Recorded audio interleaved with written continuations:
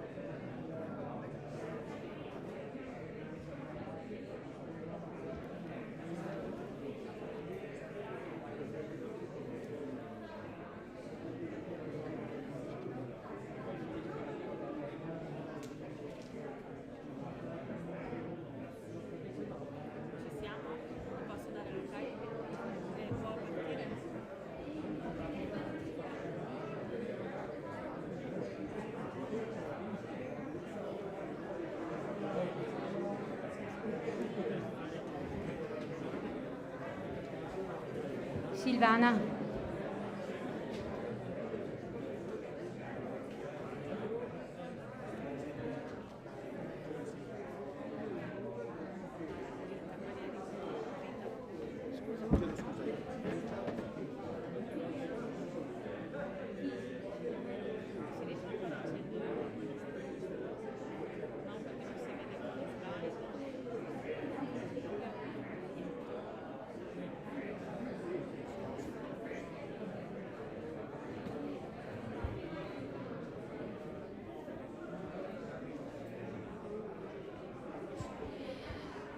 Scusate, buon pomeriggio a tutti, benvenuti a questo importante convegno voluto dall'OTC Veneto. È per noi un bel momento come centro di servizi per il volontariato perché possiamo presentare quello che è stato un impegno di diversi anni. Io sono Maria Rita Dalmolì, il direttore del Centro di Servizi per il Volontariato della provincia di Vicenza, ma oggi qui parlo a nome di tutti i colleghi direttori del Veneto. In particolare vorrei ringraziare il CSV di Venezia, che per primo aveva organizzato questo evento a febbraio, che a causa della pandemia abbiamo dovuto rinviare, e il CSV di Padova, che ha organizzato per oggi questo importante evento. Un importante evento che ci vede insieme a presentare qualcosa che per noi è fondamentale. La coprogettazione, la coprogrammazione innanzitutto vanno incontro a quello che è poi anche il dettato, quello che ci viene poi normato da quella che è la riforma del terzo settore. Avremo modo di affrontare questi argomenti seppur con tempi un po' ristretti, ma daremo voce soprattutto a questi 5 progetti che hanno investito tutto il territorio della Regione Veneto. Siamo usciti anche dai confini del Veneto e l'abbiamo portato anche a livello nazionale e vedremo i risultati, lo sentiremo direttamente dalla voce dei protagonisti che oggi sono i CSV del Veneto. Quindi, come vi dicevo, un convegno che nasce da un tavolo svolto dai centri di servizi per il volontariato con un importante contributo, 1 milione di euro, stanziato dall'ex comitato di gestione del Fondo Speciale Regionale per il Volontariato, oggi organismo territoriale di controllo, l'OTC Veneto. E queste 5 progettualità ci faranno vedere com'è importante la collaborazione con le istituzioni, quindi enti del terzo settore e istituzioni. Io aggiungerei anche il terzo settore, che si parla sempre terzo settore, secondo settore, e il primo, quindi le istituzioni, quello che è l'impresa e le realtà non profit. Anche qui ci sarebbero da fare delle riflessioni abbastanza importanti. E poi un evento come rendicontazione, ma di per sé è una presentazione di quello che è stato fatto e un valorizzare tutte le varie azioni e prospettive future che ci portano a questa coprogettazione, durata anche qualche anno. Poi sentiremo direttamente dalla Presidente dell'OTC Veneto, Silvana Bortolami, che anticiperà poi la presentazione di quelli che sono i progetti da parte dei centri servizi per il volontariato. Quindi siamo qui allora e iniziamo dal padrone di casa, da chi ci ospita, il professor Gilberto Muraro, presidente della Fondazione Cariparo, che ringraziamo dell'ospitalità, coordinatore anche della consulta del Triveneto delle fondazioni. A lei, Presidente, grazie.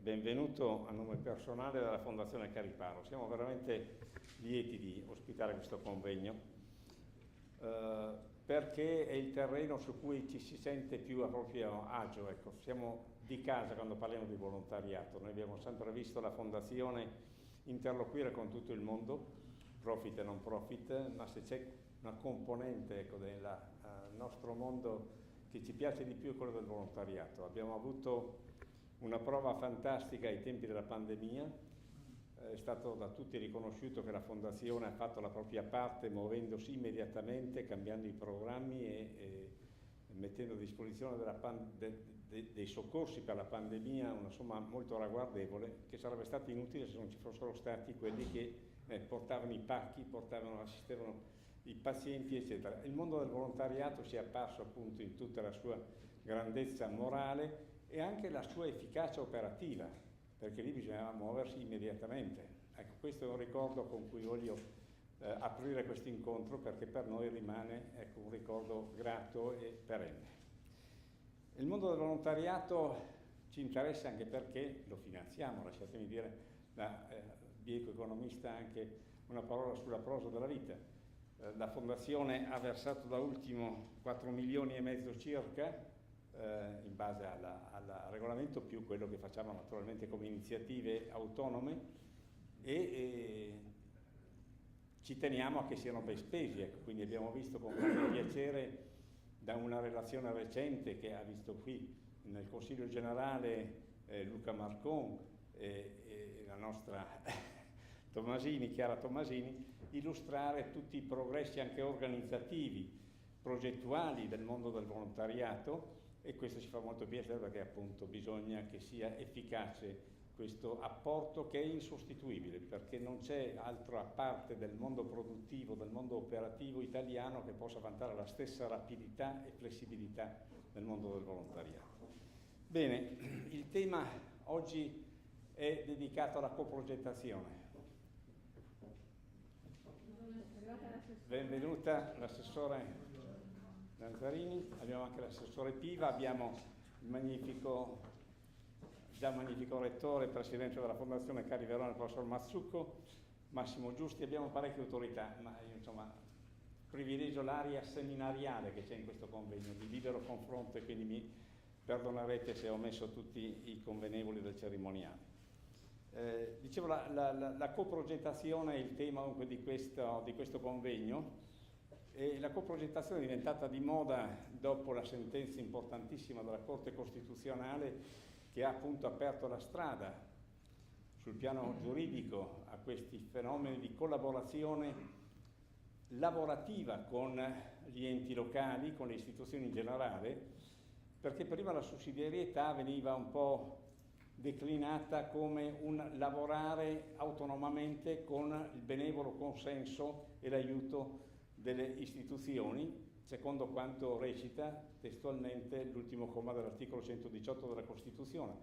Abbiamo fatto un passo avanti con la coprogettazione, perché ci si mette insieme fin dall'inizio a vedere l'analisi dei problemi, a vedere le possibili soluzioni, a progettare insieme e ad attuare insieme le progettazioni.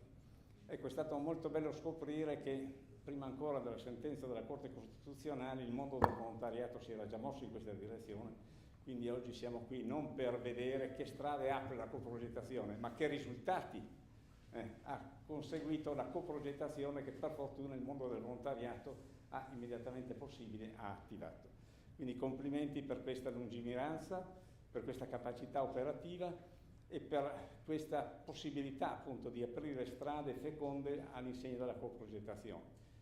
Cose che noi abbiamo anche come fondazione recepito all'interno del PNRR, che ha dato una grande accelerazione a tutto, e quindi abbiamo favorito la coprogettazione con gli enti locali attraverso SINLOC. Abbiamo proprio recentissimamente approvato un'altra delibera che apre un nuovo fronte di collaborazione con gli ambiti sanitari attraverso la Fondazione Zancani.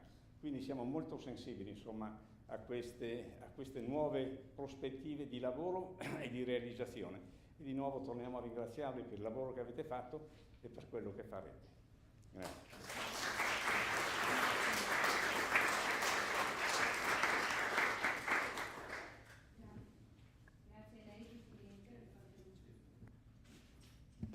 Grazie a lei, Presidente. Interessante tutti gli spunti che ci dà. Volontariato, grandezza morale, fondazione, accanto al volontariato, mettersi insieme, coprogettazione per aprire strade feconde. E ora passerei la parola al Presidente del CSV di Padova Rovigo, Luca Marcon. Grazie. Certo. A figli bene, perdonatemi, ma Volevo comunicarvi che proprio il 31 maggio, quindi pochi giorni fa, la Consulta del Triveneto ha nominato gli OTC, che sono stati quindi rinnovati in parte confermati. Non so se siano già a tutti noti, ma approfitto dell'occasione per darvi la notizia. Allora, per quanto riguarda il Veneto, abbiamo Michele Ghirardini, Damiana Stocco come componente supplente, Margherita Forestan per Fondazione Cariberona e supplente Sandro Caffi, per la Fondazione di Venezia Angelo Tabaro e Ilaria Delea come supplente, oltre ai membri diremo di designazione di diritto da parte di Fondazione Cariparo, Silvana Bortolami con supplente Nunzio Cappuccio. Silvana Bortolami è stata confermata Presidente. Buon lavoro a tutti.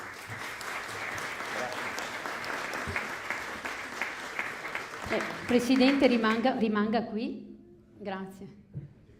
Poi cambiamo poi.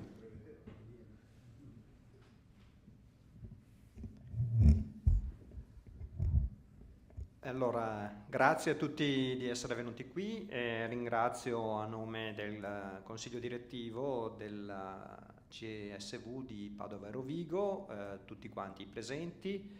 È un momento molto importante per i centri servizi del volontariato, fare il punto sulla coprogettazione, perché sarà il prossimo futuro della gestione dei bandi con il volontariato. Era giusto fare sperimentare, vedere quali sono i punti di forza e quali sono le criticità, in modo tale da avere uno strumento il più possibile aderente a quello che è la normativa vigente e a quelle che sono le esigenze soprattutto del mondo del volontariato.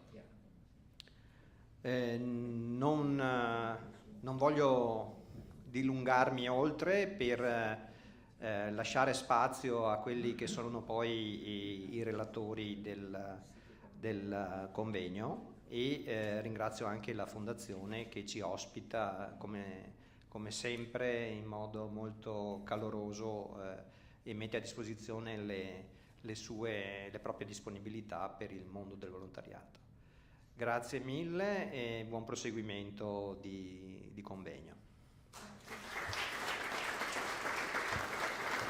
Grazie Presidente, quindi il futuro sarà la coprogettazione, importante oggi trovarsi per confrontarci tutti insieme. E ora invito qui al tavolo l'assessore alla sanità e ai servizi sociali della Regione Veneto Manuela Lanzarin e con lei l'assessore alle politiche educative, scolastiche, coesione sociale, volontariato e servizio civile del Comune di Padova. Grazie.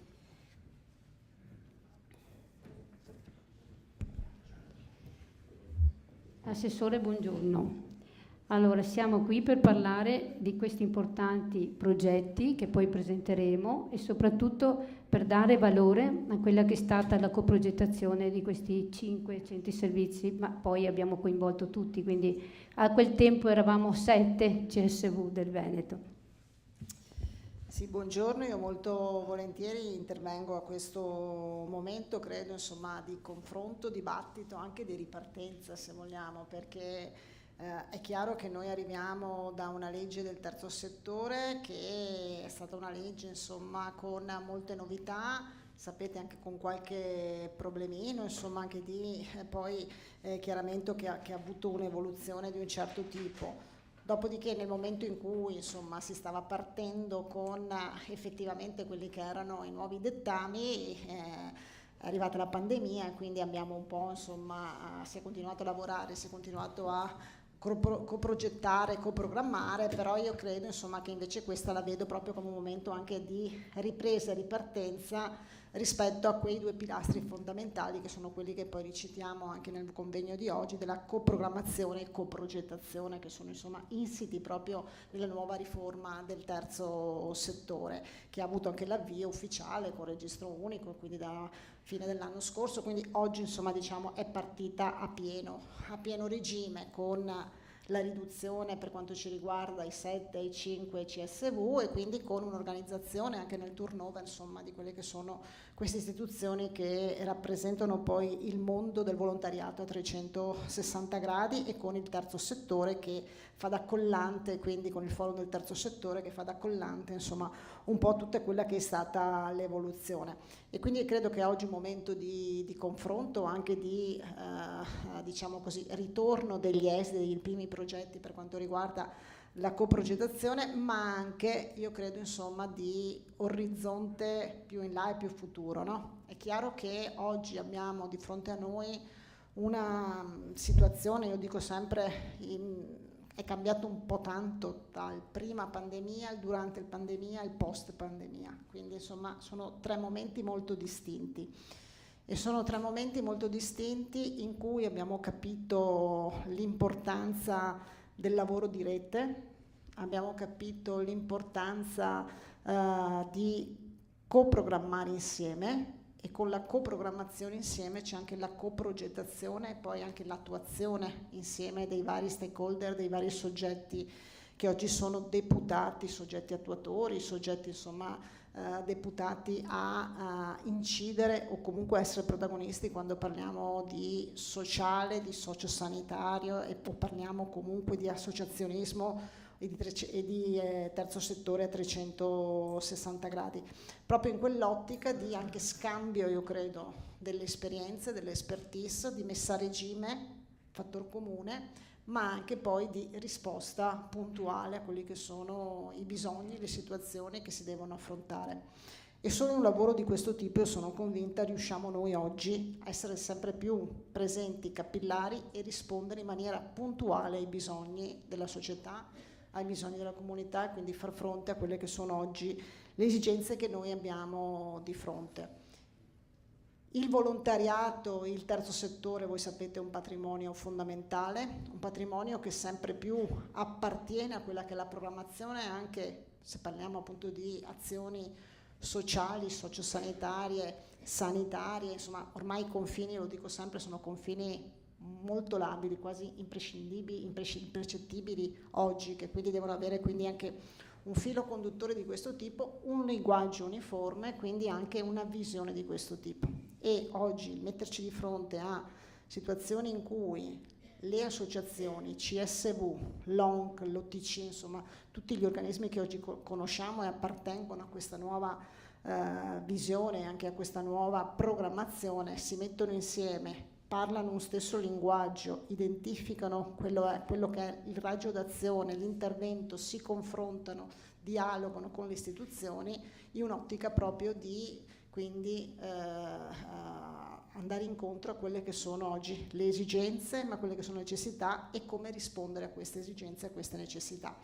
E quindi io credo che questo sia un momento molto importante, l'abbiamo visto anche sicuramente nei primi bandi, insomma, che sono stati legati quindi dopo la riforma del terzo settore, quindi l'avvio, insomma, a un nuovo modo di fare associazionismo, un nuovo modo di programmare, di pensare e poi di far calare sul territorio, oppure far calare concretamente le azioni.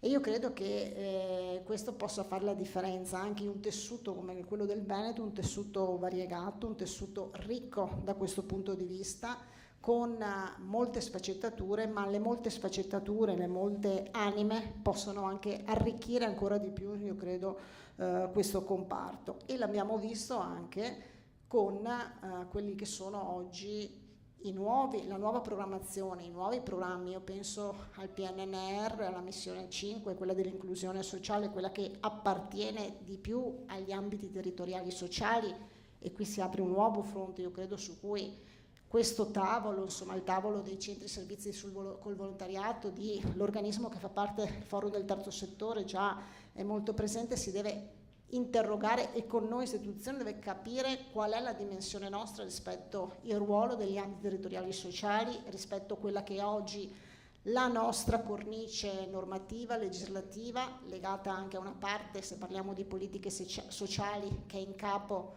all'ambito sociosanitario delle nostre aziende sanitarie, ma che domani, già oggi, insomma l'abbiamo visto con molte progettualità, l'abbiamo visto ancora di più con la missione 5 e quindi le 10 linee di intervento, insomma, in capo agli ambiti territoriali sociali, su cui il Veneto sicuramente dovrà prendere una decisione, quindi rispetto il numero, la geografia, le funzioni e quant'altro, ma diventa importante poi in questo caso anche il terzo settore, il volano che la coprogettazione è legata a tutti gli attori del terzo settore su politiche, quando parliamo di politiche di inclusione, povertà, disabilità, anziani, minori, insomma, sono fondamentali e essenziali, perché poi sono quelli che in Veneto hanno sempre fatto la differenza come progettualità, come innovazione, come anche modo di concepire il bisogno, la risposta del bisogno, anche in maniera differenziata, in maniera quasi sartoriale rispetto al bisogno singolo della singola persona, mettendo la centralità della persona quando parliamo appunto di situazioni e di bisogni di questo tipo. E quindi io credo che questa sia una strada sicuramente tracciata, che oggi insomma verrà anche evidenziata rispetto all'esperienza che i 5 CSV hanno già maturato con le prime coprogettazioni, ma che sarà ancora più importante e più rafforzata anche in futuro, in questa nuova cornice che vede quindi anche un proliferare, se vogliamo, di riforme istituzionali importanti che non devono camminare, io credo, separatamente da quella che è l'evoluzione invece legata al terzo settore e a tutto quello insomma che a cascata compete al terzo settore, che è stato anche con la riforma madre del terzo settore, e in primis insomma sui concetti su cui oggi sicuramente con voi discuteremo, approfondiremo, proprio un'ottica di qualità del servizio, di qualità del volontariato, qualità della formazione, ma ripeto e mi ripeto, in risposta capillare, puntuale e diversificata ai bisogni. Quindi il mio è solo un saluto e un'introduzione con qualche spunto di questo tipo, ma anche con l'attenzione rispetto a quanto oggi i centri per servizi di volontariato, il terzo settore, il forum, le associazioni che fanno capo hanno saputo ben interpretare, crescere e anche sanno come affrontare quelle che saranno le sfide future. Grazie. Grazie Assessore, direi un saluto molto importante, un momento di ripartenza dopo la pandemia, il valore del volontariato in questi anni, una nuova organizzazione, una visione, guardare al futuro, il prima e durante e post pandemia, con l'importanza della coprogrammazione, ha sottolineato bene l'Assessore, e la coprogettazione. La coprogrammazione investe tutti. E parliamo anche, aggiungiamo anche l'amministrazione condivisa, un altro termine, ma che ci accompagna in questo percorso. Uno scambio di esperienze e rispondere in modo puntuale a quelle che sono le necessità. Le necessità del territorio sono fondamentali, no? La ricchezza di questo tessuto del Veneto, con tutte le sue anime, le sue sfaccettature, questo mondo variegato che noi tutti rappresentiamo e che sappiamo poi riporta quello che è il grande impegno di uomini e donne del nostro territorio. Passiamo ora all'assessore del Comune di Padova, non ripeto tutte le varie deleghe, ma quella del volontariato certamente oggi è quella che ci interessa maggiormente. Grazie Assessore, e a lei la parola. Grazie, buongiorno a tutte e a tutti. Io porto i saluti del Sindaco a questo convegno e vi ringrazio anche per l'invito. Se guardiamo in questi anni nel contesto della pandemia, Padova ha mostrato sul campo il valore del volontariato, che ha realmente sperimentato nuove configurazioni relazionali e sociali. Questo volontariato dà concretezza alla prossimità e alla solidarietà, ispirandosi sia ai principi cristiani ma anche laici. Prima degli anni 70, infatti, lo Stato, come istituzione, era scarsamente impegnato nella tutela dei deboli, che spesso assisteva per motivi di ordine pubblico, istituzionalizzava, raggruppandoli in categorie, i minori, gli anziani e i diversamente abili. Il volontariato, per contro, agiva con modalità sussidiarie rispetto alle istituzioni impegnandosi con dedizione, generosità, disponibilità, gratuità, ma con scarsa propensione alla formazione e alla qualificazione dei suoi membri. Il mondo del volontariato era considerato il volto buono dell'umanità prossima, pacificatrice ma confinata ai margini del dibattito culturale e politico. Eppure già nell'articolo 2 della Costituzione, dove leggiamo che la Repubblica riconosce e garantisce i diritti inviolabili dell'uomo, sia come singolo sia nelle formazioni sociali ove si svolge la sua personalità, e richiede l'adempimento dei doveri inderogabili di solidarietà politica, economica e sociale. Quindi il mondo della solidarietà è imprescindibile da quanto riportato nella Costituzione, dove il riconoscimento dei diritti inviolabili dell'uomo è strettamente legato ai doveri di solidarietà, e vorrei aggiungere, con parole che troviamo spesso anche nei testi della Chiesa, che non avvenga che si offra come dono di carità ciò che è dovuto a titolo di giustizia. Ancora nella Costituzione, all'articolo 4, leggiamo che ogni cittadino ha il dovere di svolgere, secondo le proprie possibilità e proprie scelte, un'attività o una funzione che concorra al progresso materiale e spirituale della società.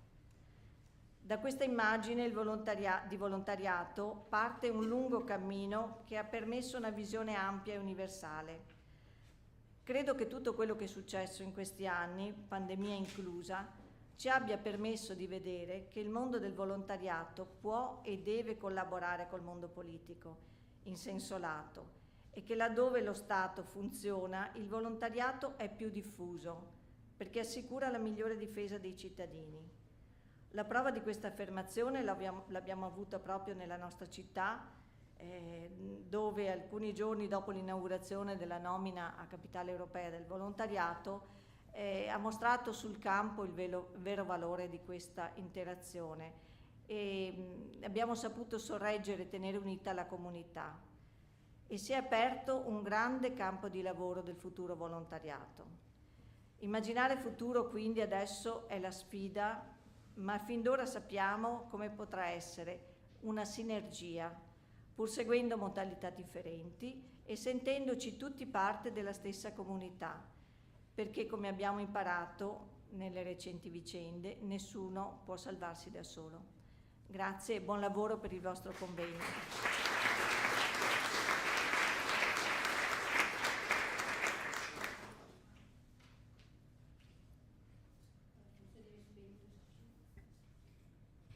Grazie Assessore, quindi un ricordo a Padova che ha mostrato tutto il suo valore del volontariato, un po' come è avvenuto in tutte le province della nostra regione nei tempi della pandemia, doveri inderogabili, ci ha ricordato quanto previsto dalla Costituzione anche in termini di diritti, il valore del volontariato e quindi anche quello che è stato il percorso di Padova fino a questa grande idea di far sì che il volontariato sia riconosciuto come patrimonio immateriale dell'UNESCO, e poi il fatto che tutti siamo parte della stessa comunità e quindi tutti quanti dobbiamo impegnarci.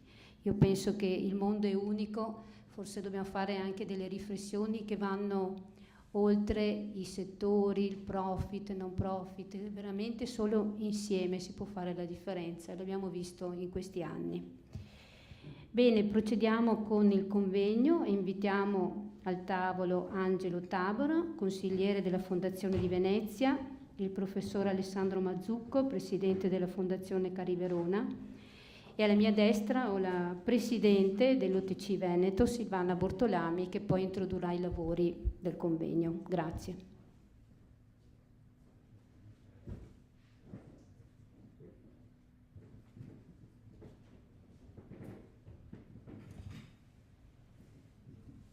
Prego. Il professor Bugliesi, presidente della Fondazione Venezia, non ha potuto partecipare per un disguido e mi ha chiesto di partecipare, di esserci, per manifestare l'interesse delle fondazioni bancarie nei confronti di questo terzo settore, che è un mondo immenso e direi ancora tutto da scoprire, forse è una miniera enorme di potenzialità ancora tutte da scoprire. Non ripeto l'interesse delle fondazioni per il volontariato, che molto bene ha evidenziato il professor Muraro, soltanto dicendo che la Fondazione Venezia partecipa nei limiti delle sue possibilità finanziarie, però c'è e partecipa. Il convegno è estremamente interessante. È interessante perché ha anticipato, diciamo, quelle che sono le linee guida, cioè ha saputo cogliere le potenzialità e la rivoluzionarietà, diciamo, della legge del terzo settore in questo aspetto specifico della coprogettazione e della coprogrammazione. Cioè praticamente è un nuovo sistema, è un nuovo scenario in cui il rapporto tra il mondo del volontariato, il mondo del terzo settore e le pubbliche amministrazioni, le varie pubbliche amministrazioni si trovano a confrontarsi. L'ha ricordato molto bene prima il professor Muraro, non è più un rapporto legato al cosiddetto CCP, cioè al codice dei contratti pubblici, cioè non è più che il volontariato fa la sua attività, dimostra le sue grandi capacità, però è in parallelo all'amministrazione pubblica, cioè copre, diciamo, in qualche modo è sussidiario all'amministrazione, ma non è partecipe attivo dell'attività dell'amministrazione. Queste due parole, coprogettazione e coprogrammazione, stravolgono completamente la possibilità del rapporto che c'è tra volontariato e amministrazione. Non è più un rapporto che può basarsi sull'affidamento di servizi, seguendo le logiche, ma è un rapporto che nasce da una forte collaborazione, da una condivisione di progettualità, da una condivisione di problemi e dalla capacità di entrambi di affrontarli assieme, portando e mettendo assieme le capacità, le conoscenze del territorio, delle situazioni, diciamo, che ha l'estremo, cioè il diffusissimo mondo del volontariato, con quelle che sono le obbligazioni, gli impegni, le necessità di dare risposte ai problemi dei cittadini da parte dell'amministrazione. Ecco, questo è straordinario. E l'averlo, diciamo, sperimentato prima ancora che diciamo uscissero quando la legge era ancora credo per tutti una specie di araba fenice, cioè qualcosa che bisognava cercare di capire ma non si capiva bene cos'era. Il Veneto, devo dire, ha colto il valore straordinario di quegli articoli 55 e 56 in particolare, cioè questa straordinarietà. Però questo è anche una grande sfida, una sfida per entrambi, in particolare per l'associazionismo. Cioè il terzo settore non può più ragionare da soggetto singolo, le associazioni non possono più ragionare da singoli soggetti che coprono una parte particolare dei problemi, diciamo, della popolazione, ma non possono che ragionare in rete. Ricordava bene l'assessore prima, l'assessore Lanzarini, cioè il volontariato non può più ragionare da soggetto faccio io per conto mio, io conosco i miei problemi, faccio le mie cose, no, non lo può più fare. Cioè deve cominciare a far sentire la sua voce all'amministrazione, perché i progetti di coprogrammazione e coprogettazione possono partire dalle amministrazioni pubbliche, ma possono partire anche dalla sollecitazione dell'associazionismo, ma non le associazioni singole. È chiaro che se le associazioni, se il terzo settore crea attorno a degli argomenti, attorno a dei temi, delle aggregazioni di professionalità molto più approfondite, sono in grado di far pesare la loro voce e far pesare anche la capacità di programmare assieme i problemi, di capire assieme i problemi, di indicare le strade di una programmazione condivisa. Questo credo sia il valore straordinario di questi due articoli. E quindi devo dire che ascoltare i risultati di una sperimentazione che è partita così velocemente è veramente di grande interesse. Grazie e buon lavoro.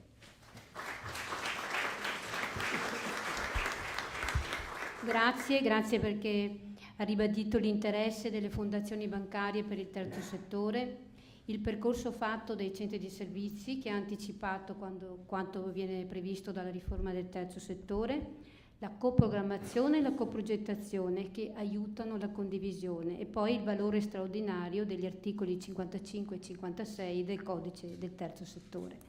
Grazie e passo a lei, professor Alessandro Mazzucco. Grazie. Si tratta di un argomento estremamente complesso e valutarlo in una fase di transizione non è certamente la cosa più semplice. Ora la necessità, lo stimolo che chiunque abbia un minimo di educazione sociale percepisce istintivamente nel erogare risorse e aiuto personale per le persone in difficoltà è una cosa che in sé è scontata. Però io mi permetto di far notare alcune anomalie che si sono generate nella ripartizione del territorio nazionale e anche per quanto riguarda i CSV. Voglio ricordare ad esempio che la fondazione che io ho il piacere di presiedere assiste più di 3 milioni di abitanti, avendo però un unico cespite di ingresso di risorse. Noi finanziamo Verona, Vicenza, Belluno, Mantova e Ancona. Sono città marinare, sono città montane, sono città che hanno le più svariate tipologie di strutturazione e di richieste. Tra l'altro non ce n'è una che non abbia immensi monumenti artistici per i quali chiede patrimonio per la protezione. Voi sapete che Fondazione Cari Verona non molti anni fa, o meglio dire una decina di anni fa, era la seconda fondazione in Italia, poi chi l'ha amministrata all'epoca ha pensato bene di rifare tutti gli immobili della città e di comprarsene una buona parte, riducendo ad 1/3 il patrimonio della fondazione stessa, con le conseguenze che ovviamente si possono facilmente immaginare. Ora, tutto questo non può essere scaricato esclusivamente in chi viene a gestire la fondazione in un determinato periodo. Io guardo sempre con invidia Gilberto Muraro, che ha avuto una grande fortuna di essere preceduto da quel miracolo della gestione economica che si chiama Antonio Finotti e che ha realmente portato un contributo fondamentale alla gestione del al cumulo del patrimonio di Padova. In ogni modo noi facciamo ovviamente quello che siamo in grado di fare. Riteniamo però che le fondazioni impostate su un territorio nazionale che è enormemente diversificato non possano essere trattate come un unicum. Già abbiamo la fondazione con i bambini che preleva in qualche settore molto di più di quanto restituisca in termini di investimenti. E così sta succedendo anche per i CSV e per la coprogettazione. Il professor Pizzolo, che ha maturato una bella esperienza, mi diceva quello che è il termine di finanziamento da parte di Fondazione Cari Verona dei CSV, devo dire che è una miseria, insomma.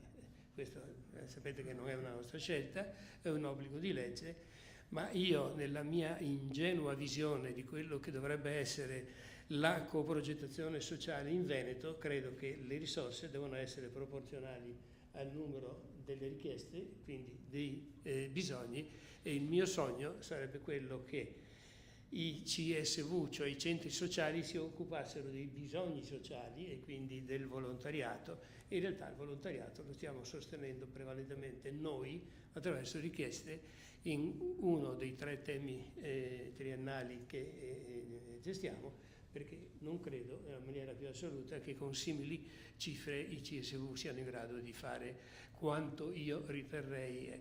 Quindi il sogno che i CSV gestissero il sociale e la Fondazione gestisse il secondo tema del suo statuto, e che è il progresso economico del Paese, che sarebbe lo strumento più efficace per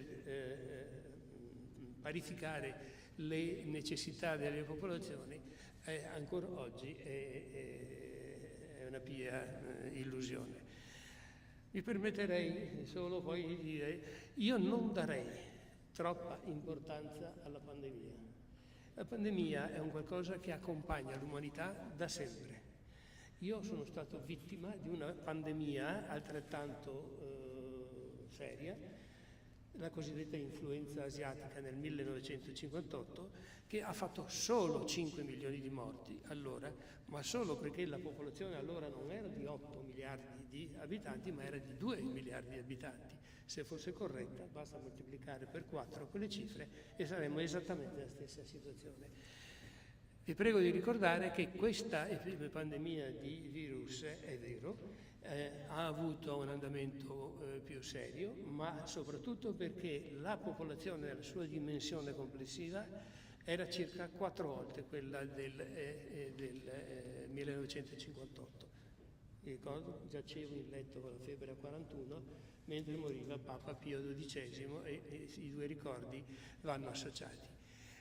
Però, ecco, dal nostro punto di vista, ho sentito con piacere, ma conoscevo già i dati di Fondazione Caripadova, noi abbiamo fatto lo stesso. La prima cosa che abbiamo fatto con decreto presidenziale d'urgenza in assoluto è stato lo stanziamento di 2 milioni di euro all'università per la ricerca ad un progetto, conoscerlo per sconfiggerlo, perché questa è la prima cosa.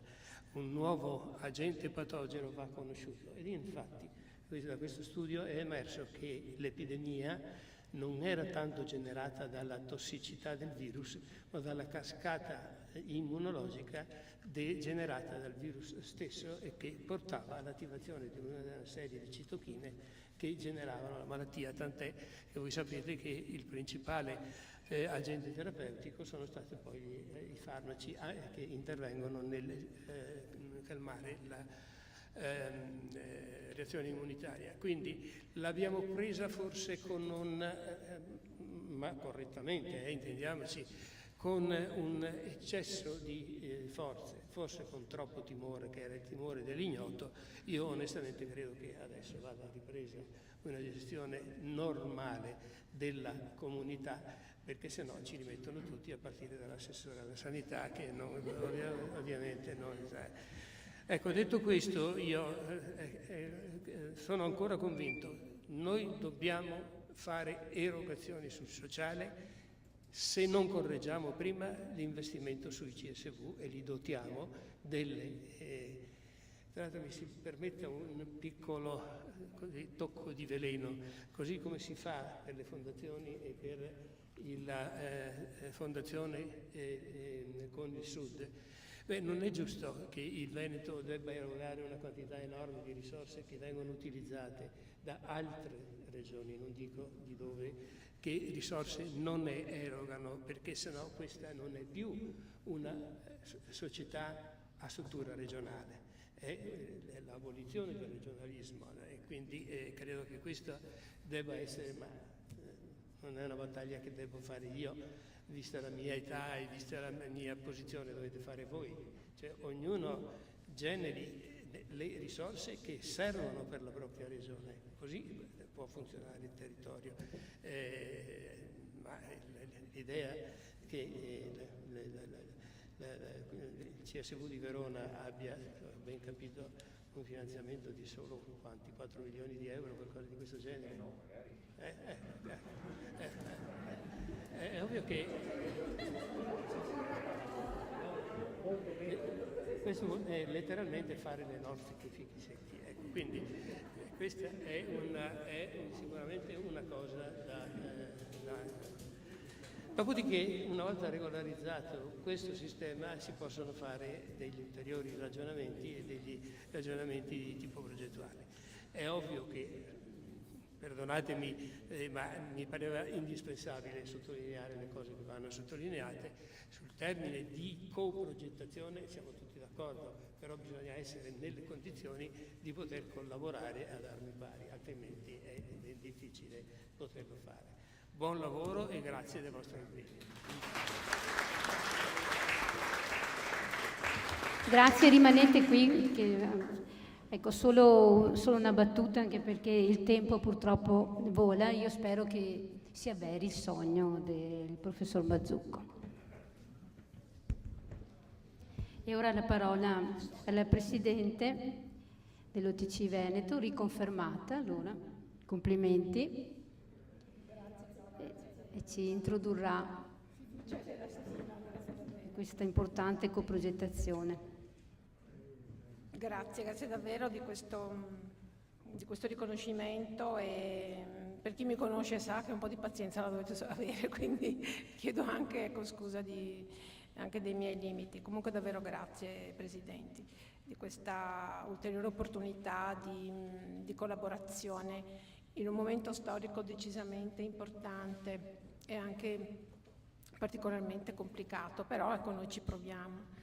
Abbiamo sempre mantenuto come COGE in precedenza e come OTC nella vivacità delle nostre relazioni, collaborazione e sempre uno spirito costruttivo, quindi davvero grazie.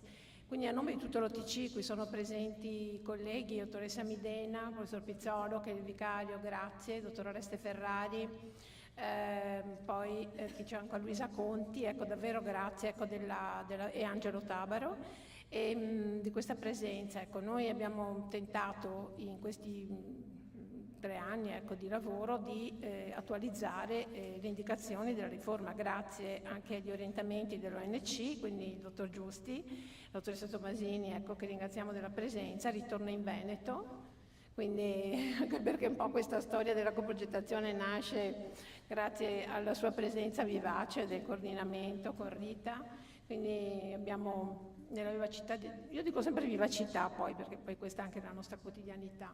Quindi davvero grazie. Grazie professor Muraro per l'ospitalità e un grazie al professor Mazzucco della Fondazione e il professor Bugliese e del dottor Angelo che lo rappresenta. Ringrazio molto la dottoressa Conte, non so se sia arrivata la dottoressa Pavanello, non ancora, che sostituisce il dottor Conte, presidente regionale dell'ANCI, il forum regionale col portavoce dottor Ferrero, Paolo Alfiere, il dottor Oreste Ferrari e la regione Veneto con l'assessore Lanzarina e la dottoressa Midena, quindi grazie.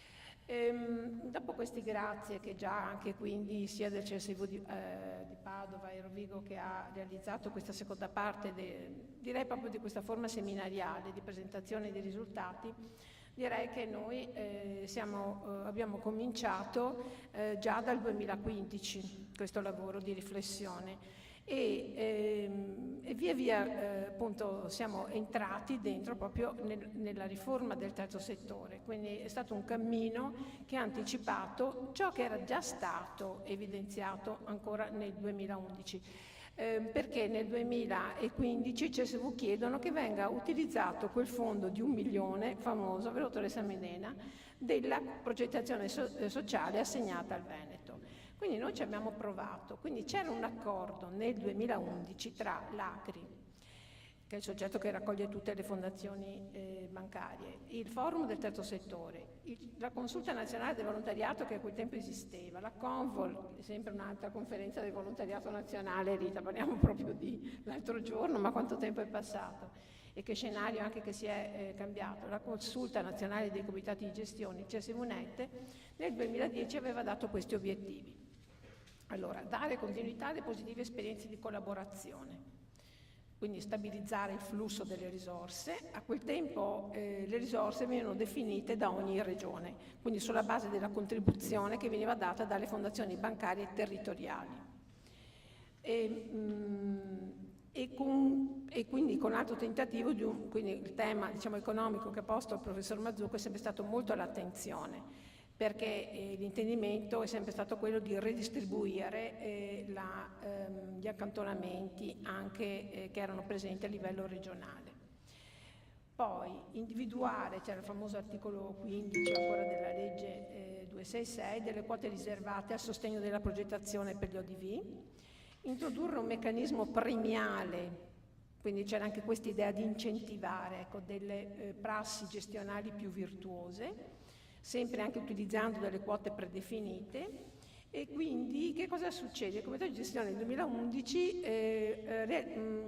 provvede a istituire la Commissione regionale per la progettazione sociale. Siamo nel 2011. Bene, nel 2015 c'è un nuovo COGE, una nuova composizione, si decide, in accordo con i centri di servizio di volontariato che avevano presentato questa richiesta, di avviare un processo di coprogettazione. Quindi siamo ancora prima della riforma del terzo settore nel 2016, però c'erano tutte queste riflessioni. La delibera è del 2017 perché poi ci sono stati anni importanti di confronto con i centri di servizio del volontariato, sempre con questa logica di e questa direi che è stata la caratteristica del Veneto, e guardate, un lavoro di condivisione, come è stato più volte sottolineato come parola chiave da Rita Dal Molin, che ringrazio per questa sua moderazione molto moderata, molto puntuale, grazie. Ecco, e quindi questo che noi andiamo a scrivere è proprio una espressione, diciamo, sia da un punto di vista di formazione e di competenza, diciamo sia dei presidenti di CSV che anche dei direttori, ma anche tutta la compagine, compresa appunto la presenza della Regione Veneto. Quindi è stata una ricchezza di un contributo che già comincia nel 2015, quindi noi arriviamo a questo 2017 con questi contenuti. Quindi attivare delle risposte efficaci, efficienti ed eque, al contempo innescare processi partecipati, un altro elemento importante che ritroviamo in tutto lo spirito della riforma, il coinvolgimento della società e dei cittadini, e rendendo maggiormente incisiva, stabile e sostenibile l'innovazione prodotta. Quindi cominciamo a parlare di innovazione. Quindi i motivi di questo incontro di oggi pomeriggio. Affrontiamo il tema della rete attraverso le sperimentazioni sostenibili di welfare comunitario. Quindi è uno dei concetti chiave questi, che sono stati anche ben espressi dall'assessore Lanzarin. Attivare delle risposte più efficaci, efficienti ed eque, quindi il tema delle risposte, come dare delle risposte che siano effettivamente anche verificabili, misurabili, cioè il famoso impatto della valutazione, la valutazione dell'impatto che ritroviamo nella legge e nel codice di riforma.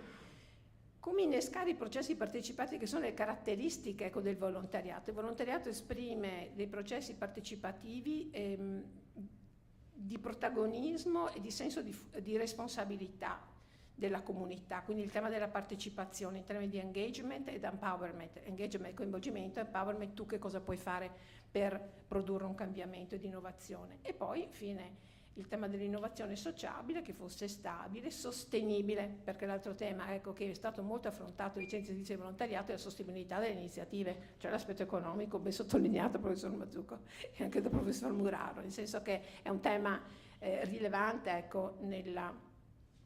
nella discussione quotidiana. Immagino che questo sia anche a livello nazionale, oltre a Tomasini e dottor Giusti. No, questo aspetto poi di ridistribuzione non è un capitolo di poco conto.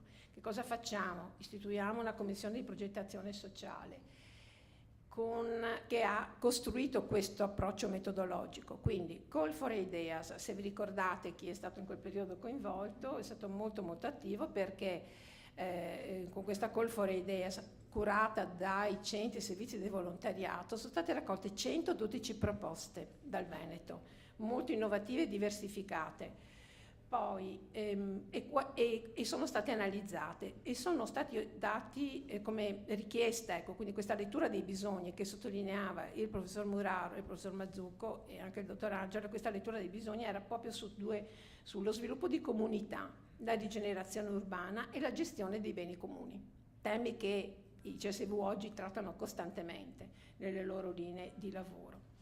Quindi dalle Call for Ideas siamo passati ad un bando per la coprogettazione e la promozione territoriale predisposto dal COGE, che era l'istituto prima precedente all'OTC, che ha portato alla presentazione di 5 progetti. Quali sono stati i criteri? Il coinvolgimento di almeno 3 aree territoriali dei CSV. Quindi si comincia a lavorare in rete ad un confronto e costruzione sociale fra diversi CSV. Coinvolgimento di almeno 20 ODV, di cui almeno 4 di livello provinciale o regionale, anche con particolare attenzione agli ODV di piccola dimensione. Anche questo è stato un elemento non di poco conto e di grande discussione, se vi ricordate.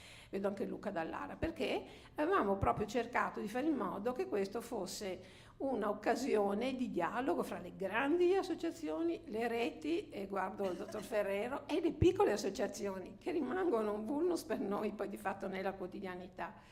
e interessare almeno 5 partenariati locali, quindi questo lavoro con la pubblica amministrazione, con gli enti locali e gli enti pubblici, e poi abbiamo detto guardate, dai 100.000 ai 300.000, avevamo 1 milione, quindi un po' distribuito, un po' di ragionamenti che abbiamo fatto dottoressa Tommasini, quindi questo è stato un lavoro costruito a più mani, ma anche con la fatica di costruire questo processo che si è voluto partire dal basso di fatto, quindi con dei CSV, organismi territoriali, diciamo, di facilitazione, di raccolta e di sviluppo. Una interessante analisi che poi anche ritroveremo nei lavori che verranno presentati. Ma certo che bisognava anche valutare questi progetti che arrivavano e come valutarli. Allora abbiamo costituito una commissione.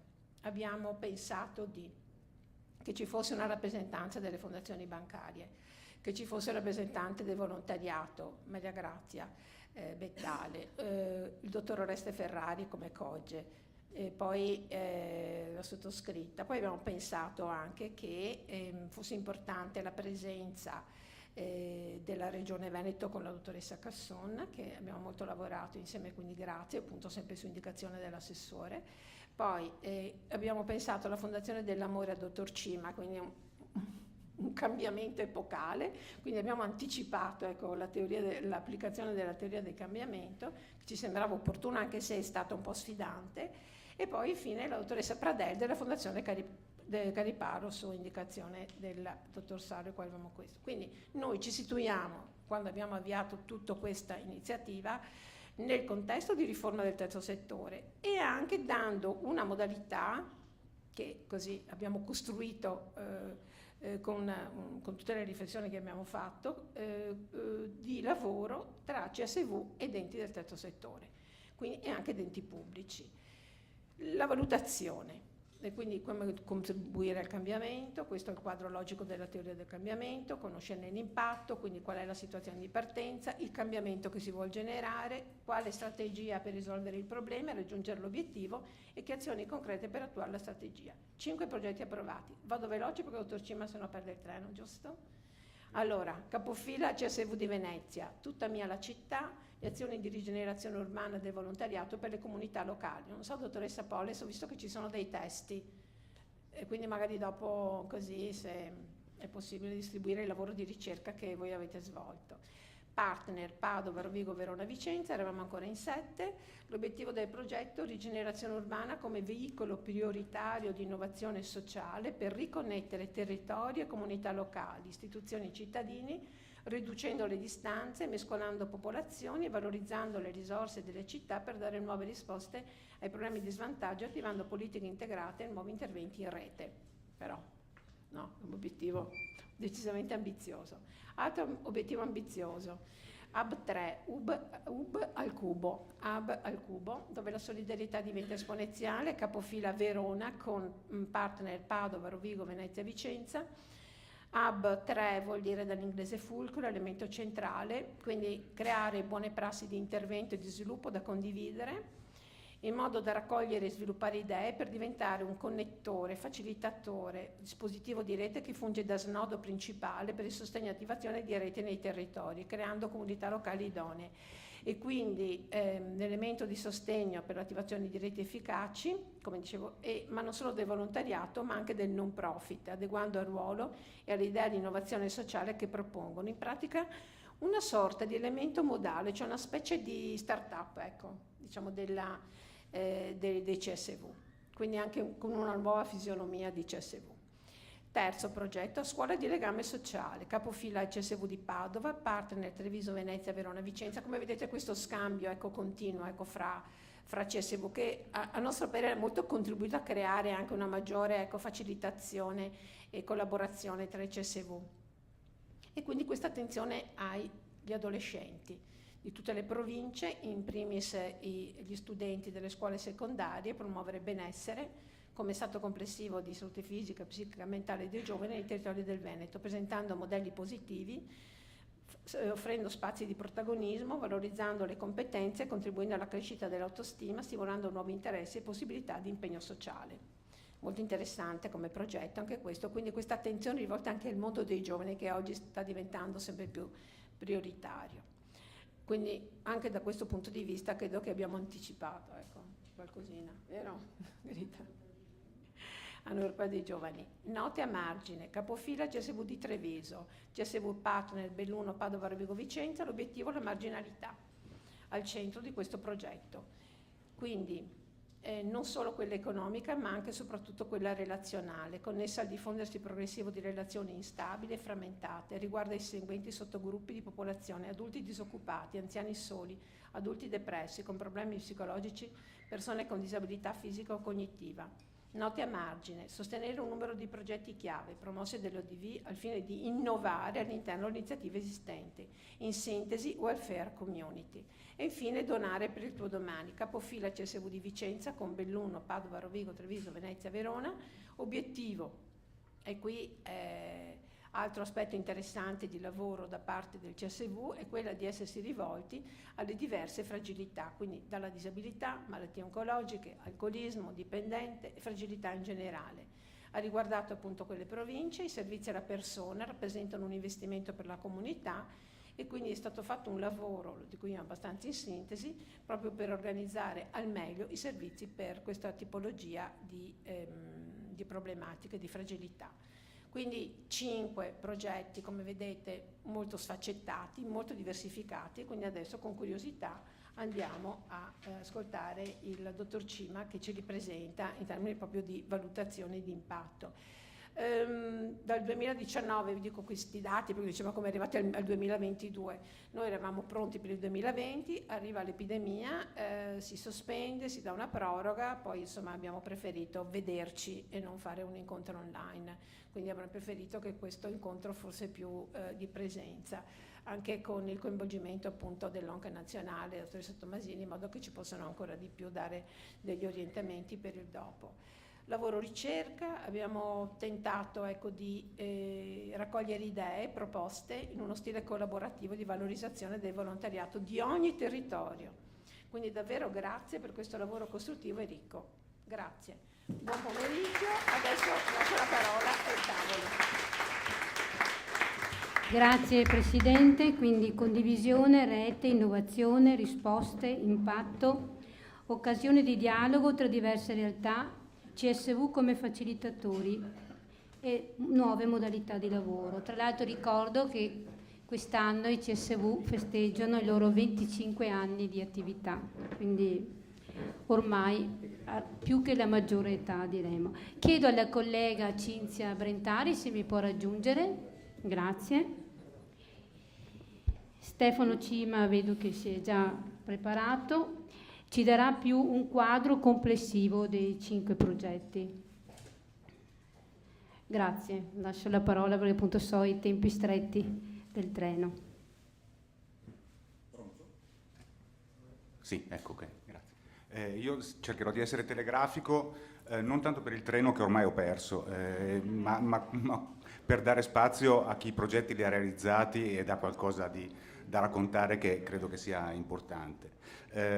Dunque, vi racconto che cos'è la Fondazione Social Venture Giordano dell'Amore e chi siamo e chi lavora lì. Ecco, io e i miei 3 colleghi abbiamo fatto parte dell'ufficio osservatorio e valutazione della Fondazione Cariplo per più di una decina d'anni e nel 2017 Fondazione Cariplo ha iniziato a costruire una nuova fondazione sulle ceneri di altre 2 fondazioni che facevano riferimento sempre al mondo bancario. E quindi dal 2018 si è creato questo ufficio che si chiama Evaluation Lab, che ha competenze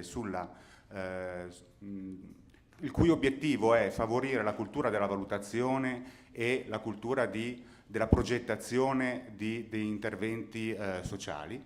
E per questo scopo la Fondazione ha pensato che valesse la pena di creare una sorta di spin-off e di installarlo all'interno di questa nuova fondazione che si chiama Fondazione Social Venture. Dal 1 marzo 2022 lo staff fa effettivamente parte della Fondazione Social Venture e continuiamo a lavorare per Fondazione Cariplo, ma le nostre competenze e i nostri servizi possono essere messi a disposizione di altri attori che lavorano nel campo del non profit, nel campo della progettazione, e sono interessati in qualche modo alla valutazione anche degli effetti degli interventi.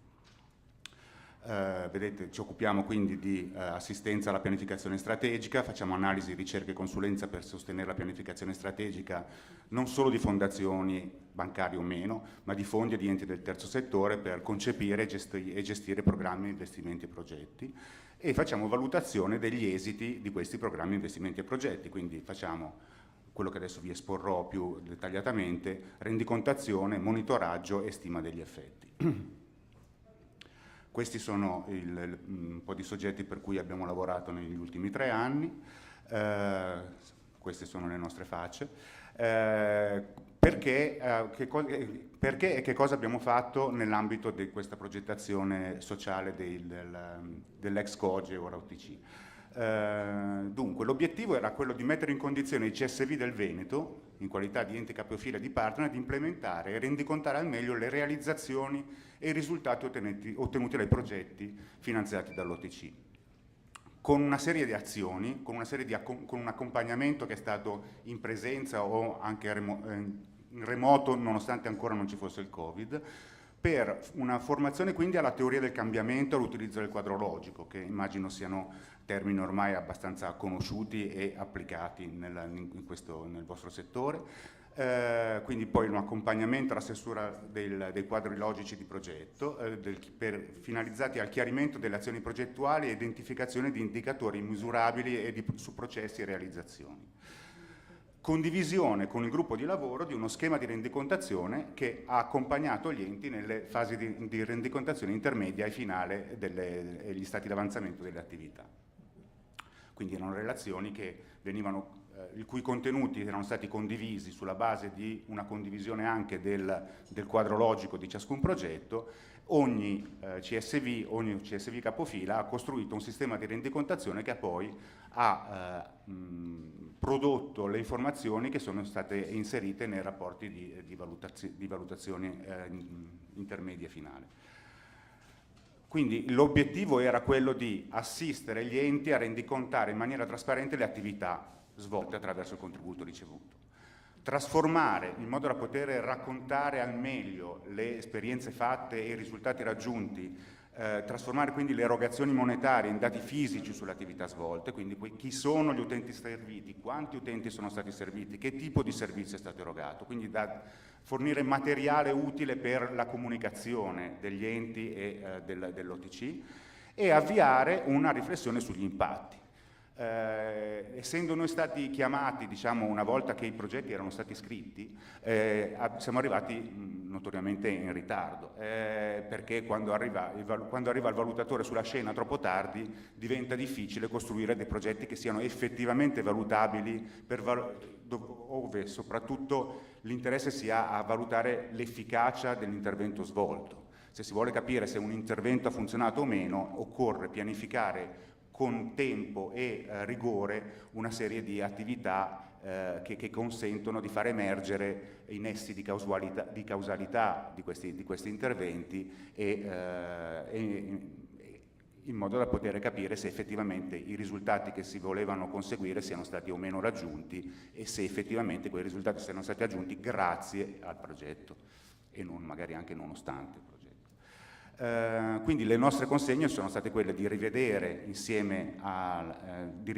singoli rapporti di valutazione dei singoli progetti inviati all'OTC insieme alla rendicontazione delle spese, quindi di costruire un impianto di comunicazione di informazioni codificato e condiviso, e produrre note per la Presidenza e relazioni intermedie finali sull'avanzamento dell'attività e la realizzazione dei risultati.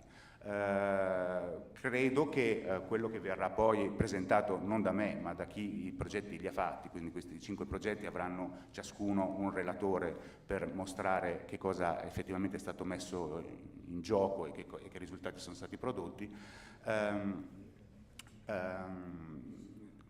per appunto ci consente di ragionare sull'avanzamento dell'attività e la realizzazione dei risultati.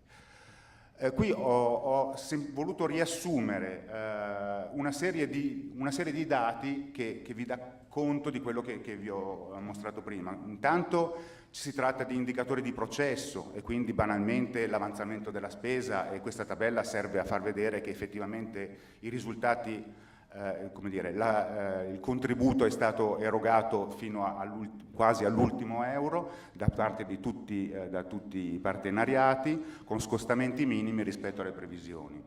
Poi una cosa che dà conto del lavoro fatto è quello delle risorse umane che sono state impiegate nella realizzazione dell'attività, e vedete, a seconda di volontari, operatori dei CSV, di formatori, di consulenti ed esperti esterni, c'è un quadro complessivo che progetto per progetto riassume questi valori, che ovviamente sono cresciuti nel corso del tempo, e si vede la dinamica che hanno seguito con le relazioni intermedie.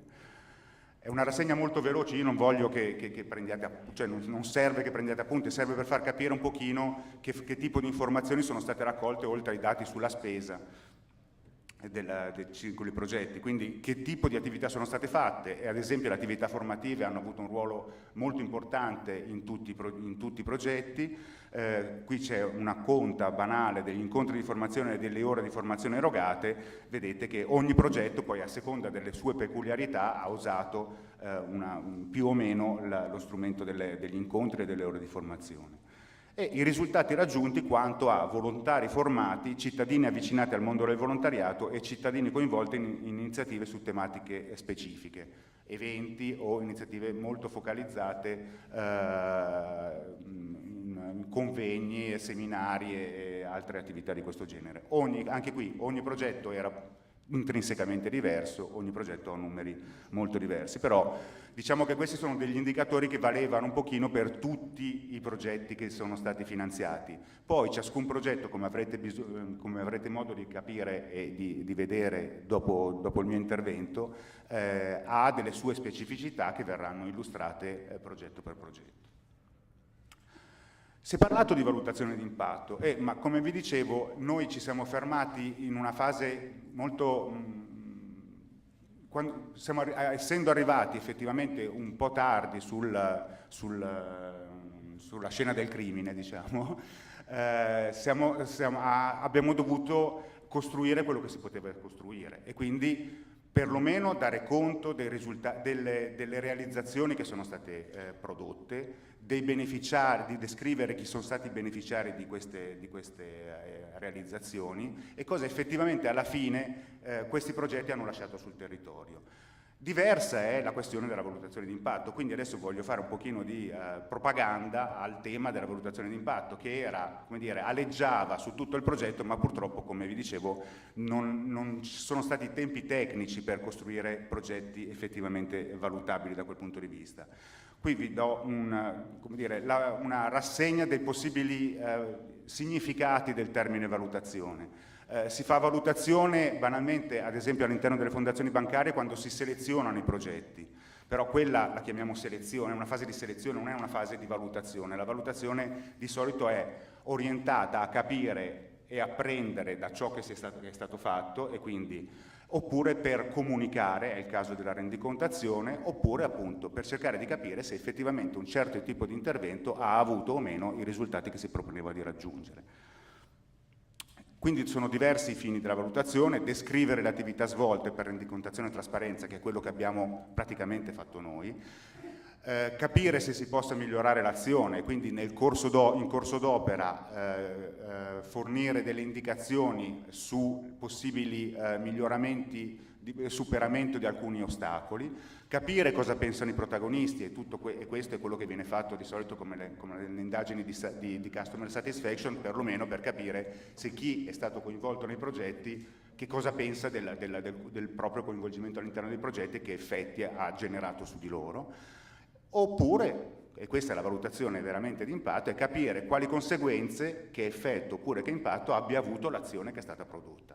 Ecco, noi a quel punto non ci siamo arrivati, ma penso che in un'eventuale nuova edizione del bando si potrebbero trovare costruire le condizioni perché queste valutazioni di impatto possano essere effettivamente realizzate, in modo da capire se lo specifico intervento valga la pena di essere magari messo a sistema da parte di un soggetto, ad esempio un ente pubblico che è sicuramente molto più capiente di quanto possono essere i CSV o le singole fondazioni bancarie, possa applicare un protocollo di intervento che ha funzionato perché ha mostrato effettivamente di funzionare.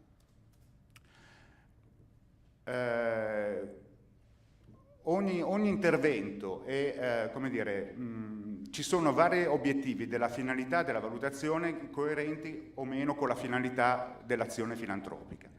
Se per esempio il prossimo progetto che verrà promosso dall'OTC si occuperà semplicemente di sostenere enti meritevoli, la cosa che potrà essere fatta più agilmente, e forse l'unica cosa che avrebbe senso fare, è quello di rendicontare le attività promosse e sostenute e svolte direttamente. Quindi il primo in basso a sinistra si trova questo sistema. Se invece l'obiettivo di quel bando, di quel progetto, sia diffondere buone pratiche, quindi costruire bandi che finanziano iniziative che hanno già mostrato di essere efficaci e di risolvere effettivamente i problemi, si possono fare, oltre a semplicemente rendicontare, che è la cosa più semplice da fare, capire se si possa migliorare l'azione, capire che cosa pensano i protagonisti di quel tipo di intervento. Se invece la finalità dell'azione filantropica è ancora più ambiziosa, ovvero si propone di sperimentare azioni innovative per sviluppare conoscenza sulle azioni che effettivamente funzionano per risolvere dei problemi sociali,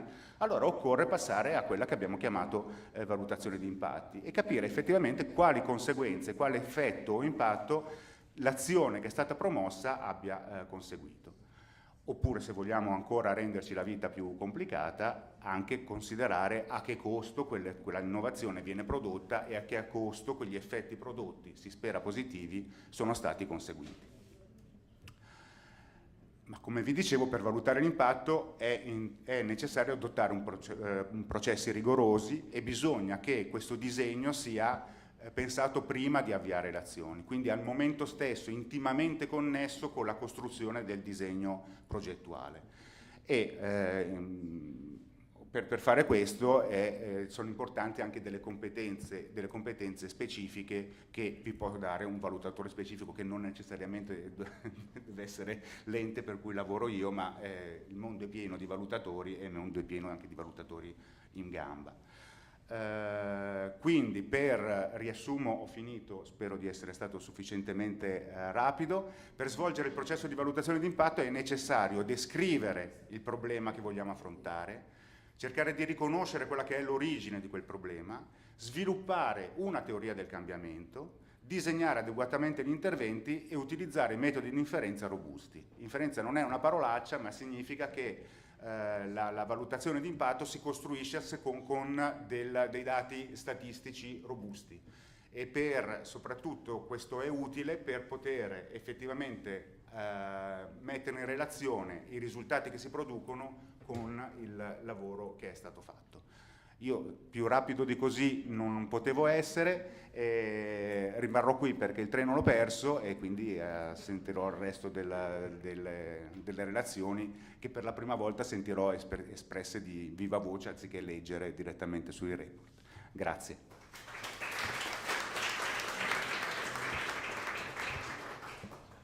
Eccoci qui, allora grazie per il quadro complessivo dei 5 progetti, di supporto avuto per i CSV nella rendicontazione e anche per aiutarci nel migliorarci come centri per quanto riguarda poi tutte le procedure che si mettono in atto con una progettazione.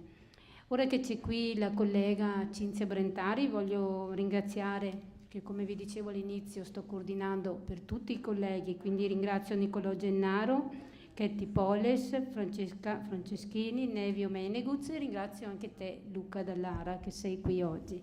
Cinzia, allora raccontaci tu, entriamo nel vivo di questi progetti e poi se puoi chiamare tu i CSV, li abbiamo messi in ordine alfabetico quindi non ci sbagliamo. Grazie Rita, buon pomeriggio a tutti anche da parte mia.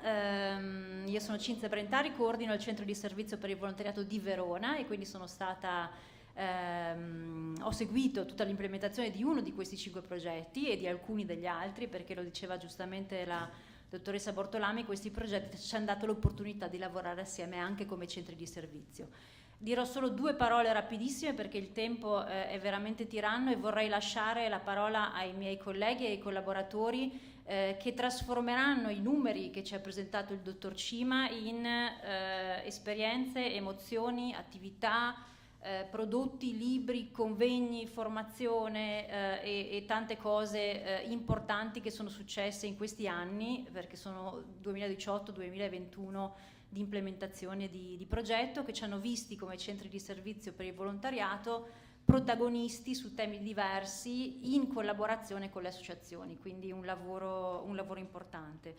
2 spunti rapidi. La dottoressa Bortolami diceva siamo partiti da 112 idee che sono arrivate dalle singole associazioni sui territori della Regione Veneto. Trasformare 112 idee in 5 progetti è stato un lavoro non semplice e credo che questo sia uno dei ruoli chiave dei centri di servizio per il volontariato sui territori, quello di dare rilevanza, attenzione e ascolto ai temi e alle problematiche che le associazioni ci presentano, ma di riuscire a fare sistema, quindi di superare il singolo intervento per costruire quella rete che oggi è fondamentale per raggiungere un impatto. Per cui mettere assieme le associazioni e spiegare loro che il lavoro di rete, il lavoro congiunto può permetterci di raggiungere qualcosa di più rispetto alla singola idea presentata. Per cui queste idee sono state raggruppate attorno a tematiche specifiche, sono state condivise tra i centri di servizio e sono state trasformate in azioni differenziate che hanno portato, credo, a una serie di impatti che oggi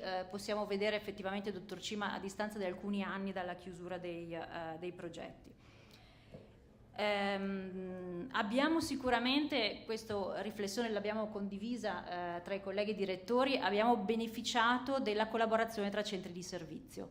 Abbiamo messo in rete, messo in comune competenze, collaborazioni, esperti, collaboratori che ci hanno aiutato, relazioni con gli enti pubblici, con le università, con il terzo settore, col volontariato. E abbiamo lavorato assieme e quindi abbiamo potuto trarre vantaggio della reciproca conoscenza. Questo decisamente è un elemento importante di questi progetti. Lo vedrete, lo racconteranno i colleghi, lo ha anticipato la dottoressa Bortolami. Abbiamo trattato tanti temi che sono importanti, che sono i temi della quotidianità del lavoro del volontariato veneto, che sono temi anche di innovazione, temi che sono entrati alla ribalta con la riforma del terzo settore, con la questione della rigenerazione urbana, del welfare generativo, quindi abbiamo avuto modo di toccare e di imparare l'un l'altro toccare tematiche importanti e ci siamo interfacciati con mondi diversi. Questi progetti hanno lavorato col mondo della ricerca, col terzo settore, con le scuole, abbiamo prodotto convegni, pubblicazioni, abbiamo animato le comunità, cosa che continuiamo a cercare di fare come centri di servizio.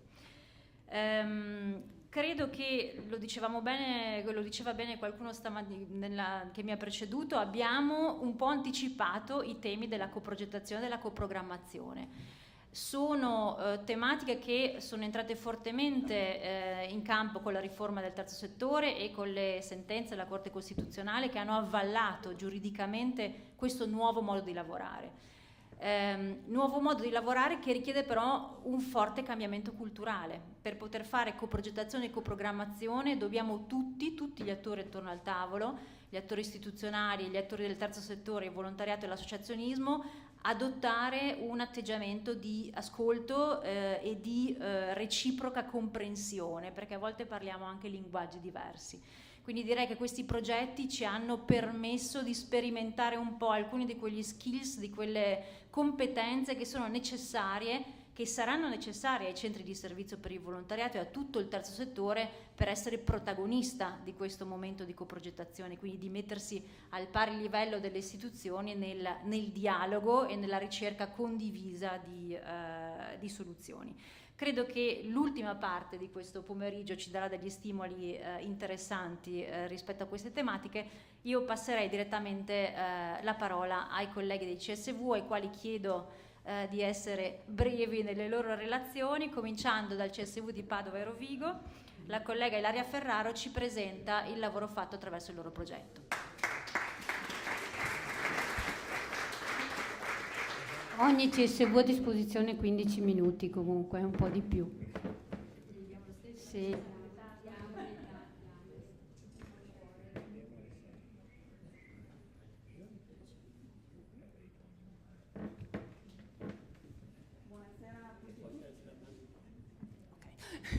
Buonasera a tutte e tutti e grazie mille per l'attenzione che adesso presterete al nostro progetto. Allora, è un grande onore per me presentarlo perché ci abbiamo lavorato tanto, quindi sono molto felice e è stato ci ha accompagnato per anni, ma anche i risultati che ha portato sono stati molto importanti. Ancora di più oggi sappiamo che nel post pandemia la situazione per gli adolescenti è veramente difficile. Abbiamo dei numeri impressionanti di abbandoni scolastici, di ragazzi che hanno sviluppato patologie mentali, di appunto ricoveri ospedalieri, tentativi di suicidio.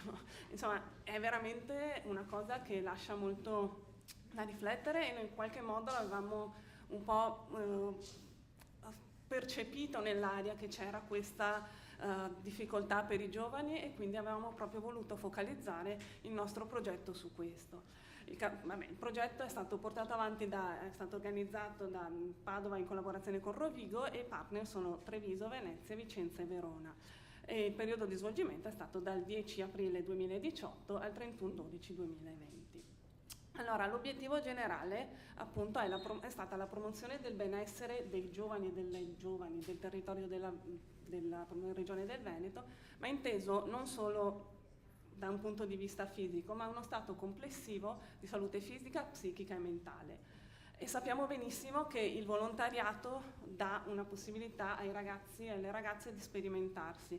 Quindi volevamo appunto far mettere in atto ai ragazzi, cioè far sperimentare modelli positivi, dare loro spazi di protagonismo, in cui sappiamo bene che le nostre associazioni sono dei contesti protetti dove le persone, dove i giovani possono sperimentarsi eppure stando proprio in un contesto protetto, e lì sperimentandosi loro possono valorizzare le loro competenze e quindi avere una crescita dell'autostima, possono avere nuovi interessi e perché no anche una voglia di impegnarsi in futuro. Allora, sappiamo bene che, come dice il detto africano, che per crescere un bambino ci vuole un villaggio, allora abbiamo voluto lavorare in questo senso. Non volevamo focalizzare solo tutti i nostri interventi sui giovani, sugli adolescenti e sugli adolescenti, ma abbiamo voluto, diciamo, accerchiarli, diciamo, con le nostre azioni, quindi prenderci cura anche dei loro genitori, dei loro insegnanti, delle scuole e anche delle associazioni. Allora, brevemente le azioni previste: c'è stato il coordinamento, la campagna regionale di comunicazione, azioni a favore dei giovani portate avanti dalle associazioni, azioni di aiuto a insegnanti e genitori, campi di volontariato e poi anche una fase di finale di monitoraggio e valutazione portata avanti dall'Università di Padova. Allora, come è stato detto, abbiamo lavorato molto bene in collaborazione con gli altri centri di servizio e abbiamo lasciato a ciascuno la possibilità di avere un contatto diretto con le proprie associazioni. Quindi in fase di presentazione del progetto ogni CSV ha deciso a che azioni aderire e quindi diciamo su questo, in base alle azioni scelte, è stato suddiviso il budget, però abbiamo lasciato anche a ciascun CSV la possibilità di gestire direttamente i contatti con le associazioni che venivano coinvolte. Questo ci è sembrato molto importante Per prima cosa perché sono i centri, cioè si è mantenuto un rapporto di prossimità. Sappiamo bene che sono i centri servizio che conoscono le loro associazioni, conoscono i loro territori, conoscono anche, cioè, la Regione Veneto è comunque differente, ha diverse caratteristiche, quindi abbiamo voluto mantenere questa prossimità. Una cosa però abbiamo deciso di mantenere invece una gestione amministrativa centrata e quindi tutte le spese sono state pagate dal centro servizio di Padova che teneva proprio anche tutti i rapporti con i fornitori, quindi le associazioni coinvolte contattavano noi per tutta la parte amministrativa. Allora, la prima azione è stata quella di una campagna di comunicazione. La campagna di comunicazione, il primo step è stato quello di creare un logo. Il logo ci ha coinvolto talmente tanto che alla fine il nome che è stato, questo logo che si chiama Wake Up, questo invito all'azione per i giovani, è diventato poi il vero nome del progetto, che adesso si chiama Scuola di Legame Sociale, però Wake Up è un po' quello che resta, perché è più facile, chiama all'azione. Cioè era proprio una voglia di dire svegliatevi, cioè era una call to action e anche con dei colori giovani che potessero proprio colpire. Abbiamo creato un video che dopo vi farò vedere, è proprio punta ai giovani, vedrete. È stato fatto un concorso sul volontariato perché volevamo sentire proprio come i giovani interpretano e che senso danno all'impegno al volontariato.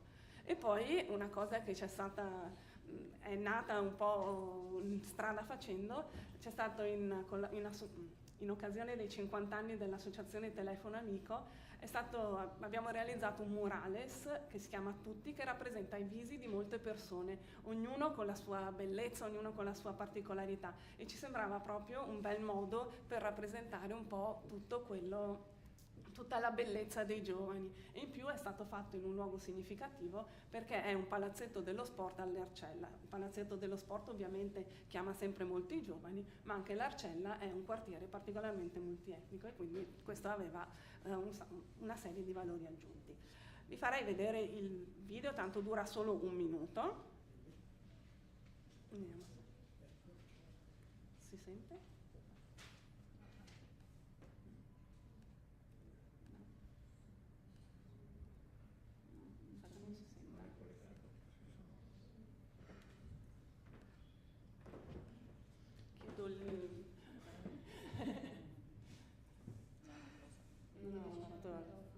Vediamo se non si sentiva neanche qua.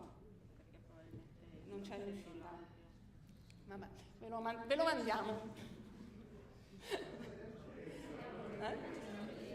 Vabbè, allora ve lo spiego, ve lo racconto. Okay. Allora,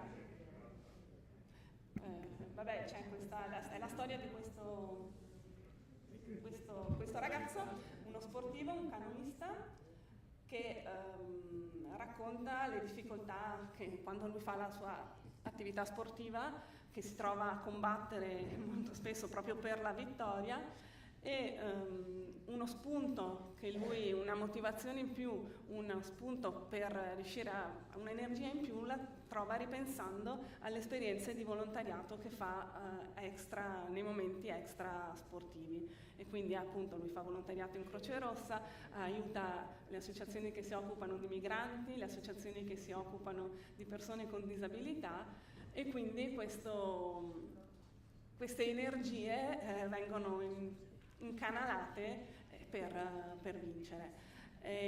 Lo slogan è: il volontariato è una risorsa non solo per gli altri, quindi è proprio un partire dal fatto che appunto facendo volontariato si imparano delle nuove cose e possono essere veramente utilizzate nella vita di tutti i giorni. Ok, anche se la mia descrizione era stata precisa, adesso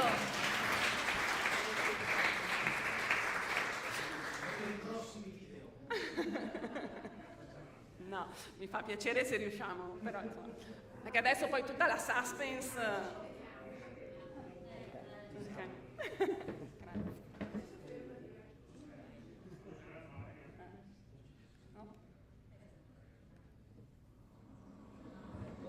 Conosco il bilancio di questo fiume, ogni intascatore dell'acqua.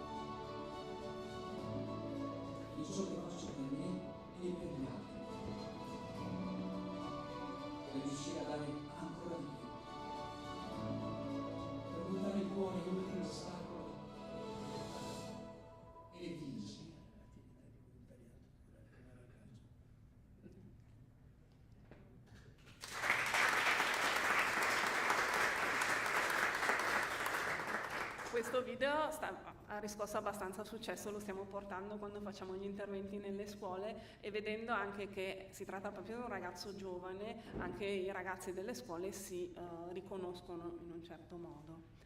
E qui riporto un po' altre due cose che avevo citato. C'è stato il concorso Il volontariato che immagini e il palazzetto dello sport in divenire. Ovviamente per il concorso abbiamo raccolto una trentina di opere d'arte, purtroppo era stato proprio presentato a ridosso del Covid, quindi ne avevamo fatto anche tutto un lavoro di interventi nelle scuole in preparazione delle opere d'arte. Purtroppo diverse di queste opere che ci dovevano pervenire dalle scuole non sono più pervenute perché per il Covid poi sapete che quando passa l'anno, ahimè, già l'anno dopo era stato difficile ritrovare i contatti e quindi... Allora, per quanto riguarda le azioni delle associazioni a favore dei giovani, abbiamo avuto tantissime, dopo vedremo i dati, tantissime esperienze, difatti non renderò giustizia a tutte, mi dispiace, però ci sono state tantissime diverse associazioni che hanno fatto dei laboratori bellissimi e purtroppo citarli tutti non è possibile. Poi c'è stato un secondo momento, ovviamente, quando c'è stato, la cosa diciamo ideale con i ragazzi e le ragazze è quella di intervenire nelle scuole, perché lì si può avere il contatto con loro, è più facile. Ovviamente poi col Covid abbiamo dovuto rivedere un attimo i piani, però siamo riusciti a realizzare un EduBox sul tema della cittadinanza attiva e sull'educazione civica. Ricordiamoci che l'educazione civica adesso è anche una materia obbligatoria. Abbiamo creato quindi questo libretto digitale che porta proprio i nostri temi della promozione del volontariato e è stato veicolato dall'ufficio scolastico provinciale di Padova e Rovigo a tutte le scuole, quindi sono stati raggiunti 60.000 studenti. In più quegli interventi nelle scuole che siamo riusciti a fare durante la pandemia è stato sempre utilizzato, è stato anche dalla voce dei ragazzi è stato uno strumento molto apprezzato. Allora, come vedete alla fine, nonostante la pandemia e che ci ha ridotto moltissimo le attività, quindi in 1 anno e mezzo di attività siamo riusciti a coinvolgere nei nostri laboratori oltre 14.000 studenti, e questo grazie al lavoro di volontari, delle associazioni. Le associazioni sono state 146, hanno presentato 483 laboratori, siamo riusciti a portare avanti anche qualche stage di alternanza, gli stage di alternanza scuola-lavoro sono stati 185, quindi vuol dire che 185 associazioni hanno accolto per 1 o più periodi degli studenti che hanno sperimentato la vita associativa per 1 o 2 settimane, quindi questo è molto importante. Siamo andati avanti col progetto Sì Possiamo Cambiare, che è un progetto che permette ai ragazzi che vengono puniti con la sanzione della sospensione, cioè dà la possibilità di commutare le ore di sospensione in attività di volontariato. Questo non per dire che il volontariato è un'azione punitiva, ma sappiamo bene che appunto con il volontariato si possono mettere in campo tutta una serie di energie e azioni altre e fanno vedere anche al ragazzo le cose in un modo differente. Ovviamente questo progetto è accompagnato da un colloquio con uno psicologo, con i docenti dello studente e anche con i genitori, proprio per ricontestualizzare l'accaduto e poi dargli un nuovo senso anche nella vita del ragazzo. Quindi sì, appunto le attività delle associazioni sono state moltissime, appunto hanno riguardato in diversi ambiti, dall'ambiente alla cultura al sociosanitario, quindi veramente adesso non ne voglio citare per non promuovere qualcuno al posto di altri.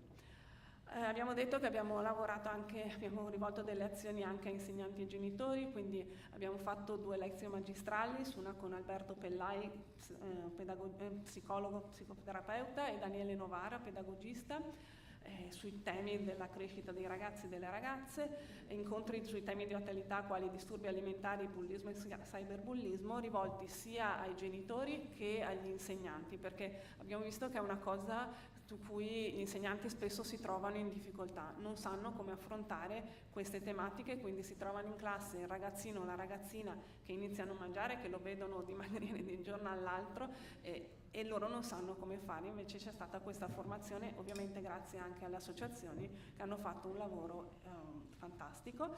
Abbiamo fatto anche una rassegna teatrale per cercare di portare queste tematiche dell'inclusione, bullismo, disturbi alimentari con altri mezzi di comunicazione. Quindi c'era uno spettacolo teatrale e poi si dibatteva con l'autore. Un'altra azione che è stata fatta, che era prevista, erano dei campi di volontariato. I campi di volontariato sono stati fatti utilizzando l'esperienza di Nave Italia. Nave Italia è un brigantino armato a goletta della Marina Militare e viene messo a disposizione di progetti sociali. La Fondazione Tender to Nave Italia ogni anno seleziona 22 progetti sociali e permette appunto ai gruppi di imbarcarsi facendo in modo che tutte le persone che si imbarcano diventano a tutti gli effetti membri dell'equipaggio e quindi le persone anche con delle difficoltà iniziano a sperimentarsi e diciamo che da oggetti di tutela diventano delle persone capaci a tutti gli effetti. Noi abbiamo rivolto al nostro progetto e siamo riusciti a imbarcarci per 3 anni, quindi il nostro progetto è stato valutato positivamente per 3 anni e il primo anno abbiamo portato dei ragazzi che avevano fatto l'esperienza del Sì possiamo cambiare insieme a dei ragazzi particolarmente attivi nel mondo del volontariato e ad altri ragazzi particolarmente bravi a scuola per cercare questa coesione e anche una influenza positiva. Ok,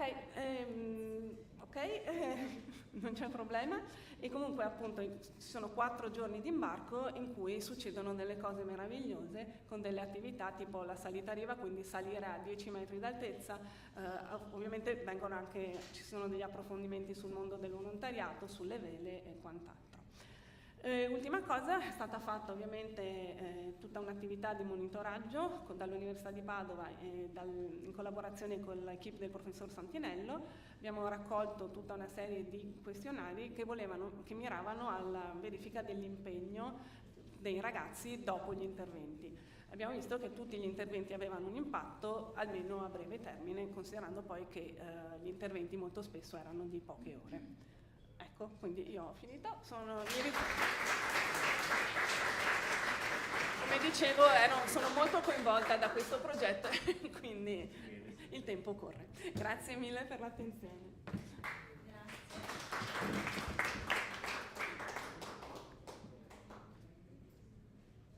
Grazie. Mentre chiamo, per non perdere tempo, il collega che presenterà il progetto di Treviso, se è presente in sala, eccolo, Simone Giorno, alter ego di Vittorio Veneto, che ha collaborato con l'allora CSV di Treviso per il loro progetto. Ringraziamo Ilaria, si vedeva che ci tiene a questo progetto e grazie anche per gli spunti interessanti che ci hai dato e per le immagini. La parola a Simone.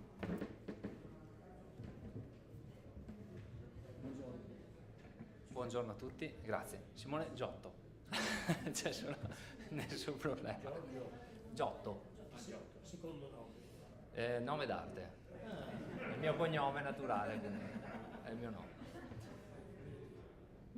Allora, vi presento il progetto appunto del CSV di Treviso. Io ho avuto la fortuna, insomma, di collaborare con il gruppo di lavoro fin dalle origini, quindi ho visto tutta la fase, le varie fasi, insomma, di questo progetto, dal bando del COGE, poi alla coprogettazione interna del CSV per le prime proposte e devo dire che il CSV di Treviso è stato molto coraggioso in questo, nel senso che oltre alla fase di coprogettazione, appunto, che era richiesta dal bando e che aveva visto coinvolti, se non sbaglio, più di 15 soggetti come partenariato, poi in realtà ha voluto riprendere sostanzialmente da capo il lavoro e coprogettare i vari sottoprogetti, perché poi adesso vi presenterò insomma, nel dettaglio i progetti che sono stati sviluppati attraverso un'altra attività di coprogettazione, aumentando quindi il partenariato dei singoli progetti. Poi ripeto, ve li farò vedere, ma diciamo che questa attività ha coinvolto molte associazioni, è stato un lavoro prezioso per sostanzialmente questi obiettivi, gli obiettivi che in realtà pedissequamente avevamo preso dal bando, come ha insomma esplicitato prima la Presidente, e che abbiamo voluto, il CSV ha voluto, sui quali ha voluto puntare in maniera decisa. Il primo obiettivo è stata la capacity building, quindi la creazione di capacità. Abbiamo sentito che c'era sullo sfondo la riforma del terzo settore e si volevano dare quegli strumenti alle associazioni per poter insomma essere partecipi, essere protagonisti di questo nuovo mondo, di un mondo di prospettive nuove per il volontariato e anche le modalità di sviluppo, di fare volontariato, di gestire le associazioni del volontariato. Questo è stato sicuramente rispecchiato dal processo che adesso vi farò vedere nello sviluppo dei progetti. Si è voluto valorizzare il patrimonio relazionale e esperienziale delle ODV, perché si è puntato sulla valorizzazione di iniziative, definiamole buone pratiche, già esistenti all'interno del territorio e che avevano la potenzialità di svilupparsi su un territorio più ampio, con un partenariato più ampio, insomma di valorizzare queste iniziative. Si è voluto proprio puntare sul sostanzialmente non creare nulla di nuovo, cioè dare valore a quello che già esisteva, che c'era. Si è puntato molto al concetto di sostenibilità. Vedremo tutta la fase di capacity building ha puntato il dito proprio sul concetto di sostenibilità, sia economico ma anche, ripeto, di valorizzazione delle relazioni. E l'ultima fase dei progetti hanno previsto proprio delle azioni sia formative ma proprio anche di sperimentazione, di attività di fundraising e di people raising, quindi anche in questo senso dare la capacità, fornire gli strumenti alle ODV, alle associazioni, per poter diciamo aumentare la sostenibilità dei propri interventi. Come ultimo obiettivo ci si è dati quello di valutare le attività appunto e questi progetti. Era già chiaro anche dal bando che ci sarebbe stata una valutazione complessiva dell'impatto, come è già stato presentato oggi, del progetto, ma si è voluto anche fare una ricerca rispetto poi al valore creato. Poi vi darò conto anche di questo, insomma. Abbiamo sentito che i progetti sono durati sostanzialmente 3 anni, inizialmente dovevano durare 2 anni, poi il Covid ha un po' cambiato la vita a tutti e c'è stata la necessità di allungare un po' i tempi. Potete vedere, insomma, da questa slide, da questa immagine, che la fase di capacity building è durata molto tempo, più di 1 anno e mezzo.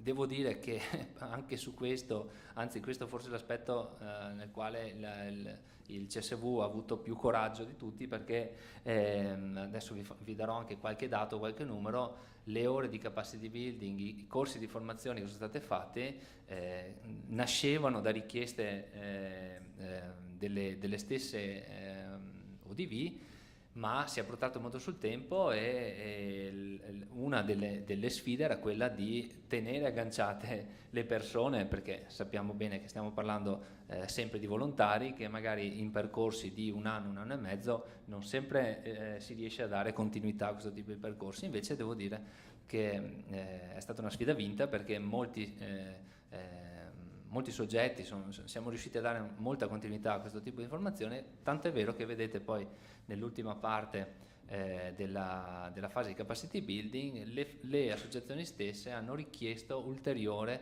formazione specifica su dei temi appunto particolari che diciamo erano emersi durante poi l'inizio, anzi la fine della coprogettazione e quindi poi l'inizio delle attività vere e proprie dei progetti. Vedete sempre sotto invece nella fase di mentoring una fase abbastanza impegnativa anche di coprogettazione, quindi parallelamente alla formazione generale c'è stata una meta progettazione di questi interventi con le associazioni che è durato sostanzialmente un anno.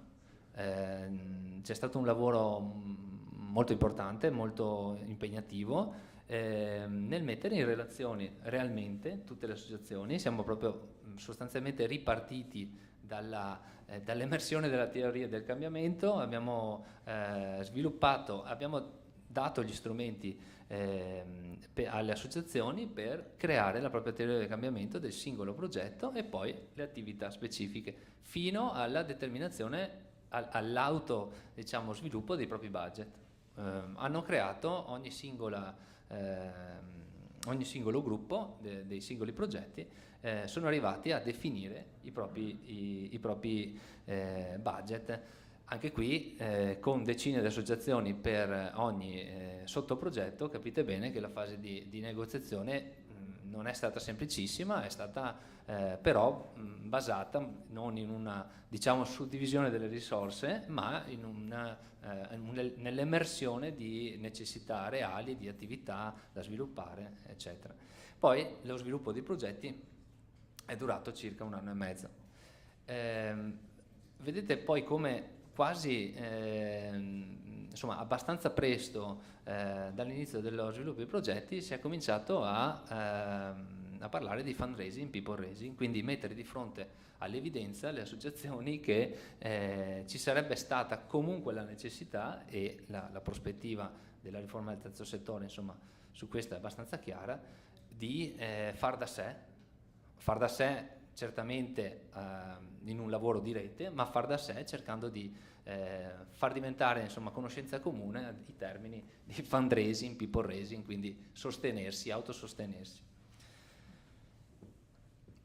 Due numeri rispetto a questa fase: sono state sviluppate 140 ore di formazione generale, cioè proprio su progettazione, sviluppo di progetti, gestione di progetti, valutazione di impatto, per circa 150 singoli volontari hanno partecipato a questi incontri, 45 incontri di mentoring in questi 3 anni, per 570 ore di lavoro condiviso, quindi capite bene quanto si è puntato su questi ambiti.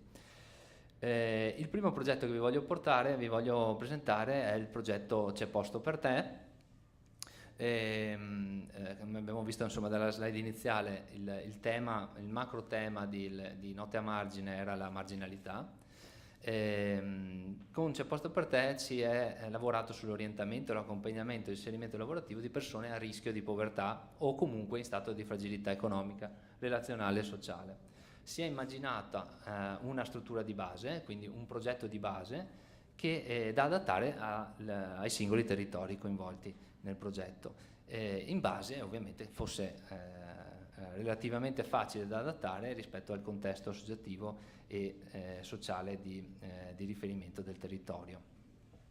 I partner di questo progetto sono questi soggetti. Devo dirvi la verità che abbiamo deciso insomma di riportare poi anche nella valutazione, nei dati della valutazione, i soggetti che hanno partecipato dall'inizio alla fine sostanzialmente di questo percorso. Ce ne sono stati altri che però anche per insomma correttezza dal punto di vista metodologico della valutazione abbiamo voluto escludere, non per come posso dire, per bollare o segnare con la penna rossa, ma semplicemente un po' per dare concretezza ai dati che abbiamo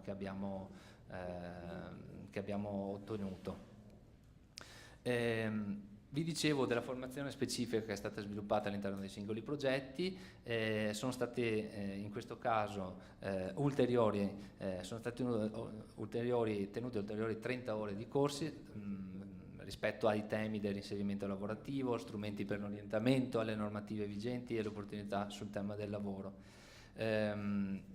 Sono stati sviluppati anche è stata sviluppata una formazione anche ai beneficiari di questo sottoprogetto nei temi sostanzialmente, che erano le aree dove attraverso l'analisi del problema si era verificata la possibilità di inserire queste persone sostanzialmente, e sono stati attivati anche dei percorsi di tirocinio nelle città Treviso, Castelfranco, Belluno, Feltre, Padova e Rovigo.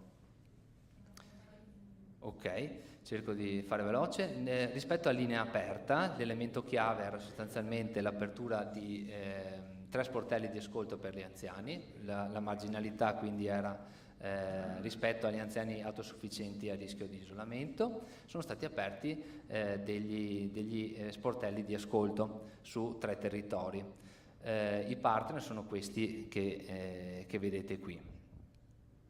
L'ultimo progetto si chiama Ponte 18, è stata l'oggetto era la marginalità delle persone dei ragazzi con disabilità intellettiva, sostanzialmente in uscita dal percorso scolastico, dove si è riscontrato esserci un gap, sostanzialmente una mancanza di servizi pubblici e privati per questo tipo di persone. È stato fatto un lavoro con questo partenariato, è stato fatto un lavoro sostanzialmente di formazione sia dei genitori per capire quali fossero le possibilità per i loro ragazzi, ma anche di laboratoriali con i laboratori pilota rispetto a delle esperienze che già c'erano, che sono state sostanzialmente implementate e condivise. C'è stato un lavoro veramente importante tra le associazioni di mettere a disposizione le proprie conoscenze, di condividerle, di fare sintesi e trovare dei nuovi spunti e fare delle nuove attività. Arrivo velocemente quindi all'impatto, che forse è la cosa che un po' ci ha caratterizzato anche la fase finale di questo progetto. Si è deciso, sapevamo che valutare l'impatto, ce lo spiega il collega della Fondazione dell'Amore, è una cosa difficile, c'è bisogno di un rigore che forse anche metodologico nella fase di design del progetto, che forse in questa fase, in questi progetti non c'era, e abbiamo però voluto vedere quale fosse, attraverso la modalità, un metodo indiretto, quale fosse il valore economico del lavoro dei volontari. Sostanzialmente siamo andati a vedere il numero dei volontari, l'abbiamo moltiplicato per le ore di volontariato che hanno fatto, quindi ci abbiamo messo un po' di tempo per chiedere ai volontari di rendicontarci queste ore, ovviamente, e l'abbiamo moltiplicato per un costo orario preso, così definito salario ombra, preso sostanzialmente dai dati sostanzialmente dei contratti delle cooperative. Ecco, questi sono un po' i risultati che cerco di andare molto velocemente. Una cosa importante, abbiamo creato 96 nuovi interlocutori per i nostri progetti e un centinaio di volontari impegnati. Queste sono tutte le mansioni divise per progetto. Abbiamo dato evidenza, e con grande sorpresa anche delle associazioni, rispetto al grande numero di mansioni che erano riusciti sostanzialmente ad attivare. Vedete, questi sono i dati, c'è anche una pubblicazione che, se andate nel sito del CSV Treviso Belluno, dà sintesi di tutti questi elementi.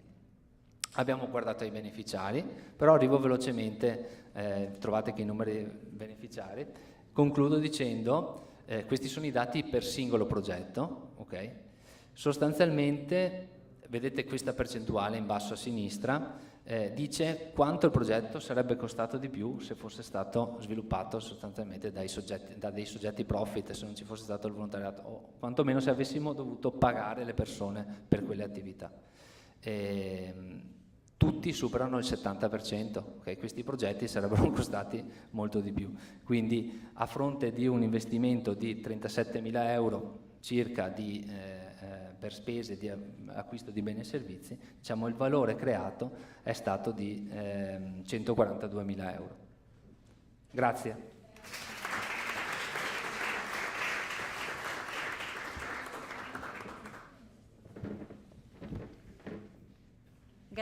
Grazie anche per questo bel resoconto di questo complesso progetto. Ricordiamo che il CSV di Treviso ci raccontava la complessità di parlare di marginalità e delle tante marginalità. Chiamerei per il CSV di Venezia Luca Velo, che presenta per l'Università UAV il progetto che ha collaborato con il CSV di Venezia sulla rigenerazione urbana. A te la parola, Luca.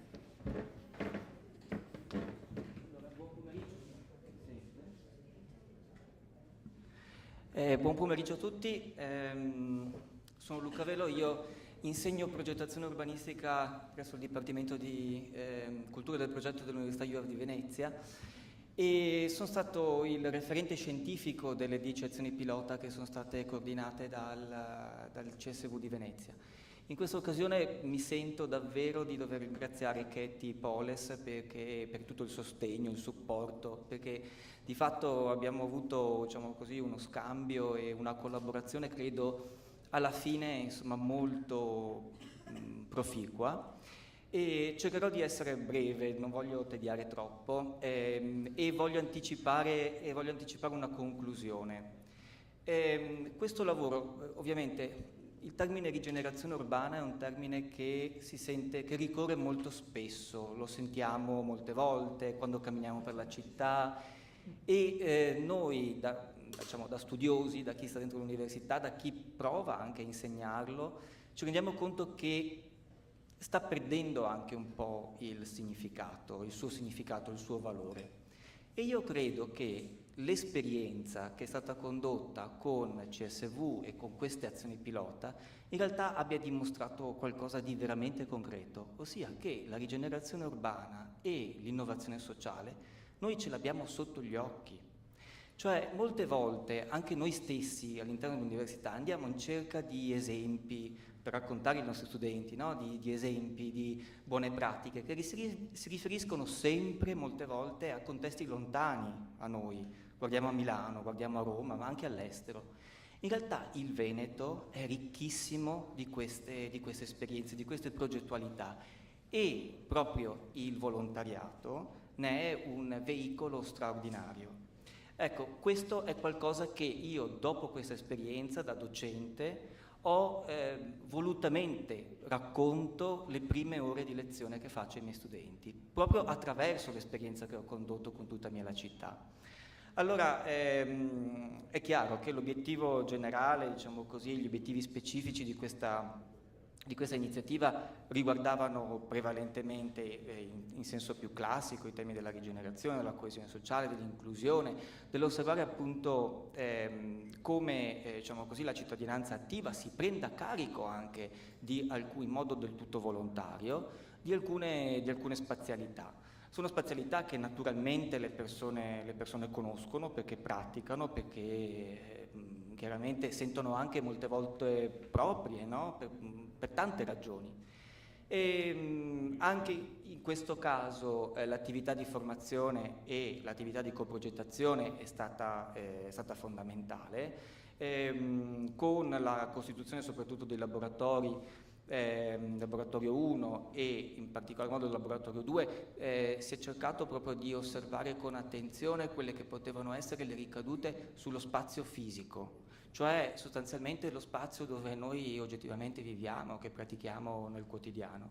E poi naturalmente bisognava anche domandarsi poi come queste azioni potessero anche un po' camminare sulle proprie gambe, che tipo di prospettive potessero avere poi nel futuro con i temi per esempio del fundraising. Abbiamo pubblicato un libro, un volume. Questa è una mappa che è stata tratta da quel volume, che è stato presentato in una videoconferenza. Queste un po' sono, diciamo così, tutte le associazioni, i soggetti che sono stati messi in campo nelle varie azioni pilota. Erano considerate 2 per provincia, 2 per Venezia, 2 per Vicenza, Verona, Padova e Rovigo. Questi sono stati anche è stato un tentativo anche nostro, cioè quello di provare a sollecitare poi questi vari attori, questi vari soggetti che andavano a condurre le azioni pilota, anche a provare a dialogare tra loro, una cosa che talvolta risultava, che sembra banale, ma talvolta non del tutto scontata, cioè far capire per esempio che esiste parallelamente a loro, contestualmente nello stesso tempo, un'associazione che sta avendo gli stessi problemi, che ha le stesse finalità o le stesse attenzioni verso determinati temi. La valutazione, naturalmente, di tutta la fase, diciamo così, istruttoria, attraverso questionari, il soddisfacimento appunto generale e soprattutto anche l'idea, no? Che qualche volta emergeva in modo molto chiaro di queste persone, di questi soggetti che vengono e ricevono la formazione e che domandano molte volte anche la possibilità, o si pongono la questione sulla possibilità di far ricadere poi questo genere di esperienze anche all'interno del proprio ambito lavorativo, in una cornice, in un contesto che naturalmente storico, che capiamo benissimo sia particolarmente complicata.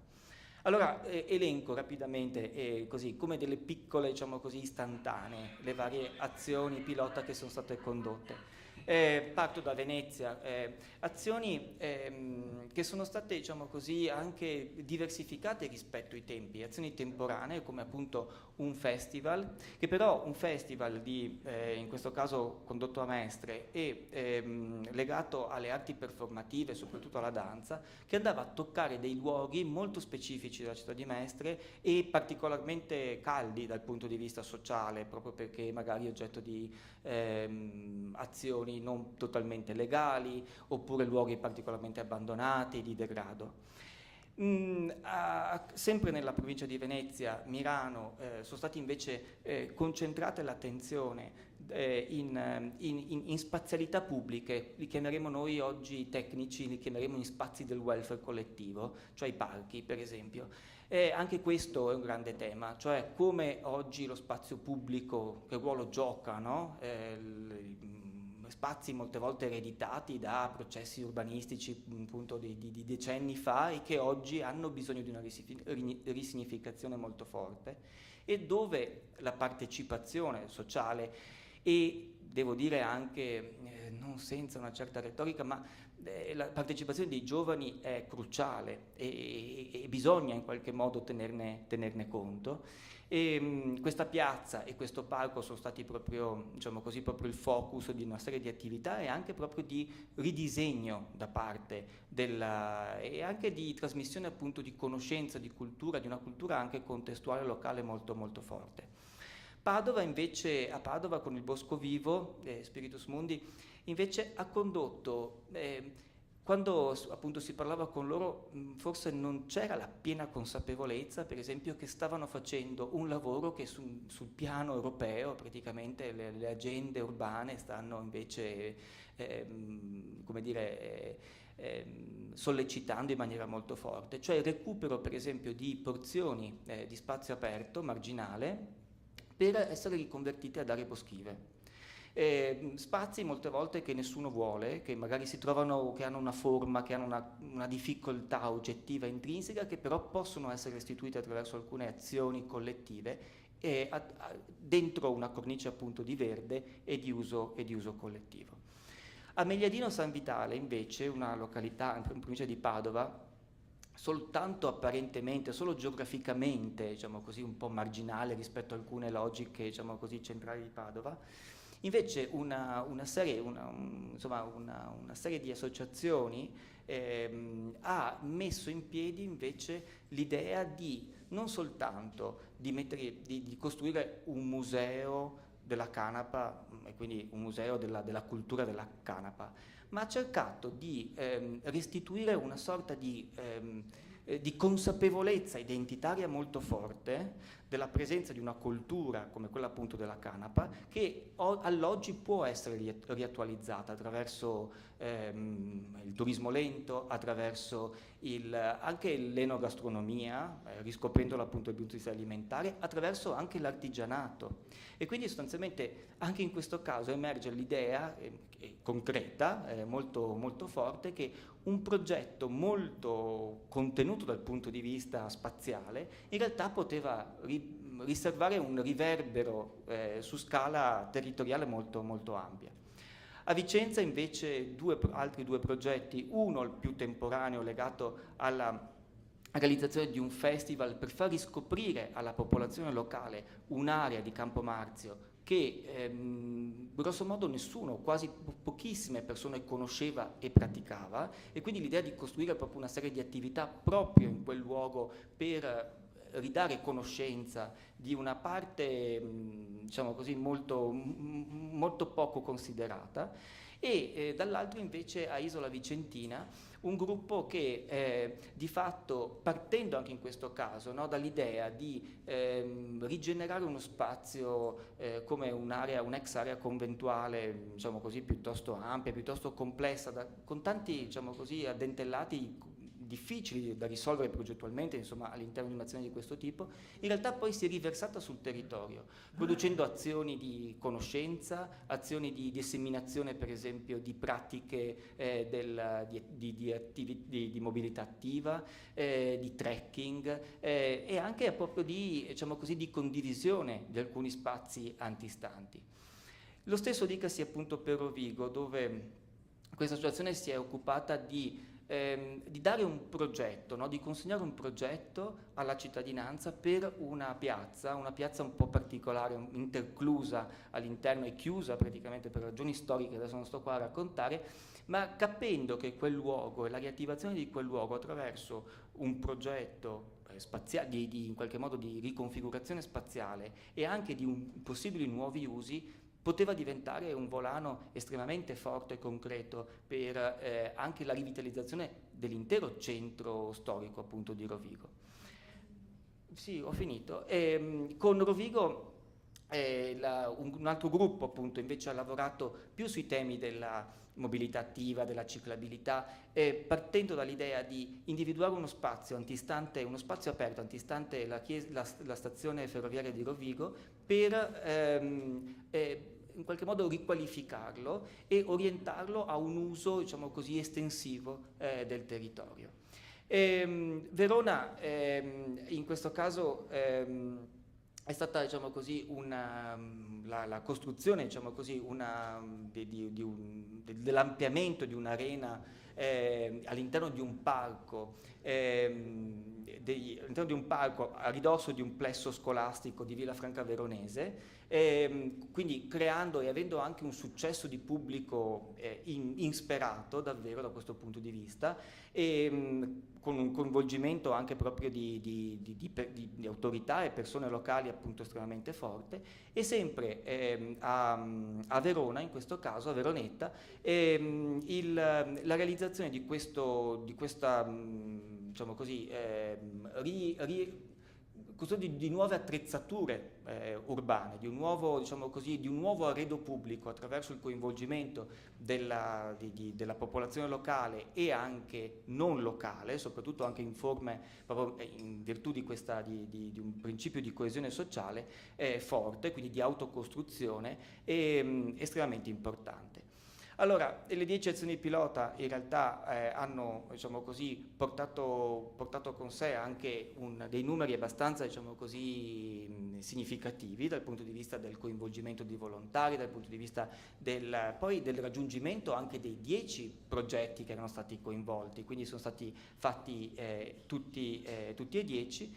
La realizzazione di una videoconferenza con un coinvolgimento di, diciamo così, di personalità, diciamo così, molto legate a questi temi, la realizzazione di un docufilm che si trova appunto sul canale YouTube di circa 40 minuti di docufilm che racconta proprio con dovizia di particolari poi tutta una serie di interviste e va a vedere poi, racconta le voci di quegli attori, e poi appunto un volume curato da me e dal professor Munarin, che racconta proprio dall'interno dell'università, prova a guardare, diciamo così, dall'interno dell'università, quindi anche con una lente scientifica a tutti gli effetti, poi le iniziative che sono state svolte.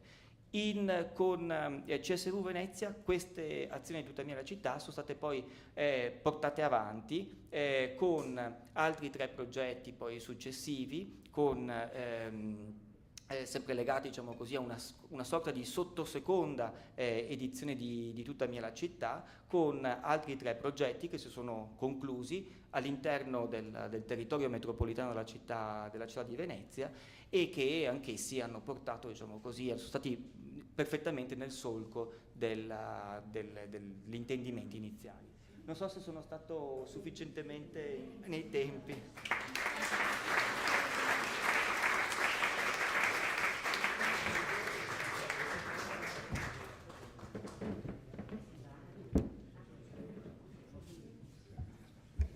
Grazie Luca, ci dispiace veramente far correre tutti i relatori perché sono immagini e parole bellissime che ci raccontano il mondo, cercano di raccontare nel poco tempo che vi abbiamo dato il mondo che sta dietro questi progetti.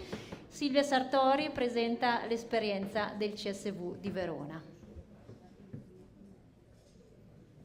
E poi concludiamo con Vicenza, chiediamo un po' di pazienza ai relatori che ci seguiranno.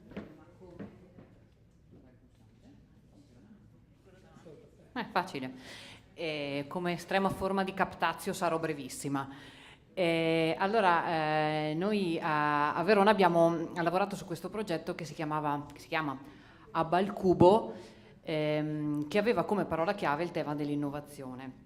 Ora, per farvi il racconto di quello che è successo in questi anni a Verona, ma anche negli altri CSV che hanno collaborato con noi al progetto, abbiamo deciso di non analizzare il progetto nei dettagli, perché so che sarà così interessante che andrete tutti a vederlo sui nostri documenti, sui siti che abbiamo a disposizione, ma usare un pochino un percorso un po' diverso. La prima cosa che dico anch'io, come è stato detto prima da chi mi ha preceduto, è che anch'io ho avuto la fortuna di vedere la fase embrionale di questa attività nel 2015, nel 2016, quando si iniziava a parlare di questa opportunità e quando arrivavano le 112 idee progettuali della Calls for Ideas che è stata promossa, e devo dire che anche tra gli operatori del CSV, che magari oggi sono poco comparsi nelle descrizioni, c'era proprio la voglia di partecipare a questo cambiamento, no? Si percepiva che c'era qualcosa di nuovo che poteva essere creato e di cui si poteva dare un pochino e con cui si poteva mettere a frutto l'esperienza che ognuno di noi nei propri centri aveva vissuto negli anni anche precedenti, e quindi c'era veramente tanta voglia di lavorare a questi progetti e credo che dai racconti di chi mi ha preceduto questo entusiasmo un pochino è emerso. Abbiamo quindi deciso di raccontarvi questo nostro progetto che si chiama Abba al Cubo, quindi quest'idea di un processo, di un movimento, non di una cosa statica, di qualcosa che si muove come un hub, che però genera valore esponenziale, no? Questa era l'idea del titolo del progetto, e per farlo abbiamo iniziato a raccontarvi, usando la teoria del cerchio d'oro, no? Del Golden Circle, iniziamo a parlare di perché facciamo una cosa. Abbiamo voluto iniziare oggi questa piccola presentazione cercando di ricostruire il perché parlare di innovazione ai centri di servizio di volontariato, perché parlare di innovazione agli enti del terzo settore, perché un po' come diceva il collega che mi ha preceduto prima, ci sono delle parole così inflazionate, così di moda, che a un certo punto perdono di senso, e se noi non ci fermiamo a riacquisire questo senso perdiamo veramente un'opportunità grande di trasformare quelle parole in impatto reale per le nostre comunità. E quindi ci siamo domandati perché parlare di innovazione per gli enti del terzo settore, e quindi la risposta che ci siamo dati è che bisogna dare una risposta il più possibile completa, trasversale alle esigenze di innovazione che gli enti vivono. In un tempo che è nuovo, la riforma del terzo settore è uno degli ingredienti che hanno reso nuovo questo tempo, ma non è l'unico. il tema sui finanziamenti, sulle risorse che diminuiscono, su come si deve intervenire per creare impatto in contesti mutati, è sicuramente un elemento che chiede ai CSV di essere chiamati ad essere promotori, facilitatori di questa trasformazione. Quindi innovazione per i centri di servizio, per gli enti del terzo settore, è saper rispondere a un contesto che è cambiato, no? Sapete, la definizione di innovazione è, la rileggo per non sbagliare, è la capacità di rispondere ai nuovi bisogni. La coprogettazione e la coprogrammazione sono il nuovo bisogno che bussa alle porte degli enti del terzo settore. Quindi questo progetto in qualche modo ha voluto intervenire e chiede di fare un passo indietro magari rispetto agli altri progetti che abbiamo ascoltato prima di questo, perché in qualche modo ha voluto creare le condizioni perché i progetti, la coprogettazione e la coprogrammazione siano veramente vestiti su misura degli enti e delle comunità e dei territori e dei centri di servizio, altrimenti questo processo perde di valore, diventa di nuovo parola vuota e non può tradursi in significato reale per le comunità. Ecco che quindi ci siamo posti, nel ripercorrere davvero questi più di 3, quasi 5 anni di lavoro, ci siamo ridomandati qual è stato il senso di questo agire, e la risposta è stata questa: l'innovazione deve vestirsi di un abito su misura per i territori, per le comunità, per i centri di servizio, per la pubblica amministrazione, perché insomma coprogettazione chiama in ballo anche loro, e quindi questo progetto ha voluto lavorare in questo senso. E quindi, rispondendo, dopo aver risposto alla domanda sul perché, quindi perché stiamo lavorando e parlando di coprogettazione come strumento di innovazione per le nostre organizzazioni, abbiamo provato a rispondere alla domanda come, cioè come questo progetto intende realizzare questo obiettivo, e quindi ci siamo dati diversi tipi di risposte. La prima è una risposta quasi di processo, cioè come dobbiamo lavorare perché questo avvenga, e quindi le risposte sono anche quelle che vedete qui, ma sono state le 3 fasi di progetto. Bisogna mappare che cos'è il terzo settore di cui ci stiamo occupando adesso. La riforma del terzo settore ci lancia dalla porta ma anche dalla finestra tutto un mondo che prima non era oggetto di alcuni o di quasi tutti i centri di servizio del volontariato, no? Quindi mappare diventa uno strumento necessario per capire chi sono i nostri interlocutori, altrimenti forniamo risposte a bisogni che non conosciamo. La seconda fase quindi è quella di formazione, che non vuol dire semplicemente fornire informazioni e competenze o conoscenze ai CSV e agli enti. La formazione è stata fatta a doppio livello, sia per gli centri di servizio per il volontariato che per le organizzazioni del terzo settore dei vari territori, ma significa anche mettere a sistema metodi, strumenti e processi per fare formazione. La formazione non può essere sempre la stessa, richiede di adeguarsi, richiede nuovi formatori da cercare sui territori banalmente, no? Quindi la possibilità di mettere in rete anche tutto il capitale umano che i CSV hanno a disposizione o che possono insieme andare a cercare. Quindi la formazione è stato questo, fornire informazioni sui temi dell'innovazione, ma anche fornire opportunità di approfondimento sui metodi e sui processi. E poi una parte che forse è sempre la più significativa e forse anche la più stimolante per noi che ci abbiamo lavorato, che è quella della sperimentazione, cioè provare a dire ok, abbiamo fatto questo, abbiamo messo a sistema dei linguaggi, dei contenuti, proviamo a vedere come questo si traduce nei fatti e nei territori, nelle comunità. Ed è chiaro che questa sperimentazione, che è la parte più significativa, è stata fatta riprendendo in mano quei 112 progetti e cercando di fare sintesi di quei 112 progetti. A parte queste 3 fasi, appunto, che fanno parte del come, l'altro elemento fondamentale di progetti di questo tipo è il coordinamento. Ora, non si tratta semplicemente dell'elenco delle attività che i coordinatori di progetto fanno, che sono numerosissime. In chi è stato più bravo di noi ha fornito i numeri, io qui appunto non li ho, però le ore di coordinamento sono altissime, ma questo è un tema fondamentale perché riporta all'attenzione il fatto che in attività di coprogettazione e coprogrammazione lo sforzo organizzativo si moltiplica, è più grande. È il motivo per cui probabilmente anche la pubblica amministrazione fa fatica ad entrare a regime con questi tipi di progetti, perché è molto più oneroso dal punto di vista organizzativo. Però quello che progetti come questi che abbiamo fatto, i 5 progetti che vi raccontiamo oggi, probabilmente raccontano che se è vero che lo sforzo organizzativo si moltiplica, è pur vero che invece l'impatto diventa al cubo e quindi si vince uguale. E quindi insomma questo è un elemento sicuramente da tenere in considerazione.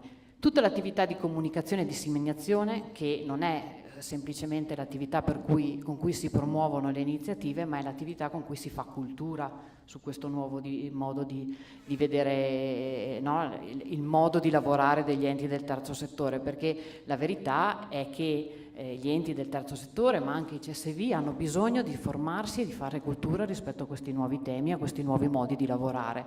E quindi la comunicazione non è solo un raccontare che cosa succede, ma è comunque seminare un nuovo modo di lavorare insieme e raccontare in modo appunto contaminare, parola non felice in questo periodo, però comunque contaminare gli altri e cercare di fare cultura appunto rispetto a questi temi. E poi la valutazione di impatto. Anche noi abbiamo pensato che in un sistema per cui, tentando di fare sintesi, i progetti, anche i sistemi di finanziamento non devono più tener conto di un terzo settore che eroga dei servizi, ma di un terzo settore che insieme a chi coprogramma e coprogetta con lui genera degli impatti, non potevamo fare a meno di quantomeno metterci in gioco come CSV e come enti per cercare di tentare di trovare degli indicatori che dicessero quanto questo progetto aveva generato in termini di cambiamento. Quindi non siamo sicuramente all'interno di quei processi di valutazione di impatto strutturati che abbiamo sentito prima, però comunque diventa fondamentale come primo elemento anche esemplare nei confronti degli enti che noi in qualche modo vogliamo formare, educare, accompagnare al cambiamento, incarnare noi stessi quello stesso cambiamento e quindi cercare di trovare degli indicatori che ci dicano quanto abbiamo generato in termini di impatto con queste azioni, con i limiti che una valutazione di questo tipo può portare, legato al fatto che l'orizzonte temporale è breve, che non è stato fatto un'attività come con i santi crismi della valutazione di impatto, però i numeri ci sono. Me ne bastano anche meno, perché sul cosa vado velocissima. Allora quindi questo era il come, una breve sintesi di che cosa abbiamo fatto per realizzare questo. Come vi dicevo prima, le 3 azioni, monitoraggio, mappatura, abbiamo fatto un lavoro di mappatura sia sul territorio di Verona che sul territorio di Belluno, che desse la possibilità agli enti del terzo settore di raccontarsi, quindi diventa la mappatura non è semplicemente la registrazione di quello che succede sui territori, ma è dare la possibilità agli enti di raccontarsi sui territori e quindi ai CSV di ascoltare, e quindi un miglioramento della conoscenza degli enti del terzo settore, perché noi siamo passati da ragionare e a relazionarci con le ODV a parlare agli ETS, quindi chiaramente questo comporta una grande variazione di quello che è la base e il tessuto delle organizzazioni, quindi ognuno di noi nei propri uffici era abituato a interfacciarsi telefonicamente con X associazioni, adesso ne arrivano di altre che sono nuove, che sono diverse, che hanno delle necessità. A fianco a questo la digitalizzazione di alcuni processi che consente di rendere più agile e più facile appunto questa mappatura e consente di poter interfacciarsi con le organizzazioni anche in un modo un pochino più rapido. Allo stesso modo uno strumento, un'indagine che potesse tener conto anche di come gli enti del terzo settore si relazionano alla pubblica amministrazione, che è l'altro attore fondamentale di questo percorso che l'articolo 55 e l'articolo 56 della riforma del terzo settore propongono, ma che in qualche modo al pari delle organizzazioni del terzo settore e dei CSV ha bisogno di essere probabilmente accompagnata in questo processo che per loro è parimenti difficoltoso. L'azione 2 invece era l'attività di formazione, ma di quella vi ho un po' già detto, appunto non sto a dilungarmi sui numeri, però di fatto è stata fatta su un doppio livello, la formazione per gli enti del terzo settore, quindi le organizzazioni dei territori, e una formazione che rispondesse anche alle necessità contingenti davvero che la riforma del terzo settore ha imposto ai centri di servizio negli anni che abbiamo vissuto, quindi c'era anche una forte urgenza a cui questo progetto ha tentato di dare risposta in questa fase qui. Oltre ai contenuti, come dicevo prima, tutto un aspetto sugli strumenti e processi. Abbiamo utilizzato nuovi modi di fare formazione, laboratori, la Lego Serious Play, cioè quindi una serie di strumenti anche nuovi che abbiamo testato con le organizzazioni per capire se quello che avveniva nelle aule di formazione poteva essere trasformato e innovato, anche perché insomma molto spesso i volontari sono gli stessi da molti anni, quindi bisogna anche un po' rinverdire il carnet della proposta formativa. E i laboratori territoriali erano un'altra forma un pochino più pratica di operazioni sul territorio. Ultima parte invece la sperimentazione, che come dicevo ha provato a mettere in campo un accompagnamento un pochino più consulenziale dai parte del CSV, che quindi ha modificato parte della sua attività tipicamente a sportello per diventare un'attività più di accompagnamento e di consulenza, per vedere che cosa accadeva quando si realizzava davvero una coprogettazione, e ha tentato di farlo mettendoci un po' lo zampino per accompagnare questi primi processi. E quindi una prima attività è stata quella di attenzione ai luoghi, quindi con questo concept che è stato fatto sui luoghi del terzo settore, pensando proprio a uno spazio fisico dove poter raccogliere il centro di servizio e in tutte queste attività proattive nei confronti degli altri enti. Una sperimentazione con un progetto che era stato presentato, una delle 112 idee, come dicevo prima, rivolta principalmente alle reti degli Hauser, che aveva l'obiettivo di capire e di indagare come il volontariato over 65 avesse delle caratteristiche importantissime, perché appunto anche qui la lettura del momento storico, innovazione vuol dire intercettare anche questa popolazione di volontari, e che ha costituito la possibilità di creare una rete con l'Università di Verona, che ha fatto una ricerca proprio per capire quali erano le motivazioni del volontariato over 65, quindi spostare da un problema reale dell'organizzazione che dice io ho bisogno di nuovi volontari a una riflessione di sistema per capire come questa riflessione potesse diventare un modello per tutte le organizzazioni che per esempio potevano avere volontari over 65. Io poi chiudo, e l'ultimo progetto invece è stato l'accompagnamento proprio di una nuova organizzazione di rete che è nata dall'attività di affiancamento e che è tuttora attiva, e che ha costituito la possibilità appunto di vedere realizzato un percorso generativo attraverso la rete delle organizzazioni che hanno partecipato al progetto. Ho finito.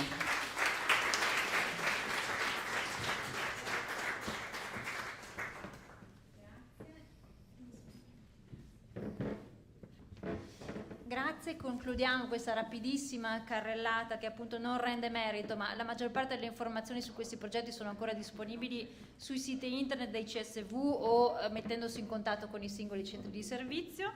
Per il CSV di Vicenza, Raffaella Veronese e Carlo Pipinato raccontano semplicemente una piccola porzione, giusto Rita, del vostro progetto, che è anche stato ampio e complesso. Scusate l'incertezza, ma ho un pochetto di Parkinson che mi rende particolarmente. Va bene, grazie Raffaella. Qui facciamo a gara a piccare per tutti. Vai Raffaella. No, ma giochiamo per perdere. Professore, se sa c'è il capannone, il 3-7 a chi per vai. Come centro di servizio di Vicenza abbiamo fatto la scelta di far parlare una delle nostre associazioni che ha realizzato uno dei progetti più significativi, ma per non ovviamente sacrificare tutto un progetto che non si basava solo su questo, il donare per il tuo domani, ma per dare anche un minimo di spazio anche agli altri progetti che non hanno nulla da invidiare rispetto a questa presentazione, volevamo esplicitare e dire due parole su quello che è il progetto donare per il tuo domani.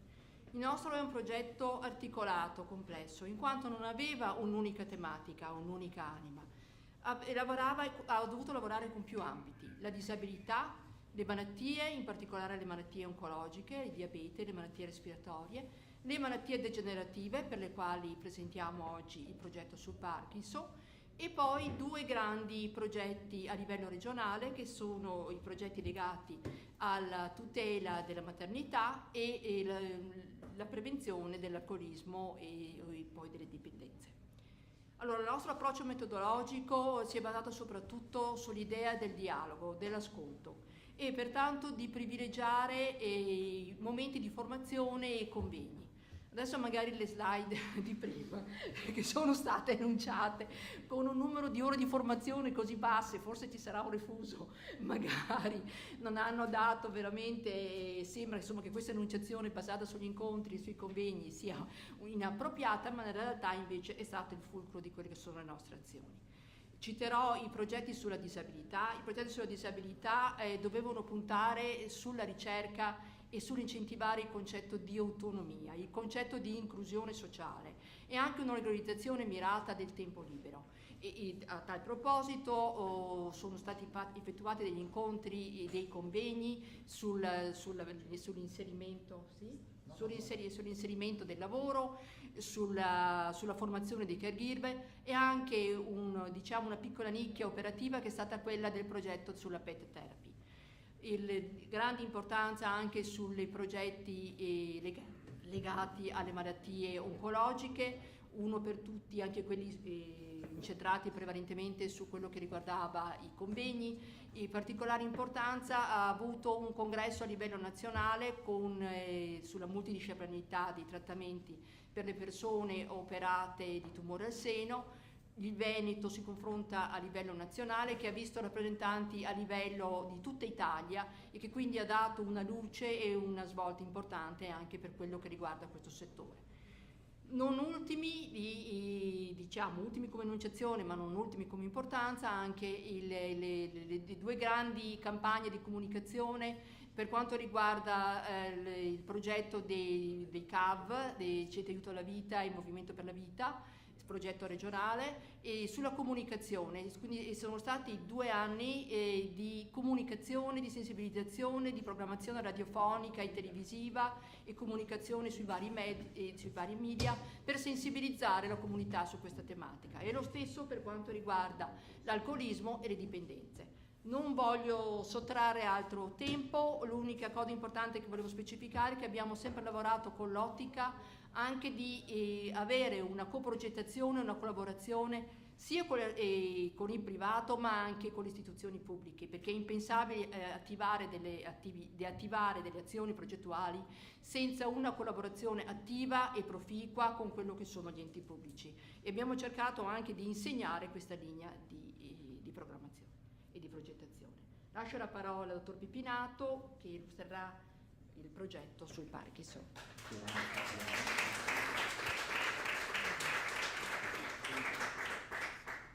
Funziona? No.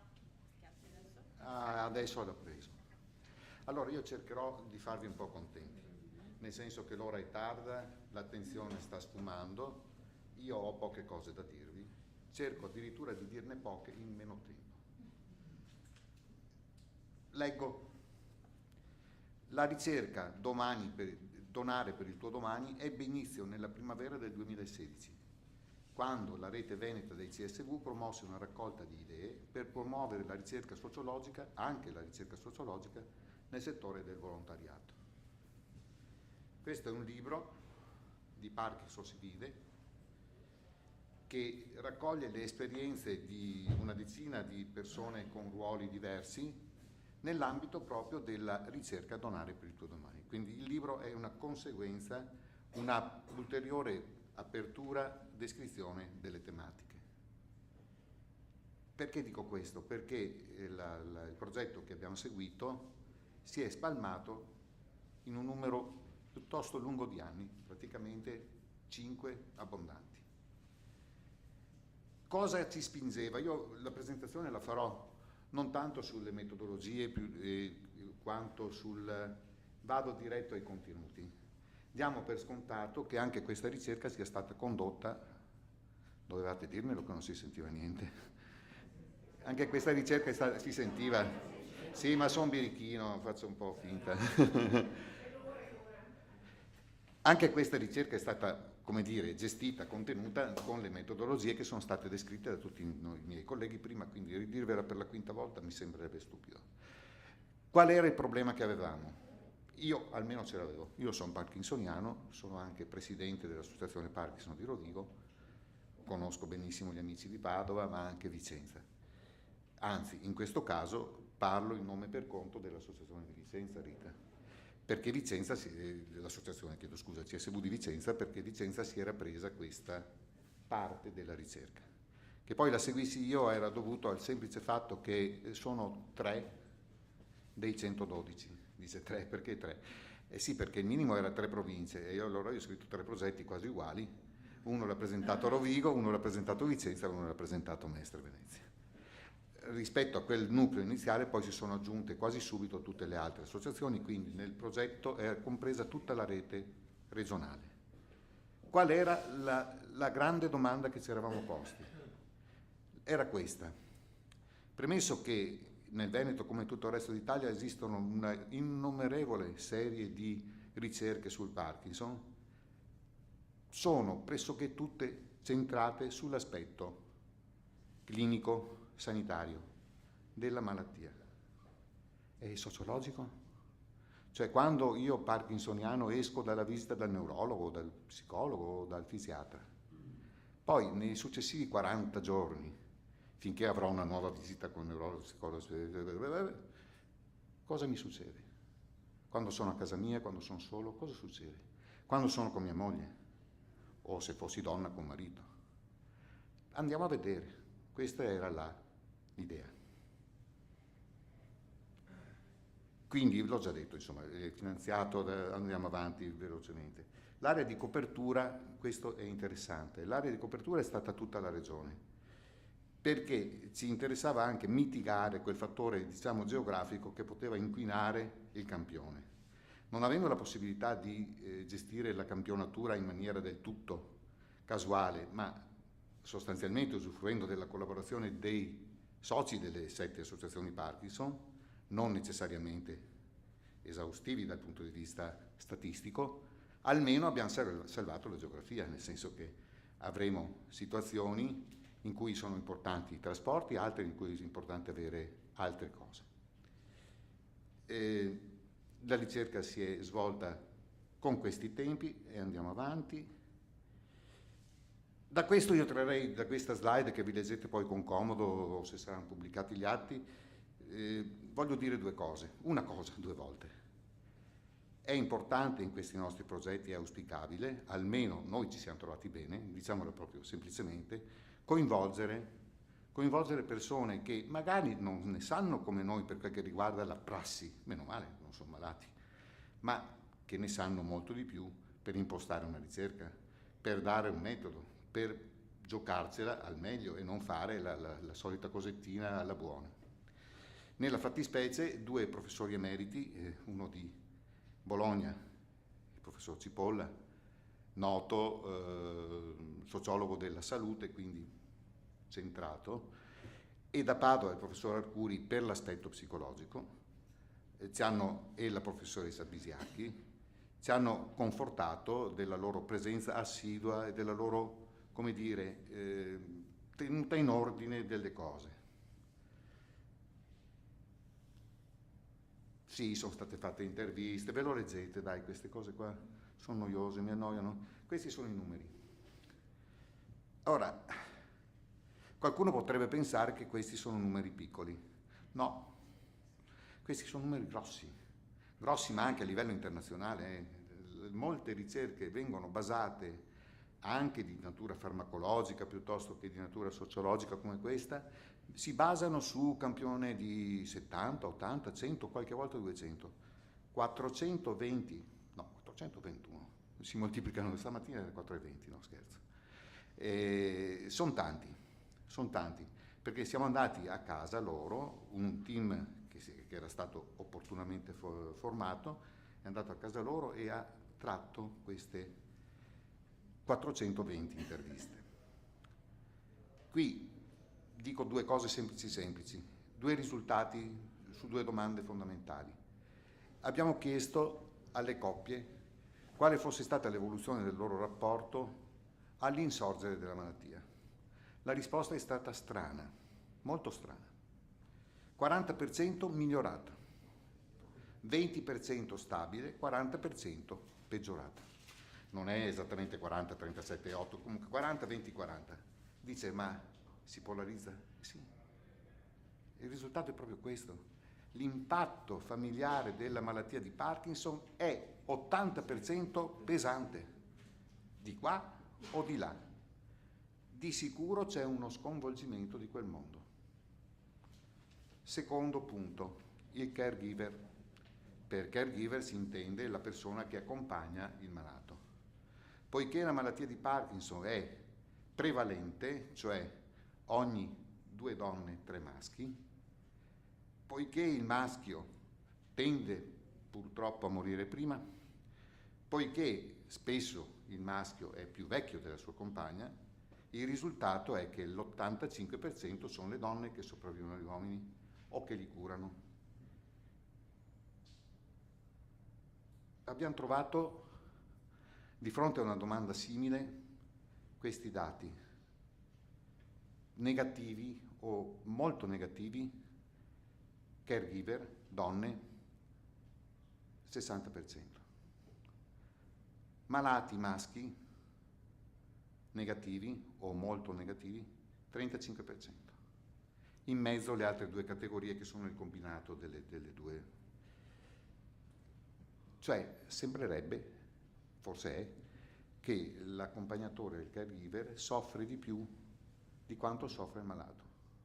Perché il malato se ne fa una ragione, mentre il caregiver molto spesso, anche perché poco assistito dalla struttura sanitaria, sociale meglio, e il caregiver è effettivamente soggetto fragile in questo momento. Serve formazione, serve coinvolgimento, perché spesso queste cose non ci sono. Ho colto. Andiamo velocemente verso la fine. Anzi, no. E questo devo dirlo, no? Me la sono messo qua. Appunto è il libro dal quale leggevo. Fuori ce ne sono alcune copie, purtroppo non per tutti, ma spero che potremo fornirle nel caso. La cosa ha un seguito. Ha un seguito perché intanto ci ha dato molta soddisfazione personale, e come sapete la soddisfazione personale è una molla importante per andare avanti nei lavori. E in secondo luogo perché abbiamo visto che in effetti la cosa è apprezzata, cioè non ci siamo illusi o abbiamo pensato di fare granché, forse addirittura abbiamo sottovalutato il nostro lavoro, e questo, se permettete, rientra nel punto 1, soddisfazione personale. Altra cosa, e poi mi taccio, questo progetto è stato l'occasione per conoscere meglio, per conoscere l'assessore Lanzarin, e non dico solo attraverso di lei. Fatto sta che nell'ambito del Parkinson in Regione avevamo un problema grosso, che è questo: non era stato preso in considerazione il Parkinson per scrivere il cosiddetto percorso diagnostico terapeutico assistenziale. Questi percorsi, che sono ogni malattia è il suo, ma addirittura nel caso oncologico ogni tipo di tumore è il suo, sono dei protocolli estesi che permettono di, come dire, in un qualche modo standardizzare l'intervento, sia dal punto di vista diagnostico, eccetera, eccetera. Il Veneto era un pochino in ritardo rispetto ad altre regioni, ma voglio dire sempre in posizione media. Abbiamo contribuito, non mi voglio prendere il merito totale, abbiamo contribuito senz'altro a promuovere, Silvana Bortolani si ricorda con i nostri convegni, perché era presente e anche molto...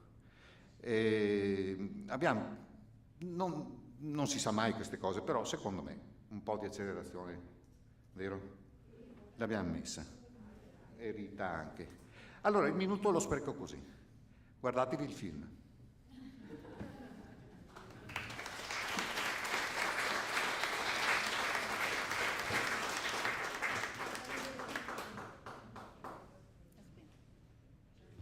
Dobbiamo ringraziare anche la Regione Veneto che ha costituito il tavolo per il Parkinson, misto, non solo tecnici ma anche con le associazioni e i caregiver.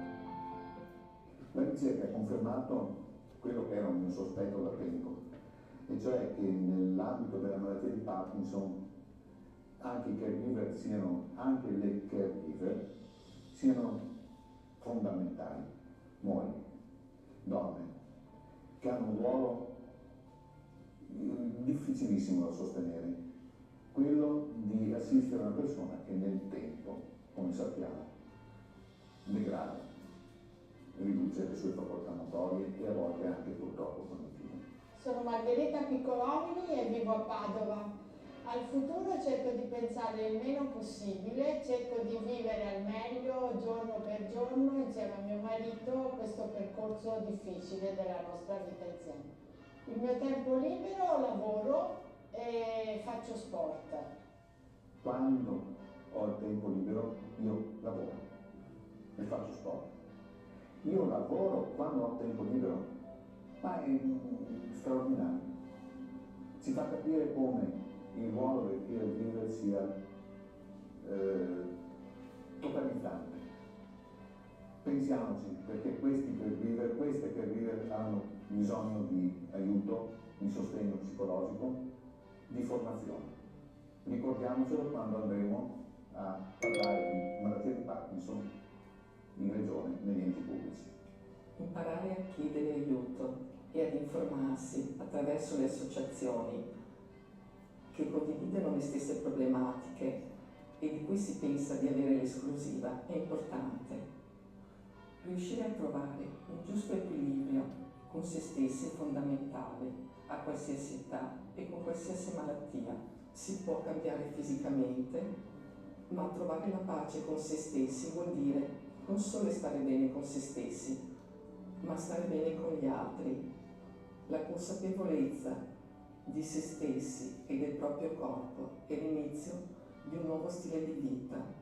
Siamo noi che decidiamo per la gran parte della nostra vita chi vogliamo essere e dove vogliamo andare, perché di Parkinson si vive giorno per giorno.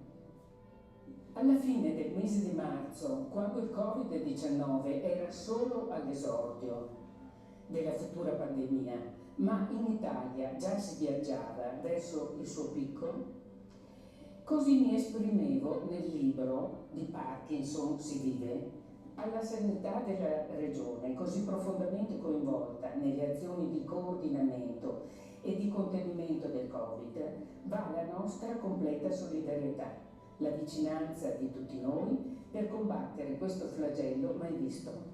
La gravità e l'ampiezza delle azioni da realizzare impongono rispetto e speranza, silenzio partecipativo, attesa fiduciosa.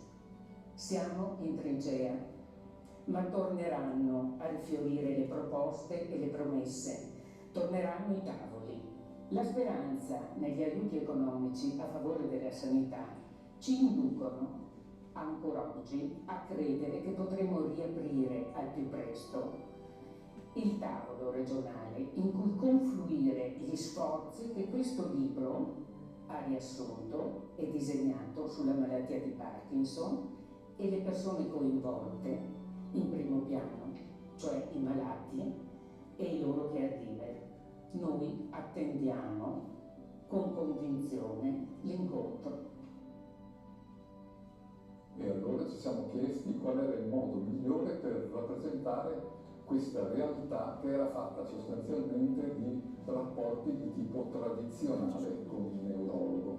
E la cosa migliore che noi abbiamo pensato era che nel mondo di internet, che stava dando interessanti valutazioni, interessanti riscontri a proposito del modo nuovo per comunicare, si potevano trovare per l'appunto soluzioni di questo tipo.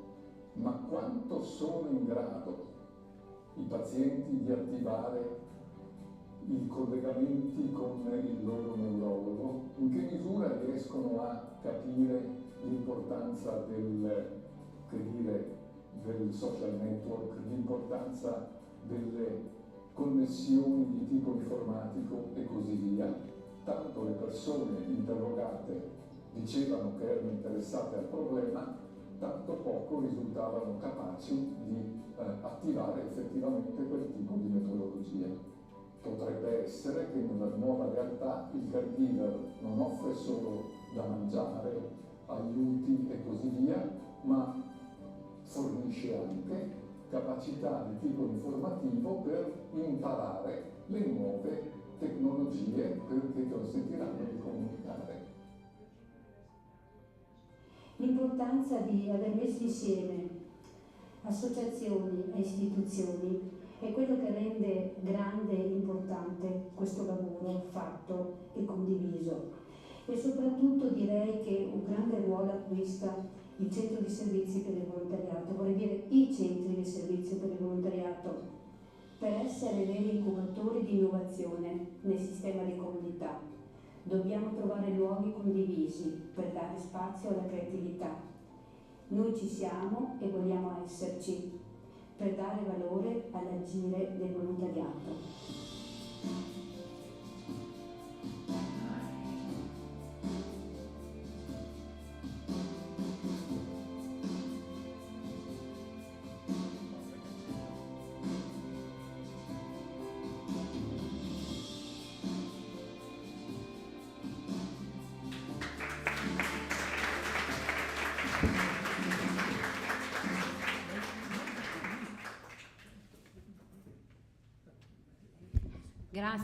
Grazie a tutti. Ci sarebbe voluta un'intera mattina per questo convegno. Siamo un po' fuori tempi, ma credo che sia importante continuare la terza parte di quello che è il nostro convegno di oggi. E chiamo quindi il professor Gilberto Muraro, Presidente della Fondazione Cariparo, Coordinatore della Consulta del Triveneto delle Fondazioni, Massimo Giusti, Segretario Generale della Fondazione Organismo Nazionale di Controllo, e la Vicepresidente dell'Anci Veneto, Maria Rosa Pavanello.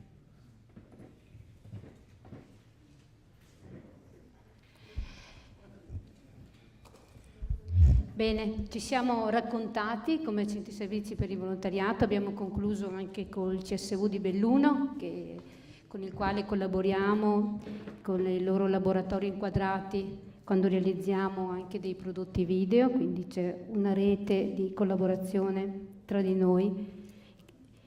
E quindi la parola a lei, professore, di questo tempo che abbiamo passato insieme, abbiamo parlato della coprogettazione, e conoscere anche una riflessione vostra dal vostro osservatorio, un po' la domanda che farò a tutti man mano che salirete al tavolo.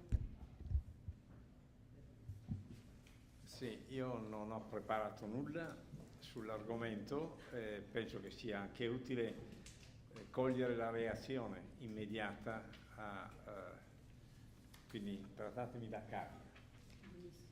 Allora, l'effetto fondamentale di questo convegno per me è stato di capire che i vantaggi del volontariato sul piano sociale sono più numerosi di quanto non credessi. Ho sempre predicato e cantato le lodi del volontariato perché al di là del beneficio diretto dato al beneficiario dell'atto di volontariato, vedevo anche un secondo effetto molto importante, spesso più importante, che è l'effetto sociale diffuso. Il volontario, nel fare un'azione generosa, solidale, al di là, ripeto, di quello che è l'oggetto specifico, insegna che ci può essere una società migliore, in cui tutti ci diamo una mano e tutti stiamo meglio. E lì mi fermavo perché è già molto.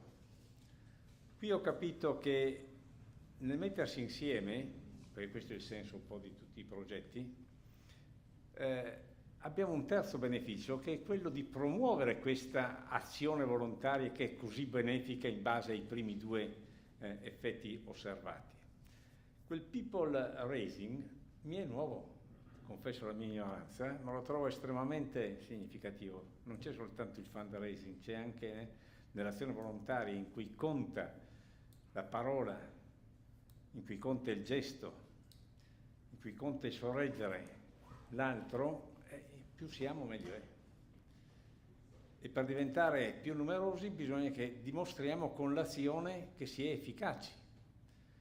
Quindi un'azione, un progetto di volontariato, accanto al beneficio diretto, al beneficio sociale diffuso del buon esempio, dà anche la possibilità di conoscersi meglio, come dire, di aiutarsi a vicenda a scoprire la bontà di quello che si fa e l'efficacia soprattutto. Non bastano le buone intenzioni, bisogna essere anche efficienti, questo è il mio mantra quotidiano. Il quarto beneficio che ho imparato a scoprire è nel caso specifico della coprogettazione, perché si aiutano le pubbliche istituzioni a fare ciò che astrattamente dovrebbero fare da sole, ma non ce la fanno per 1000 motivi che non sto qui a illustrarvi. C'è una carenza di pubblica amministrazione in Italia misurata sul piano dell'efficacia. E però ci sono anche buone volontà da parte della pubblica amministrazione. Con la coprogettazione sfruttiamo le buone volontà che ci sono e aiutiamo a realizzare cose che la pubblica amministrazione da sola non riuscirebbe a realizzare, il volontariato da solo non riuscirebbe a realizzare. Quindi lo trovo estremamente produttivo questo tentativo di mettersi assieme. Non sempre ho sentito rilevante qui il ruolo della pubblica amministrazione. Sembra quasi che sia stata un'occasio più che la ratio. La ratio era quello del volontariato che si metteva assieme su un progetto e si aiutava a vicenda e cresceva a vicenda. Però indubbiamente ci sono anche i ruoli delle pubbliche amministrazioni, penso in particolare a settori di intervento sociosanitario, ai settori di rigenerazione urbana, in cui ovviamente lì si passa attraverso la pubblica amministrazione che gestisce gli spazi pubblici. E quindi il volontariato che fa da promotore della pubblica amministrazione, da coadiutore, da realizzatore, realizzando cose che altrimenti, ripeto, quei due mondi separati non si sarebbero realizzate. Ecco, questo è quanto ho imparato, quindi il coinvolgimento come effetto moltiplicatore, che ripeto porta a 4 i benefici che ancora non conoscevo: il beneficio diretto, il beneficio sociale diffuso, l'effetto promozionale e l'effetto di aiuto alla pubblica amministrazione. Penso che ci sia motivo più che sufficiente per andare avanti su questa strada.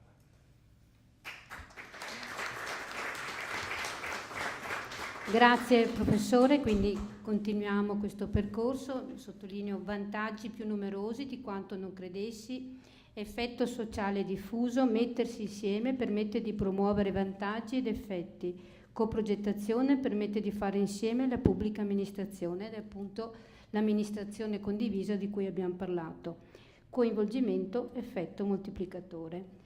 E ora la parola a Massimo Giusti, segretario generale della Fondazione, organismo nazionale di controllo. Dal suo osservatorio, segretario, cosa ci racconta di questa, diciamo nuova, perché la coprogettazione esisteva, però viene ripresa in modo puntuale e attento dalla riforma del terzo settore. Abbiamo sentito anche prima gli articoli 55 e 56. Lascio la parola a lei. Grazie a tutti. Io sono abituato a usare il cronometro, così non la faccio lunga, così dopo. Però mi dovrete scusare se vado un pochino con l'accetta, perché sennò non si riescono a conciliare le due cose.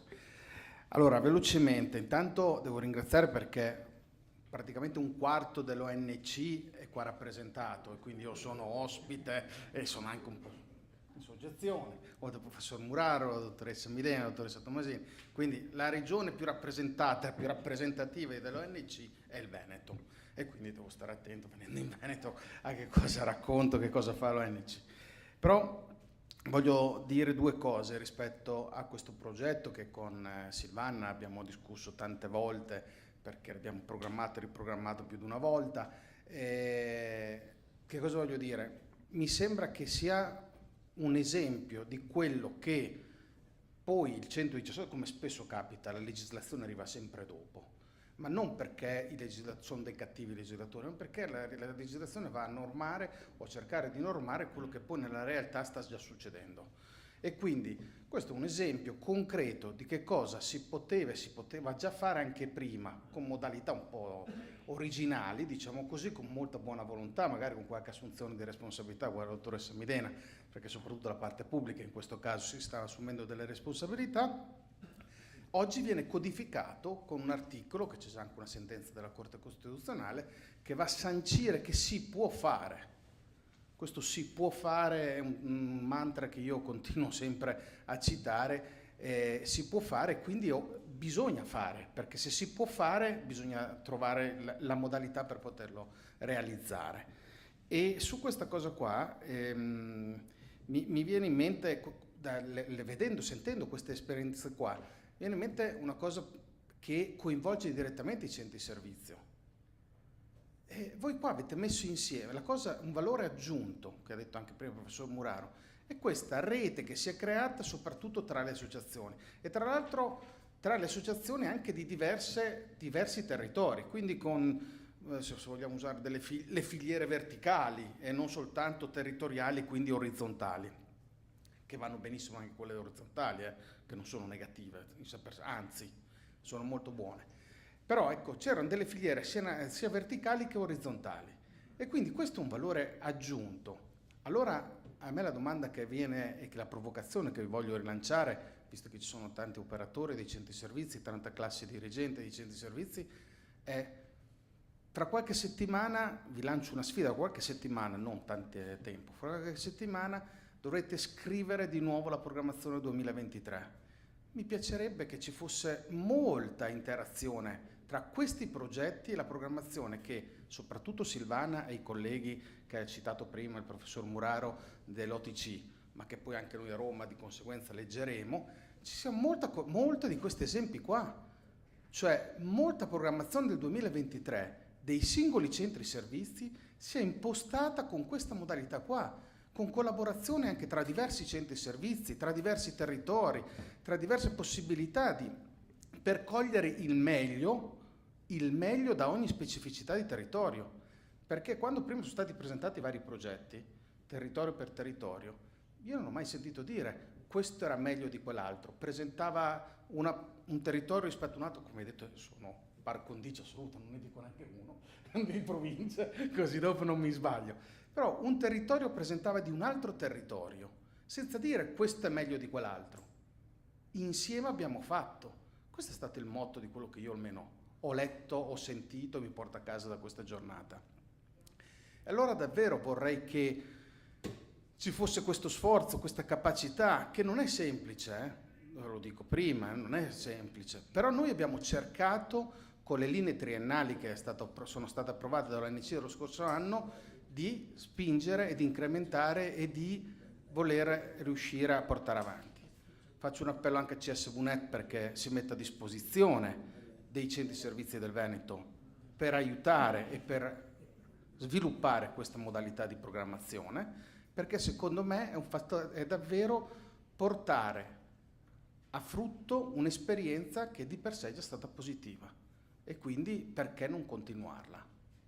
E quindi mi piacerebbe che il Veneto, da questo territorio, ci potesse essere questa nuova modalità anche nella programmazione della programmazione dell'anno 2023, a partire dalla programmazione dell'anno 2023, che tenga conto di questa modalità operativa, dell'interazione tra i vari territori. E questo penso che sia una sfida che possa essere lanciata da un territorio che ha delle peculiarità molto importanti, delle specificità molto importanti, dei punti di eccellenza molto importanti, ma anche la capacità di lavorare insieme.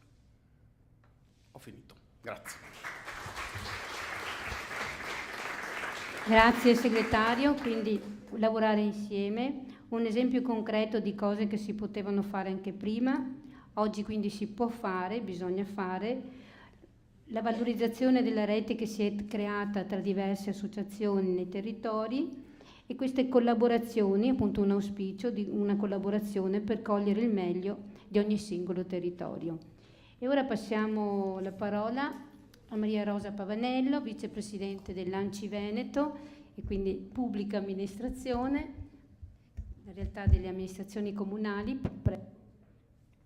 Grazie. Intanto ringrazio per questa importante opportunità. Sono arrivata un po' tardi, però visto che c'erano tante cose da dire, credo di aver assistito a una parte molto importante e proprio perché c'erano tante cose mi devo anche complimentare perché tutti sono stati molto efficaci e non è semplice, però molto efficaci e hanno in qualche modo stimolato un ulteriore bisogno di approfondimento. Allora, coprogettazione e coprogrammazione. Ecco, noi comuni del Veneto, che sono molto diversi, no?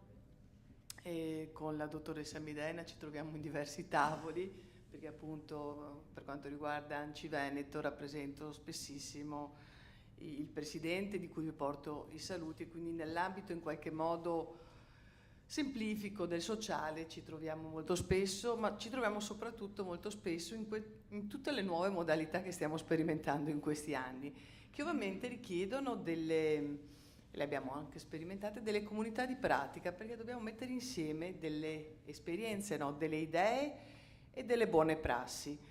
Credo che oggi ne siano state portate molte che possono anche essere, a mio avviso, appunto, sperimentati, pur nelle diversità dei territori e dei comuni del Veneto, possono essere sperimentate.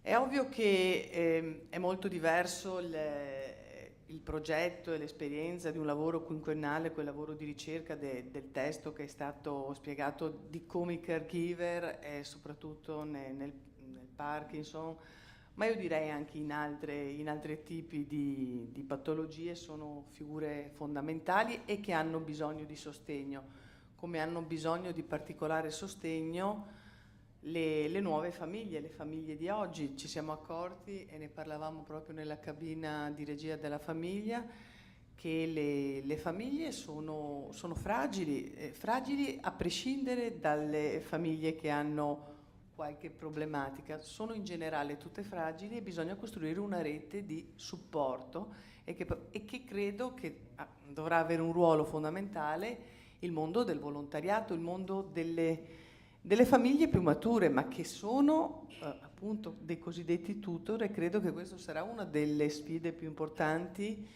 del volontariato, perché credo che la sfida che abbiamo noi amministratori, ma le istituzioni, la Regione, lo Stato, sia cambiare il trend, perché se guardiamo tutti i dati avremo sempre più volontari, perché i volontari, lo avete detto, hanno una fascia d'età di un certo tipo, le nostre città vivono grazie al volontariato. Questi 2 anni e mezzo di pandemia, lo devo dire come pubblica amministratrice, senza il coordinamento del mondo del volontariato non ce l'avrebbero fatta superare e a reggere questa emergenza continua, perché non c'è solo l'emergenza della pandemia, ma c'è anche l'emergenza delle mamme e dei bambini ucraini che sono stati quasi per intero gestiti tramite il coordinamento del mondo del volontariato. Le esperienze più positive sono state quelle in cui i comuni sono riusciti a convogliare le tante energie, a indirizzarle e coordinarle, perché ovviamente le risorse statali sono arrivate, come capita un po' spesso, no? Un po' tardi. Quindi ci siamo trovati, soprattutto, devo dire, nel fronte Mestre Venezia, è stato uno dei punti d'accesso principali. In un paio di giorni sono arrivate migliaia di persone e i comuni, insieme con i privati, le Caritas, le parrocchie e le tante associazioni, hanno costruito delle esperienze molto importanti. È chiaro che non basta, voglio dire semplicemente, come è già stato detto, no? La buona volontà, tutta questa gran voglia di dare e di darsi, ma serve ovviamente mettere a sistema. E quindi l'ANCI nazionale, insieme con l'ANCI regionale, sta mettendo in campo un importante percorso formativo che è partito veramente qui a marzo.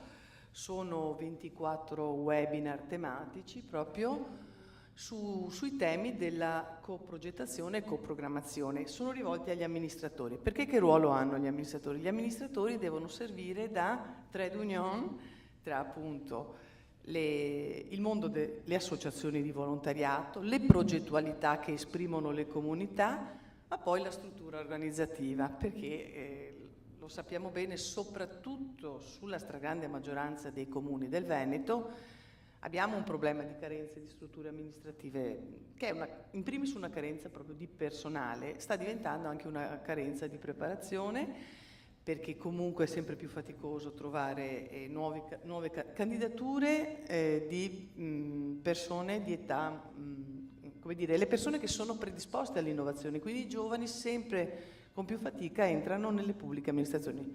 I concorsi sono ripresi da poco, sono finalmente ripresi, però le candidature non sono di persone giovani. Scelgono e stanno scegliendo non solo nel mondo della sanità e quindi della sanità, medici, operatori, infermieri, c'è un problema, e i medici di base, ma sta diventando un problema anche nelle pubbliche amministrazioni.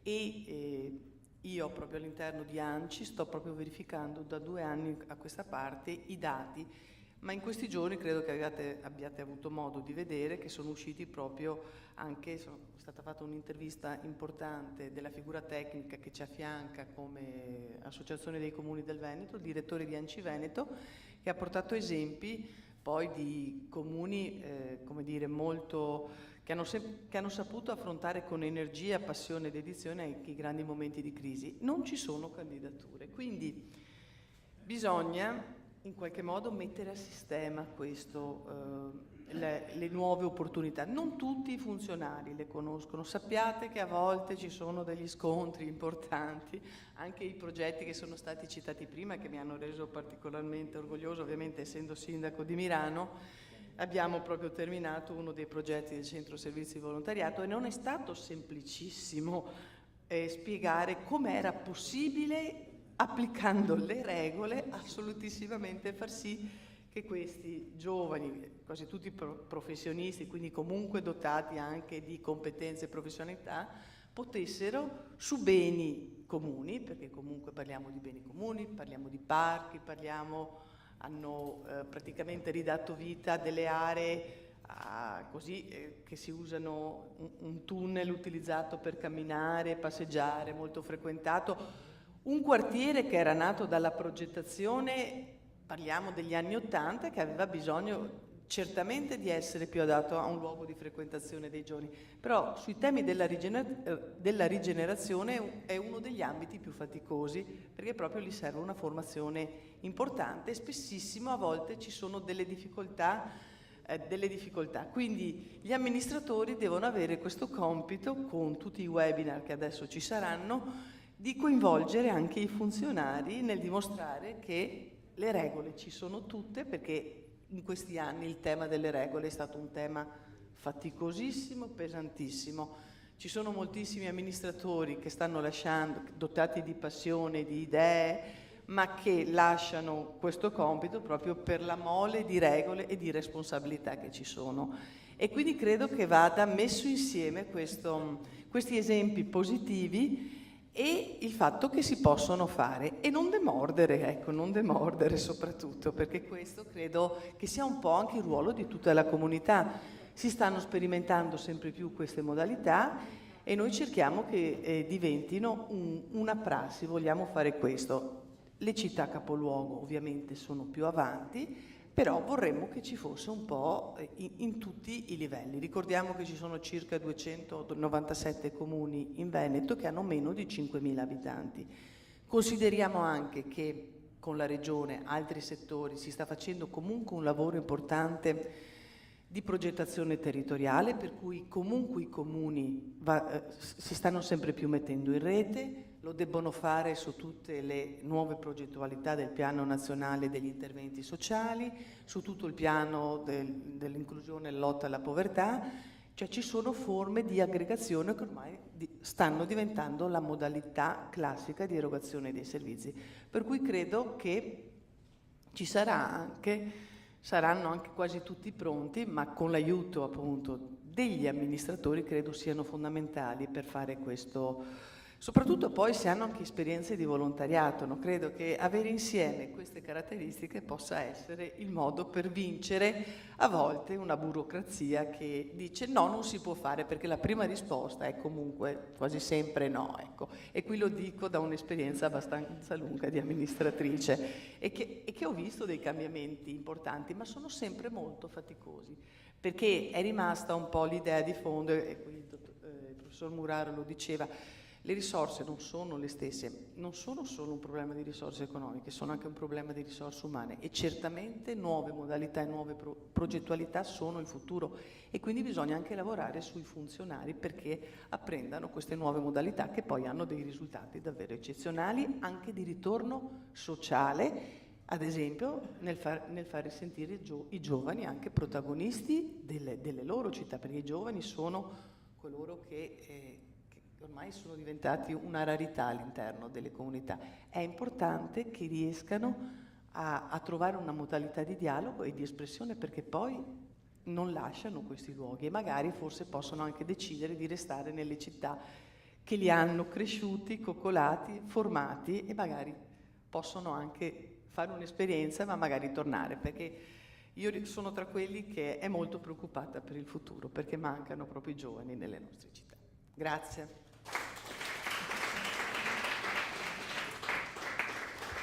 Grazie, quindi un pensiero ai giovani, protagonisti delle loro comunità. Abbiamo sentito che c'è un bel percorso da fare con la pubblica amministrazione, l'importanza della formazione, tra l'altro stiamo partecipando anche noi, centri di servizio, a quei famosi webinar molto interessanti e fondamentali. Sfide più importanti da affrontare, il ruolo fondamentale del volontariato, le reti di supporto e, come ben sottolineava, le esperienze e le buone pratiche da mettere a sistema. E ora passiamo altri 3 nostri ospiti.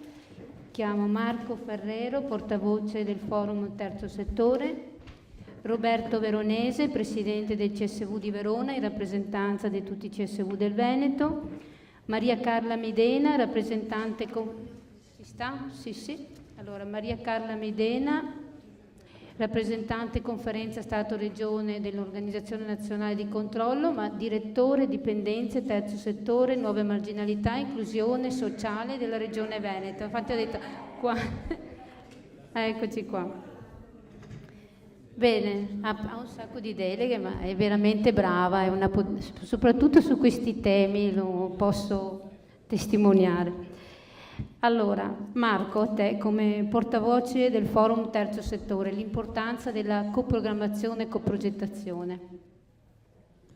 Allora, intanto grazie per l'invito. Io ci tengo a dire 2 parole rispetto alle progettualità che sono state così ben espresse, così efficacemente, perché secondo me, secondo noi, perché ovviamente è stato oggetto tutto questo percorso anche di una relazione, qualche riflessione anche in seno al forum, perché come si sa nell'OTC abbiamo un rappresentante che è Oreste Ferrari, che quindi ci aggiorna costantemente, perché ci è sembrato fin da subito un esperimento interessante, appunto nato prima dell'operatività della riforma, in particolare dell'articolo 55, perché all'epoca non c'era né la sentenza della Corte e soprattutto non c'erano ancora le linee guida ministeriali, che oggi tracciano un percorso definito e che non solo dice, come ha spiegato la Corte in modo molto bello anche, che si può e si deve fare la coprogettazione, che la coprogettazione, la coprogrammazione sono e devono essere la regola nel rapporto tra la pubblica amministrazione e il privato sociale, il terzo settore, non più l'eccezione. Ma soprattutto oggi ci dice il Ministero come si fa, quindi ce lo dice in maniera anche molto dettagliata, per cui davvero non ci sono più scuse. Il problema vero è quello che veniva evocato poco fa, molto efficacemente dalla vicepresidente Pavanello, il fatto che dobbiamo tutti insieme creare un ecosistema di competenze e di reciproca, affidamento fatto di credibilità, perché per molto tempo appunto la coprogettazione si sarebbe potuta fare, in parte si faceva, ma non era la norma. Noi in Veneto siamo una regione particolarmente fortunata, anche se oggi viviamo il paradosso di questa fortuna, perché abbiamo avuto un sistema sociosanitario, cioè noi abbiamo le ULSS con la doppia S, che non ci sono mica in tutte le altre regioni d'Italia. E quindi attraverso la 328 noi abbiamo iniziato a sperimentare la coprogrammazione molto tempo fa. La sentenza della Corte Costituzionale, la 131, non a caso cita la 328 proprio esplicitamente come una prima modalità di realizzazione del principio di sussidiarietà orizzontale, naturalmente nello specifico del suo ambito. Quindi noi, conosciamo bene questo tipo di modalità. Oggi paradossalmente scontiamo il fatto che non essendo il sociosanitario, la definizione di questa tipologia di interventi in tutto il territorio nazionale, in qualche modo è stata calata dall'alto questa normativa, no, che prevede gli ambiti territoriali, sociali, e quindi in qualche modo anche attraverso la strategia del PNRR, così la caduta sul territorio di queste risorse, di queste progettualità che in qualche modo bypassano il soggetto Regione Veneto, no? Quindi diciamo una complessità che in qualche misura è tutta veneta, dove dobbiamo tentare di tenere insieme le buone pratiche maturate negli anni nel sociosanitario, i nuovi strumenti, quindi appunto la possibilità di attuazione della coprogettazione in chiave più generale, quindi non solo nel sociosanitario, e allo stesso tempo però appunto un sistema che è un po' disallineato rispetto a quello che è nazionale. Questo ci imporrà, come ricordava l'assessore Lanzarin, anche di accelerare rispetto all'attuazione di questo tipo di dispositivi. Ma appunto in questo quadro, che certamente è complesso e reso ancora più complesso da una pandemia che tarda a concludersi e altre, diciamo, situazioni emergenziali, è stata citata l'emergenza ucraina che ci ha interessato tutti in questi ultimi tempi molto fortemente, però appunto questa iniziativa, questo progetto che è durato un po' di tempo, evidenzia tutta la potenzialità, che non è solo potenzialità, appunto del riuscire a fare rete, che è questa parola evocata sempre da tanto tempo nei convegni, ma poi che si fa particolarmente fatica a fare, e mi permetto di dire spesso si fa fatica a fare proprio nel nostro Veneto, fatto di tante iniziative, frutto anche di intuizioni personali, comunitarie, un po' identitarie, dove l'identità è la forza, ma spesso è anche il limite delle nostre esperienze, no? Quindi il principale merito di questo esperimento, secondo me, è proprio questo, che forse è stato il primo esperimento che su scala regionale ha provato a, come dire, scardinare delle modalità spesso efficaci nella risposta al bisogno, diciamo, piccolo di comunità, e molto diffuso e quindi preziosissimo, ma appunto molto spesso che hanno scontato e scontano appunto il limite, no, del piccolo personalizzato, spesso intervento sartoriale, molto attento al nuovo bisogno, ma che fa difficoltà a mettersi assieme, a fare sistema, a mettersi in rete. Questo è probabilmente, a mia memoria, il primo esperimento che abbiamo fatto nella nostra regione Veneto, che è partito dal basso, perché appunto parte da un'intuizione, quella dell'OTC, attraverso la valorizzazione dei CSV, che sì, non ha molti precedenti. Ecco. Dopo è chiaro che da molti anni ci sono i progetti che vengono finanziati a livello regionale attraverso, diciamo, i bandi per le APS, per le ODV, e che sempre più stanno andando e sono andati in questa direzione. Però ecco, forse mai come in questo caso il tema della metodologia, prima ancora che del progetto in sé, del contenuto del progetto e della sua efficacia, è stato protagonista. E allora appunto provo a fare un passo in più.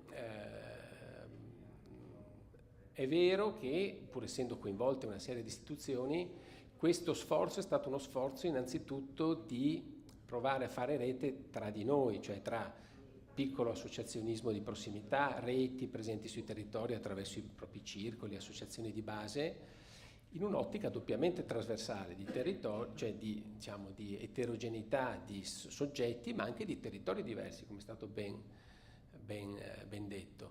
E da questo punto di vista, ecco, lo vedo come un primo esempio da sviluppare, proprio perché prima dobbiamo essere in qualche modo adeguati noi, e poi possiamo pensare di, come dire, di essere credibili e quindi significativi per quei dirigenti delle pubbliche amministrazioni che, mi permetto di dire, non dico giustamente, ma sicuramente legittimamente, continuano a essere cauti rispetto a degli strumenti che nella loro cultura organizzativa e anche di formazione sono comunque nuovi, perché i rischi delle responsabilità che sono stati evocati ci sono e, come dire, dalla Corte dei Conti in giù non mancano di essere presentati come conto, no, dell'amministratore e del dirigente. Quindi è per questo che fin dal giorno dopo, proprio quasi l'indomani della sentenza della Corte, come forum del terzo settore del Veneto,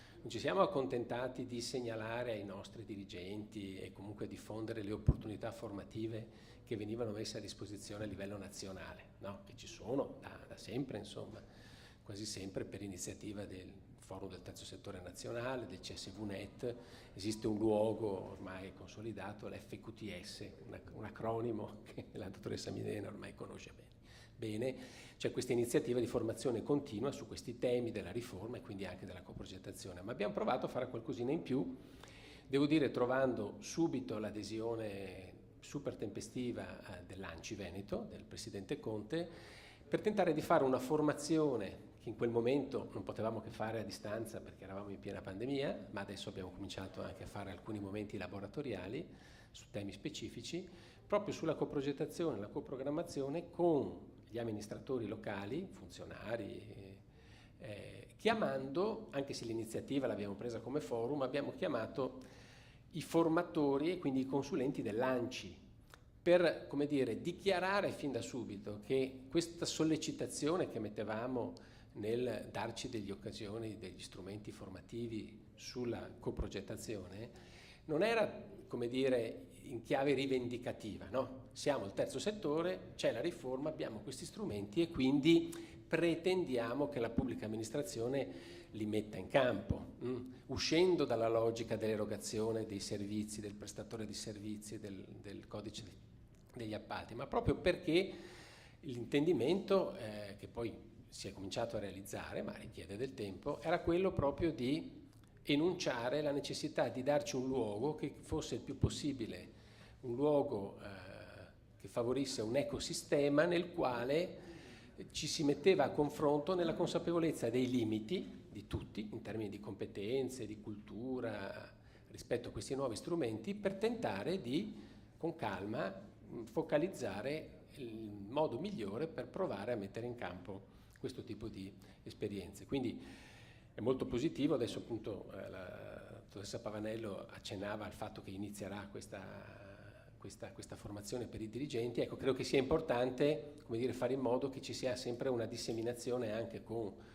in modo da continuare un po' su quel solco che avevamo intrapreso un paio di anni fa e fino a un anno fa, proprio in modo che ci sia anche proprio l'occasione per conoscersi tra soggetti che hanno mandati diversi ma che concorrono tutti appunto al bene comune, alle finalità collettive che poi sono l'asse di riferimento della riforma del terzo settore, che sdogana l'attività delle imprese sociali e le rende addirittura potenzialmente titolate di erogazioni a fondo perduto da parte del mondo delle fondazioni, a patto che siano trasparenti e rendicontabili.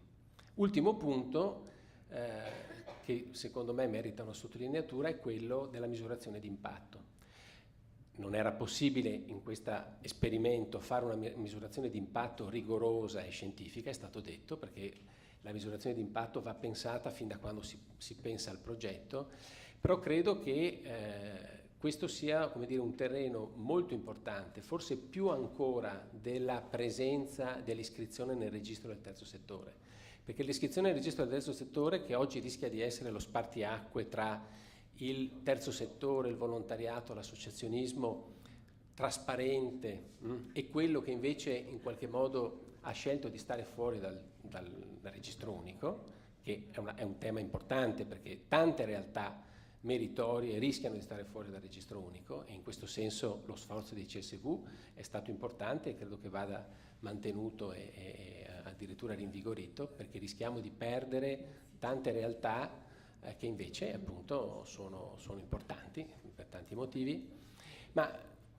quello che intendo dire è che il fatto che ci sia il registro unico certamente ci mette di fronte a una possibile maggiore garanzia rispetto alla bontà, adesso passatemi il termine rapido, insomma, dell'ente del terzo settore, alla genuinità dell'ente del terzo settore per quanto riguarda le attività, eccetera, eccetera.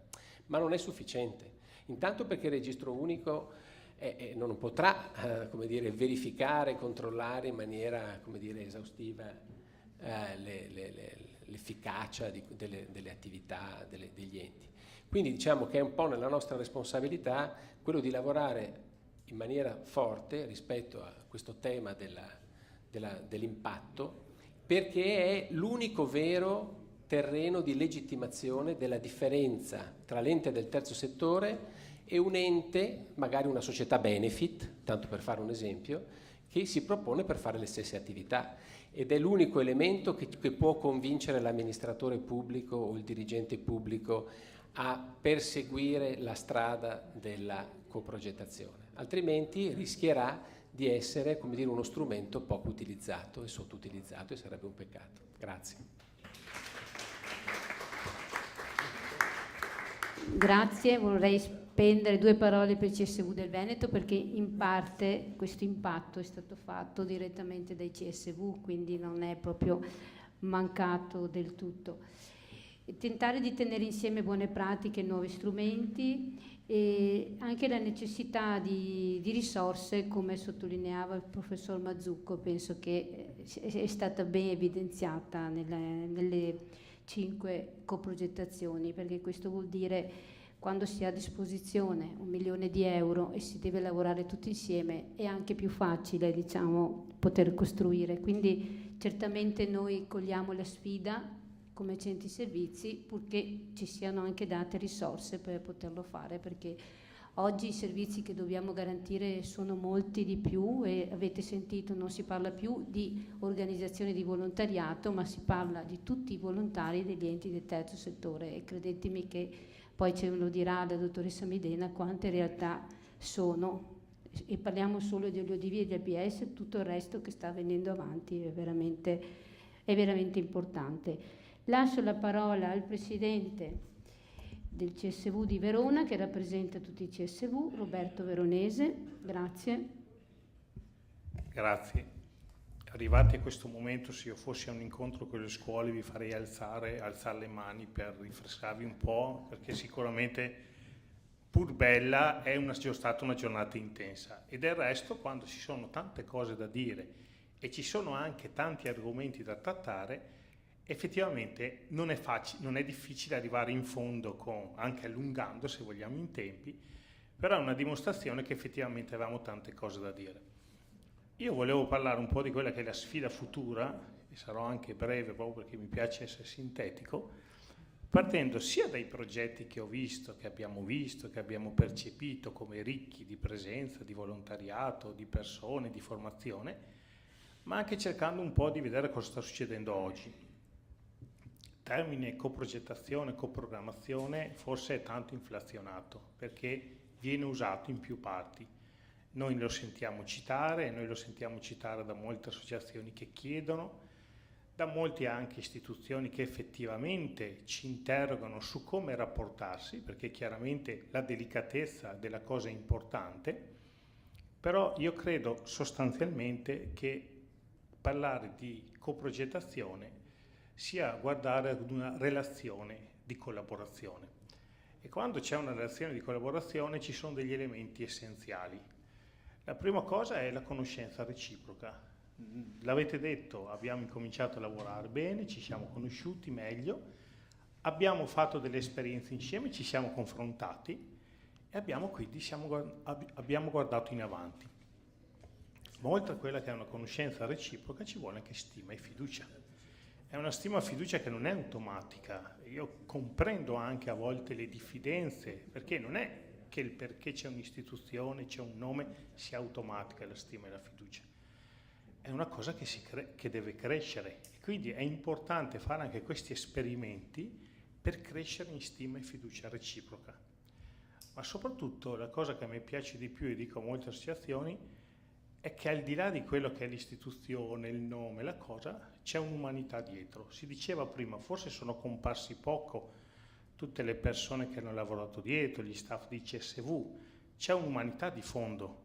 Cioè, non si fanno da soli i progetti, anche se ci sono scritti dei bellissimi temi. Io non so se a voi capita in regione, vi dico quelli della regione, quelli del comune, quelli della fondazione, no? Ok. No, ci sono delle persone fisiche, quelli del CSV, che stanno dietro, portano umanità e portano soprattutto la volontà di collaborare insieme per arrivare a questa azione comune. Io il CSV lo ridico qua e posso dire che l'ho detto tante volte, venendo dalla mia esperienza di presidente prima, l'ho conosciuto prima tramite lo staff, cioè tutte quelle persone che ci aiutavano a crescere nelle associazioni, tutte quelle persone che condividevano con le associazioni la voglia di crescere. E la sfida è anche questa, dare valore a questo capitale umano. Ma l'altra cosa che poi io mi metto in testa è un'altra cosa: se una relazione deve funzionare è importante dedicarci del tempo di qualità con risorse, giustamente, perché ovviamente un tempo di qualità vuol dire che noi dobbiamo credere, indipendentemente dal fatto che l'OTC ci dica di svolgere questa coprogettazione, ci inviti e ci ha stimolato in questa sperimentazione, dobbiamo credere che è giusto collaborare tra CSV e CSV, e quindi accettiamo la sfida. La sfida è accettata. 2023 faremo una cosa bellissima, siamo già pronti, l'abbiamo già preparata dietro mentre no, scherzo, voglio dire che è giusta, la sfida è questa tra CSV e CSV, ma non solo. Ecco, no, la cosa importante è che però ci crediamo, cioè dobbiamo credere che ci deve essere, perché altrimenti potremmo fare convegni, potremmo fare tutto quello che vogliamo. Se non crediamo che ci deve essere questa coprogettazione, questa collaborazione, abbiamo finito. Tra CSV e istituzioni, tra CSV e altri enti, ma io direi soprattutto tra il CSV e tutte le associazioni che hanno bisogno del CSV, perché abbiamo bisogno di far crescere tutte le nostre associazioni come facilitatori di questa esperienza, perché la coprogettazione la facciamo per noi, non l'abbiamo fatta per noi, ma l'abbiamo fatta perché le associazioni crescano, vadano avanti, riescano a collaborare, riescono a essere partner affidabili, concreti e vicini alle istituzioni. Se no, potevamo semplicemente scrivere un quadro. Quindi l'invito è questo: guardiamo in avanti proprio con questo tempo di qualità. Vuol dire trovarsi, vuol dire perdere del tempo, vuol dire credere che bisogna dedicare delle risorse, altrimenti, signori miei, scriveremo magari dei progetti bellissimi, stratosferici, che generano convegni ancora più stratosferici, ma che rimangono senza impatto e senza effettiva utilità per tutti. Bravo, molto preciso. Quindi le relazioni di collaborazione, sperimentare insieme, umanità di fondo, il grande lavoro degli operatori del CSV e dare valore a tutto questo capitale umano e l'importanza della coprogettazione non per l'interno ma per quello che può generare a supporto di quelle che sono le attività delle associazioni collegate alla pubblica amministrazione. Ed ecco che con pubblica amministrazione chiamiamo in campo la Regione Veneto, la dottoressa Maria Carla Medena. Buonasera a tutti. Io cercherò di essere breve anche se mi risulta abbastanza complicato, perché non solo per tutto ovviamente quello che ho sentito e le riflessioni ovviamente che nascono dopo questo incontro, ma anche perché capite che questo è il mio mondo, per cui io da soli 6 anni in realtà lavoro in campo sociale, perché io provengo dalla sanità. Per cui capite, è stato un mondo che ho imparato a conoscere e che mi ha veramente travolto in termini di impegno, di passione per tutta la ricchezza che ho visto che questo mondo del sociale effettivamente ha, per la ricchezza di tutte le persone. Per cui innanzitutto vorrei iniziare con un grazie. Non solo un grazie agli organizzatori, ma grazie a tutte le persone che hanno consentito la realizzazione di questi progetti, perché al di là dei termini CSV, Forum del Terzo Settore, fondazioni, in realtà abbiamo le persone che credono dietro a queste organizzazioni. Io tra l'altro ho iniziato a lavorare quando c'era il COGE, quindi qui vedo davvero tutti grandi persone che ho conosciuto, quasi amici siamo diventati poi nel corso del tempo. Vedo ovviamente l'avvocato Ferrero, con il quale abbiamo iniziato a lavorare, con il forum, e devo dire la verità che nel corso di questi anni, se noi non avessimo avuto con noi tutti i centri del servizio del volontariato, il forum del terzo settore, e adesso devo dire con grande soddisfazione conosco anche per il loro impegno il mondo delle fondazioni, che io in realtà avevo conosciuto a livello regionale perché avevo seguito, ero la parte giuridico-amministrativa del progetto, il grande progetto sul diabete che avevamo fatto proprio con Cari Verona, tra l'altro, e quindi l'avevo seguito, ecco, in maniera più tecnica. Adesso invece, attraverso la mia presenza all'interno dell'organismo nazionale di controllo, sono venuta a conoscere veramente questo mondo delle fondazioni e il grande veramente impegno che mettono per la realizzazione di grandi progettualità, e sono ben contenta anche di sentire che ci si prospettano cose nuove anche per il 2023, e credo molto che tutti insieme effettivamente possiamo costruire, perché quello che ho osservato prima di arrivare alla coprogettazione è la crescita di un percorso che c'è stato nel territorio, perché prima si lavorava molto in una logica non di rete, mentre adesso noi in questi anni abbiamo tutti ci siamo messi in rete e superiamo i personalismi, e abbiamo capito che solo in questo modo in realtà si riescono a raggiungere i risultati, riusciamo a costruire progetti che siano effettivamente vicino a quelli che sono i bisogni delle persone, cioè superare la logica del personalismo e stare a segue, parte dalle dipendenze, che è una parte sociosanitaria, arriviamo a quella che è il terzo settore, e poi ho tutta la parte delle nuove marginalità e dell'inclusione sociale, quindi con tutto il tema emergente delle nuove vulnerabilità. Quindi senza tutto il mondo del terzo settore su questi progetti e su queste idee non si potrebbe assolutamente raggiungere niente come regione.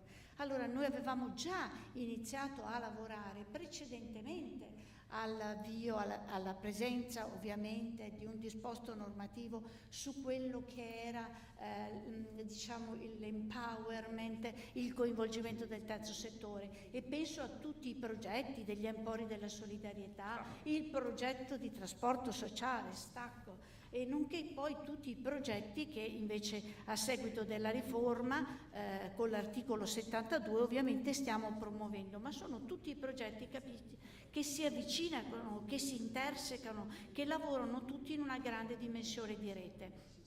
Quindi già lì avevamo cominciato a lavorare. Poi ovviamente la previsione normativa che c'è stato, diciamo, ha non soltanto detto dovete lavorare con queste modalità, ma ha avuto il merito di riconoscere e di valorizzare il ruolo del terzo settore, la sua capacità di dare una lettura più puntuale di quelli che sono i bisogni, di promuovere l'inclusione sociale, e anche la generatività, la coesiva e solidale che c'è presente in questi territori. E quindi tutti questi istituti rappresentano un grandissimo elemento di innovazione anche in campo europeo, perché io sto seguendo anche tutta una serie di progettazioni europee con il coinvolgimento ovviamente del terzo settore, quindi che costituiscono un volano per costruire servizi e interventi innovativi.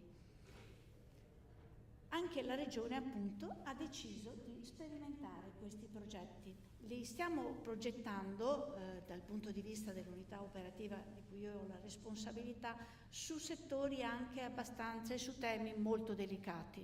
Cioè, ne ha parlato il Presidente Zaia la scorsa settimana in conferenza stampa, io nel 2021 la Regione del Veneto ha assunto la titolarità del numero verde nazionale antitratta, e anche la Regione si è assunta la titolarità del progetto Navigare, che è un progetto contro la tratta e il grave sfruttamento, che partì ab origine come sfruttamento sessuale, invece adesso i temi sono lo sfruttamento lavorativo, l'accattonaggio, i matrimoni forzati, tutta una serie di temi che purtroppo si stanno presentando nei nostri territori, e noi, neppure il Veneto è indenne da tutta una serie di tematiche: sfruttamento lavorativo, sul quale stiamo lavorando tantissimo, e il caporalato. Quindi lo scorso anno abbiamo iniziato una coprogettazione molto importante su questi temi, una coprogettazione che poi dal punto di vista amministrativo è stata interessante, perché a un certo punto, pur avendo coprogettato e quindi realizzato un progetto, ci siamo resi conto che nel corso di questa progettualità c'era necessità di rimodulare gli interventi che stavamo facendo, e quindi abbiamo richiamato tutti i soggetti, rimesso in moto questa coprogettazione per naturalmente adattarle a quelli che erano i bisogni che stavano evolvendo, perché è chiaro che ci sono dei temi che non possiamo, magari si hanno una programmazione biennale o triennale, pensare che quello che pensiamo, vedete la pandemia è vero che non bisogna citarla perché è stato un momento di pandemia, probabilmente ne vivremo tante, ecco, però ci ha permesso di fermarci un attimo, di pensare a quelli che sono i nuovi modelli, a che cosa dobbiamo fare, e quindi di costruire anche le progettazioni in modo tale da poterle adattare a questi bisogni che mutano nel tempo. Tanto che abbiamo nuovamente fermato i soggetti e abbiamo detto dobbiamo cambiare alcune regole, e questo con la coprogettazione ovviamente lo possiamo fare, questo è molto importante. Poi abbiamo quest'anno addirittura il Ministero delle Pari Opportunità ha riconosciuto l'importante ruolo che abbiamo avuto nella gestione del numero verde nazionale antitratta, e quindi proprio recentemente hanno proposto di fare un accordo biennale addirittura, e quindi andremo proprio a fare una coprogettazione su questo tema, e sarà veramente molto interessante perché ci darà la possibilità addirittura di agire a livello nazionale, non solo locale. Ecco. Poi che cosa vi posso raccontare? Vi volevo anche parlare però, ma in 2 secondi, di che cosa avviene a questi tavoli, perché altrimenti abbiamo parlato di coprogettazione e pensiamo dal lato della pubblica amministrazione. Allora, voi pensate che noi abbiamo iniziato tutti questi tavoli della coprogettazione nel periodo pandemico, e quindi non c'era la possibilità di incontrarsi in tavoli quali quelli della coprogettazione, che invece richiederebbero proprio la presenza, capite, dei vari soggetti e dei vari interlocutori che stanno attorno al tavolo. Però devo dire che questo elemento del fatto che fossimo a distanza non ci ha impedito che il confronto tra le parti si sviluppasse in una maniera fluida, costruttiva. Molto spesso è stato proprio grazie a questo dialogo sinergico, allo scambio proattivo che abbiamo avuto tra di noi, che si sono immaginate delle azioni innovative, promuovendo nuovi modelli di intervento, mettendosi in discussione moltissime volte e immaginando soluzioni disegnate sulla base di quelli che erano i bisogni che rilevavamo proprio da questo confronto di tutte le parti attorno al tavolo. Adesso Cassammende mi ha chiesto esplicitamente di costruire un modello per la giustizia, per i percorsi innovativi che faremo tra le amministrazioni penitenziarie interne ed esterne, e ha chiesto alla Regione Veneto di promuovere una grande coprogrammazione, sarà complicatissimo che lo annuncio, una grande, perché sarà il primo modello che poi vogliono portare su scala nazionale, di coprogrammazione di tutta una serie di interventi, per poi arrivare alla coprogettazione con gli interventi del terzo settore anche in materia di ovviamente giustizia amministrativa, e tenendo conto, vi annuncio, cioè la riforma Cartabia ovviamente prevede che dopo 4 anni le persone devono uscire dal carcere, quindi noi dobbiamo già progettare in modo tale da poter dare delle risposte a tutte queste persone che si troveranno a vivere, perché sono anche delle persone, ovviamente non sono tutti articoli 41 bis, e quindi è chiaro che dovremo trovare delle dimensioni, e anche lì ci sarà tutto il tema coprogrammazione e coprogettazione. Questa è una cosa che vi do ovviamente come news, perché mi hanno convocata la scorsa settimana a Cassammende ovviamente. E quello che è importante e che abbiamo osservato con tutte ovviamente le persone che lavorano con me quando andiamo ai tavoli della coprogettazione, era proprio la necessità di acquisire un linguaggio nuovo, perché noi avevamo un linguaggio molto, io tra l'altro sono stata provveditore, quindi avevo un linguaggio di gare, capite, un linguaggio da codice degli appalti, invece qui tu devi acquisire un linguaggio che è completamente diverso quando vai, non è un linguaggio competitivo, ma è un linguaggio collaborativo e partecipativo. È evidente quindi che siamo di fronte proprio ad un cambio di paradigma, il cui modello operativo, lo dicevo anche con il dottor Giusti tempo, è tutto in fase di costruzione, quindi le sperimentazioni ci potranno proprio, permetteranno di fortificare sempre di più i saperi, i metodi e i linguaggi. Ecco, io credo che quello che però è necessario che si acquisiscano sempre di più nuove capacità programmatorie, progettuali, oltre che un intenso spirito di collaborazione. E quindi le pubbliche amministrazioni, così come il terzo settore, dovranno dotarsi di competenze e metodologie per comprendere meglio ovviamente il contesto entro cui si opera.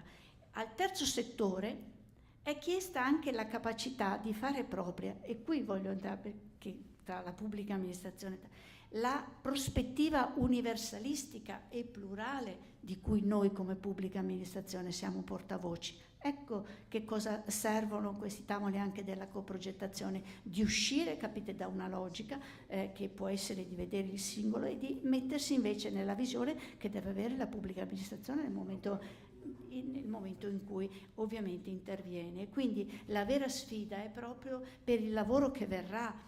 Si tratta di un percorso da costruire, ma io sono certa, perché noi lo costruiremo insieme, e per me questa è la forza della nostra realtà, e per quello che vi ho ringraziato, perché noi lo faremo assieme questo percorso.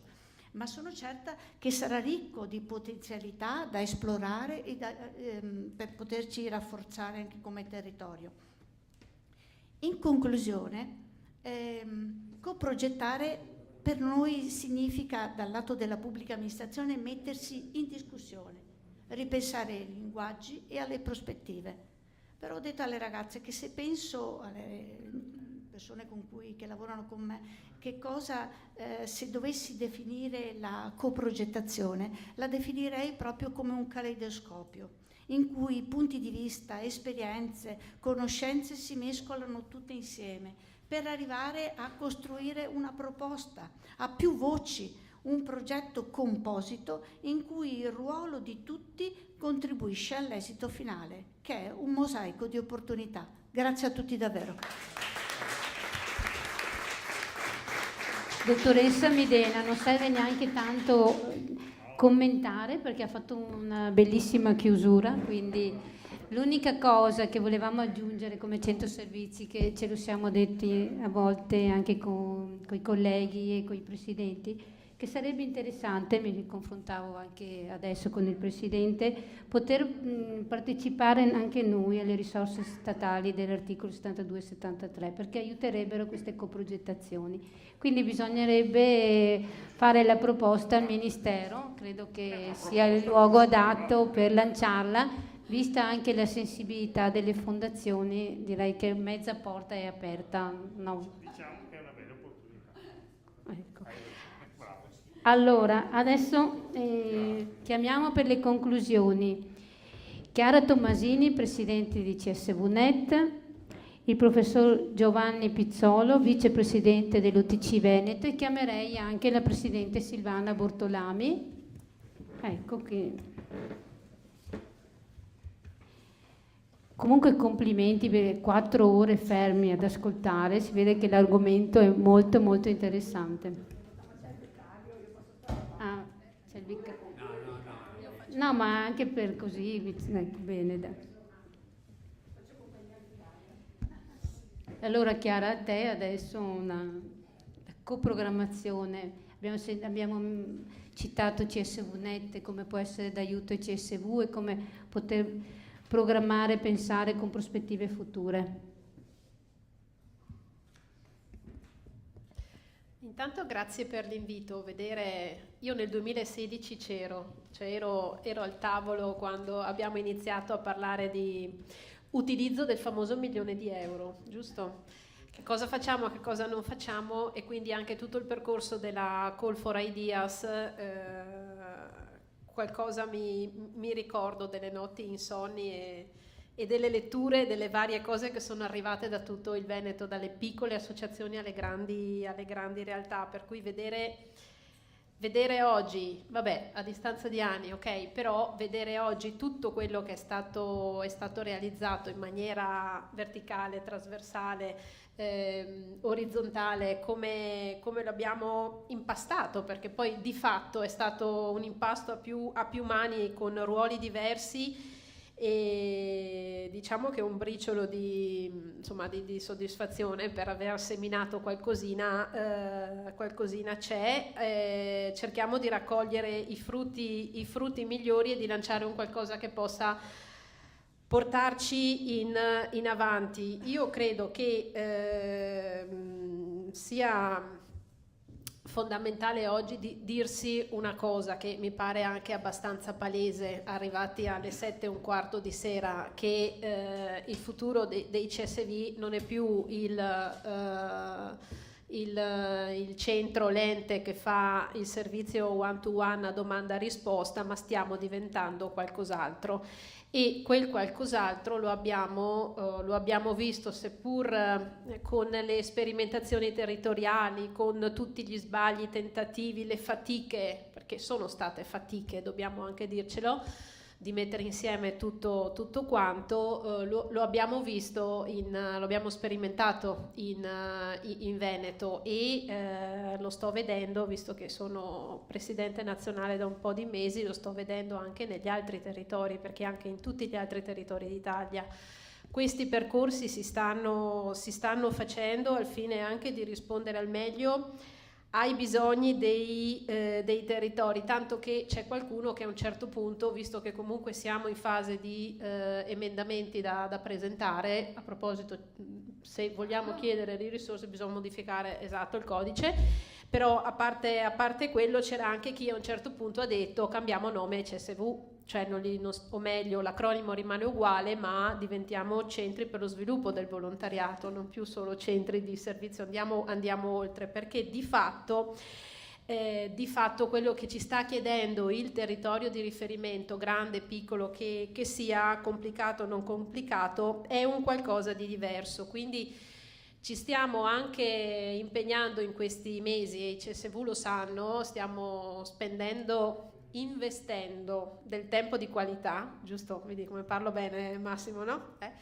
A riflettere su noi stessi e sulla visione che vogliamo avere, quindi dare un senso alle parole, essere agenzia di sviluppo di prossimità del volontariato dei territori, che vuole anche dire coprogrammazione e coprogettazione con tutti gli attori territoriali che con noi abitano le comunità. E di sicuro ad un certo punto dovremmo uscire con qualcosa. È un percorso che stiamo facendo insieme con tanti altri compagni di viaggio, i famosi stakeholders, in primis le fondazioni di origine bancaria, i forum che con noi ci stanno un po' affiancando, anche in ONC. È molto vivo il dibattito, no? Anche su un uso responsabile delle risorse che ci vengono messe a disposizione, che non va, io lo dico sempre, non va sprecato manco un euro di quello che ci arriva, perché non è scontato. E anche su come dividerli tra centri di servizio, come metterli a fattor comune. È stato un po' citato tra i vari interventi la riconversione delle competenze del personale, la riorganizzazione degli enti. Sono tutti percorsi che ci hanno attraversato e che ci attraverseranno anche nei prossimi mesi. Le fusioni a cui abbiamo assistito dei centri di servizio difficili, facili, con liti interne oppure fatte con la pace, siamo noi, è il mondo del terzo settore, è anche questo, ed è anche il bello del nostro, probabilmente del nostro stare insieme. In Friuli la settimana scorsa mi hanno coniato un altro, al posto dell'acronimo resta sempre CSV, però mi hanno dato un'altra definizione, un altro sviluppo, Creating Shared Value, che tutto sommato non dispiace nemmeno, a parte l'inglese, però ecco, questa logica della creazione di valore condiviso ha un po' pervaso queste 4 e passa ore di riflessione che non sono state non sono state passate in vano, perché di sicuro siamo partiti, abbiamo un po' ripercorso quello che abbiamo fatto, come sono state svolte sui territori, ma siamo anche andati molto oltre, andando a seminare a mettere degli ulteriori semini nei nostri territori che dovremmo essere bravi poi ad innaffiarli perché diano frutto nei mesi futuri, che non saranno sicuramente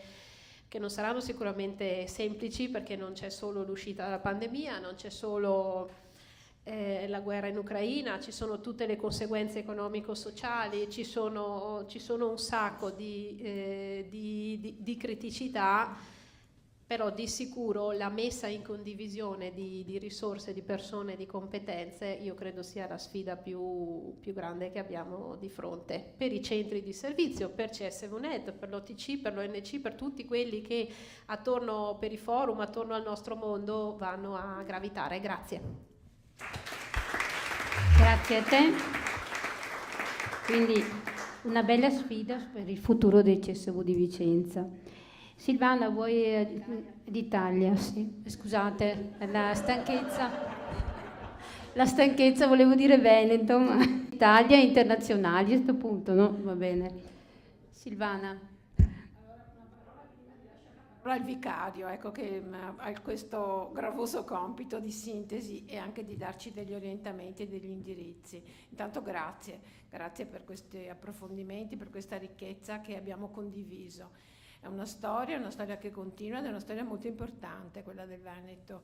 Quindi noi ci teniamo molto, ecco, a questo Veneto, a questa ricchezza diversificata, diciamo, con tutte le sue sfaccettature, di tanti soggetti, le fondazioni bancarie che ci consentono, ecco, di realizzare tante iniziative, e quindi che ringrazio il professor Muraro e il professor Mazzucco qui presenti, ma tutto l'assetto delle fondazioni. Ringrazio molto, ecco, la presenza sempre stimolante, costruttiva e di grande ascolto della Regione Veneto, la dottoressa Midera, l'assessore Lanzarin, perché in questi anni direi che è stato un lavoro insieme, ecco, di ascolto, di reciprocità, ecco, e quindi davvero utile, ci ha fatto crescere. E l'ANCI, qui c'è dottoressa Luisa Conte che è ancora qui presente come rappresentante dell'ANCI, questo percorso da costruire con la pubblica amministrazione di cui l'avvocato Ferrero che ha molto ben sottolineato. Io ringrazio però anche tutti i volontari. Maria Grazia, scusa se mi permetto di citarti, Maria Grazia di Vicenza mi ha sempre molto sollecitato, voluto, e mi ha fatto molto riflettere quello che è stato detto di questo tempo che abbiamo la necessità per conoscerci, quello che diceva il presidente di CSV, cioè questo è perché fa costruire stima, perché fa la fiducia e anche di poterci affidare reciprocamente anche in questi cambiamenti, che mi pare sia un po' la sfida che ci è stata lanciata in questo pomeriggio sia dal dottor Giusti e rinforzata dalla presidente Tommasini. Quindi e i presidenti che sono presenti, ecco, mi scuso che non ho citato Michele Ghilardini, che è il nostro esperto consulente dell'area del rapporto con i revisori dei conti e con i presidenti. Quindi davvero grazie, il mio è grazie sincero, quindi lascio la parola al professor Pizzolo per la sintesi.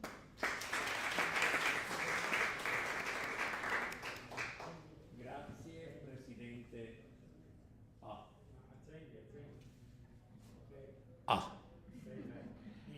Allora, Vici. Allora, grazie Presidente Bortolami e non soltanto per queste parole di sintesi, ma anche per il tuo prodigarti in modo così efficace. Ho imparato, io sono uno di quelli dell'OTC, c'erano quelli, qualcuno ha detto quelli io sono quelli dell'OTC, sì. Posso dire, è stata la squadra, non la squadra. Sì, beh, la squadra. Quelli della squadra dell'OTC. Allora, orientamenti e indirizzi. Allora, sono le 7, le 19 e 17. Voi spero che aspiriate a delle cose migliori rispetto ai miei orientamenti. Anche perché Maria Rita Dal Molin, devo dire, che è stato un bignami perfetto.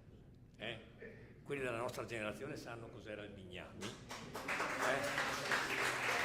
Ha fatto una sintesi perfetta con delle keywords, spesso alla fine di ogni presentazione, che ha già detto tutto e ha sottolineato le cose importanti. Abbiamo sentito dai vari relatori le ragioni per cui la coprogettazione è importante, inutile che io le ripeta, e come si è realizzata attraverso quei 5 progetti che sono stati presentati e che sono stati definiti da Marco Ferrero un esperimento. Ed è vero, sono un esperimento. Peccato che siano solo un esperimento per le cose che dirò tra un momento, e cioè se è vero come è vero che il coprogettare diventa una necessità per i CSV, ma in realtà per tutte le attività umane, ora occorre che questo approccio maturi, si allarghi e diventi realtà nella quotidianità, lungo le linee che sono state delineate da molti di voi, e cioè lavorare in rete, condividere le progettualità, condividere linguaggi e obiettivi, collaborare con le istituzioni, ottimizzazione delle risorse. In realtà non è ancora così, e noi qualche volta tra di noi, o meglio quelli di CSV, hanno fatto qualche riflessione su questo. Diciamo che c'è ancora un ampio margine per migliorare e c'è un ampio margine per imparare a lavorare insieme. L'auspicio quindi è quello che anche grazie agli stimoli che tutti noi abbiamo avuto oggi e ci portiamo a casa, che sono scaturiti dal convegno di oggi, questo traguardo, cioè quello di imparare a lavorare insieme, esercitandoci nella quotidianità, mettendo da parte qualche volta le misure dei nostri campanili un po' più alti, un po' più bassi, un po' più larghi, che fanno un po' più ombra, un po' meno ombra, si realizzi in modo concreto. E io credo che l'indirizzo generale possa riassumersi in questa mia riflessione. Vi ringrazio.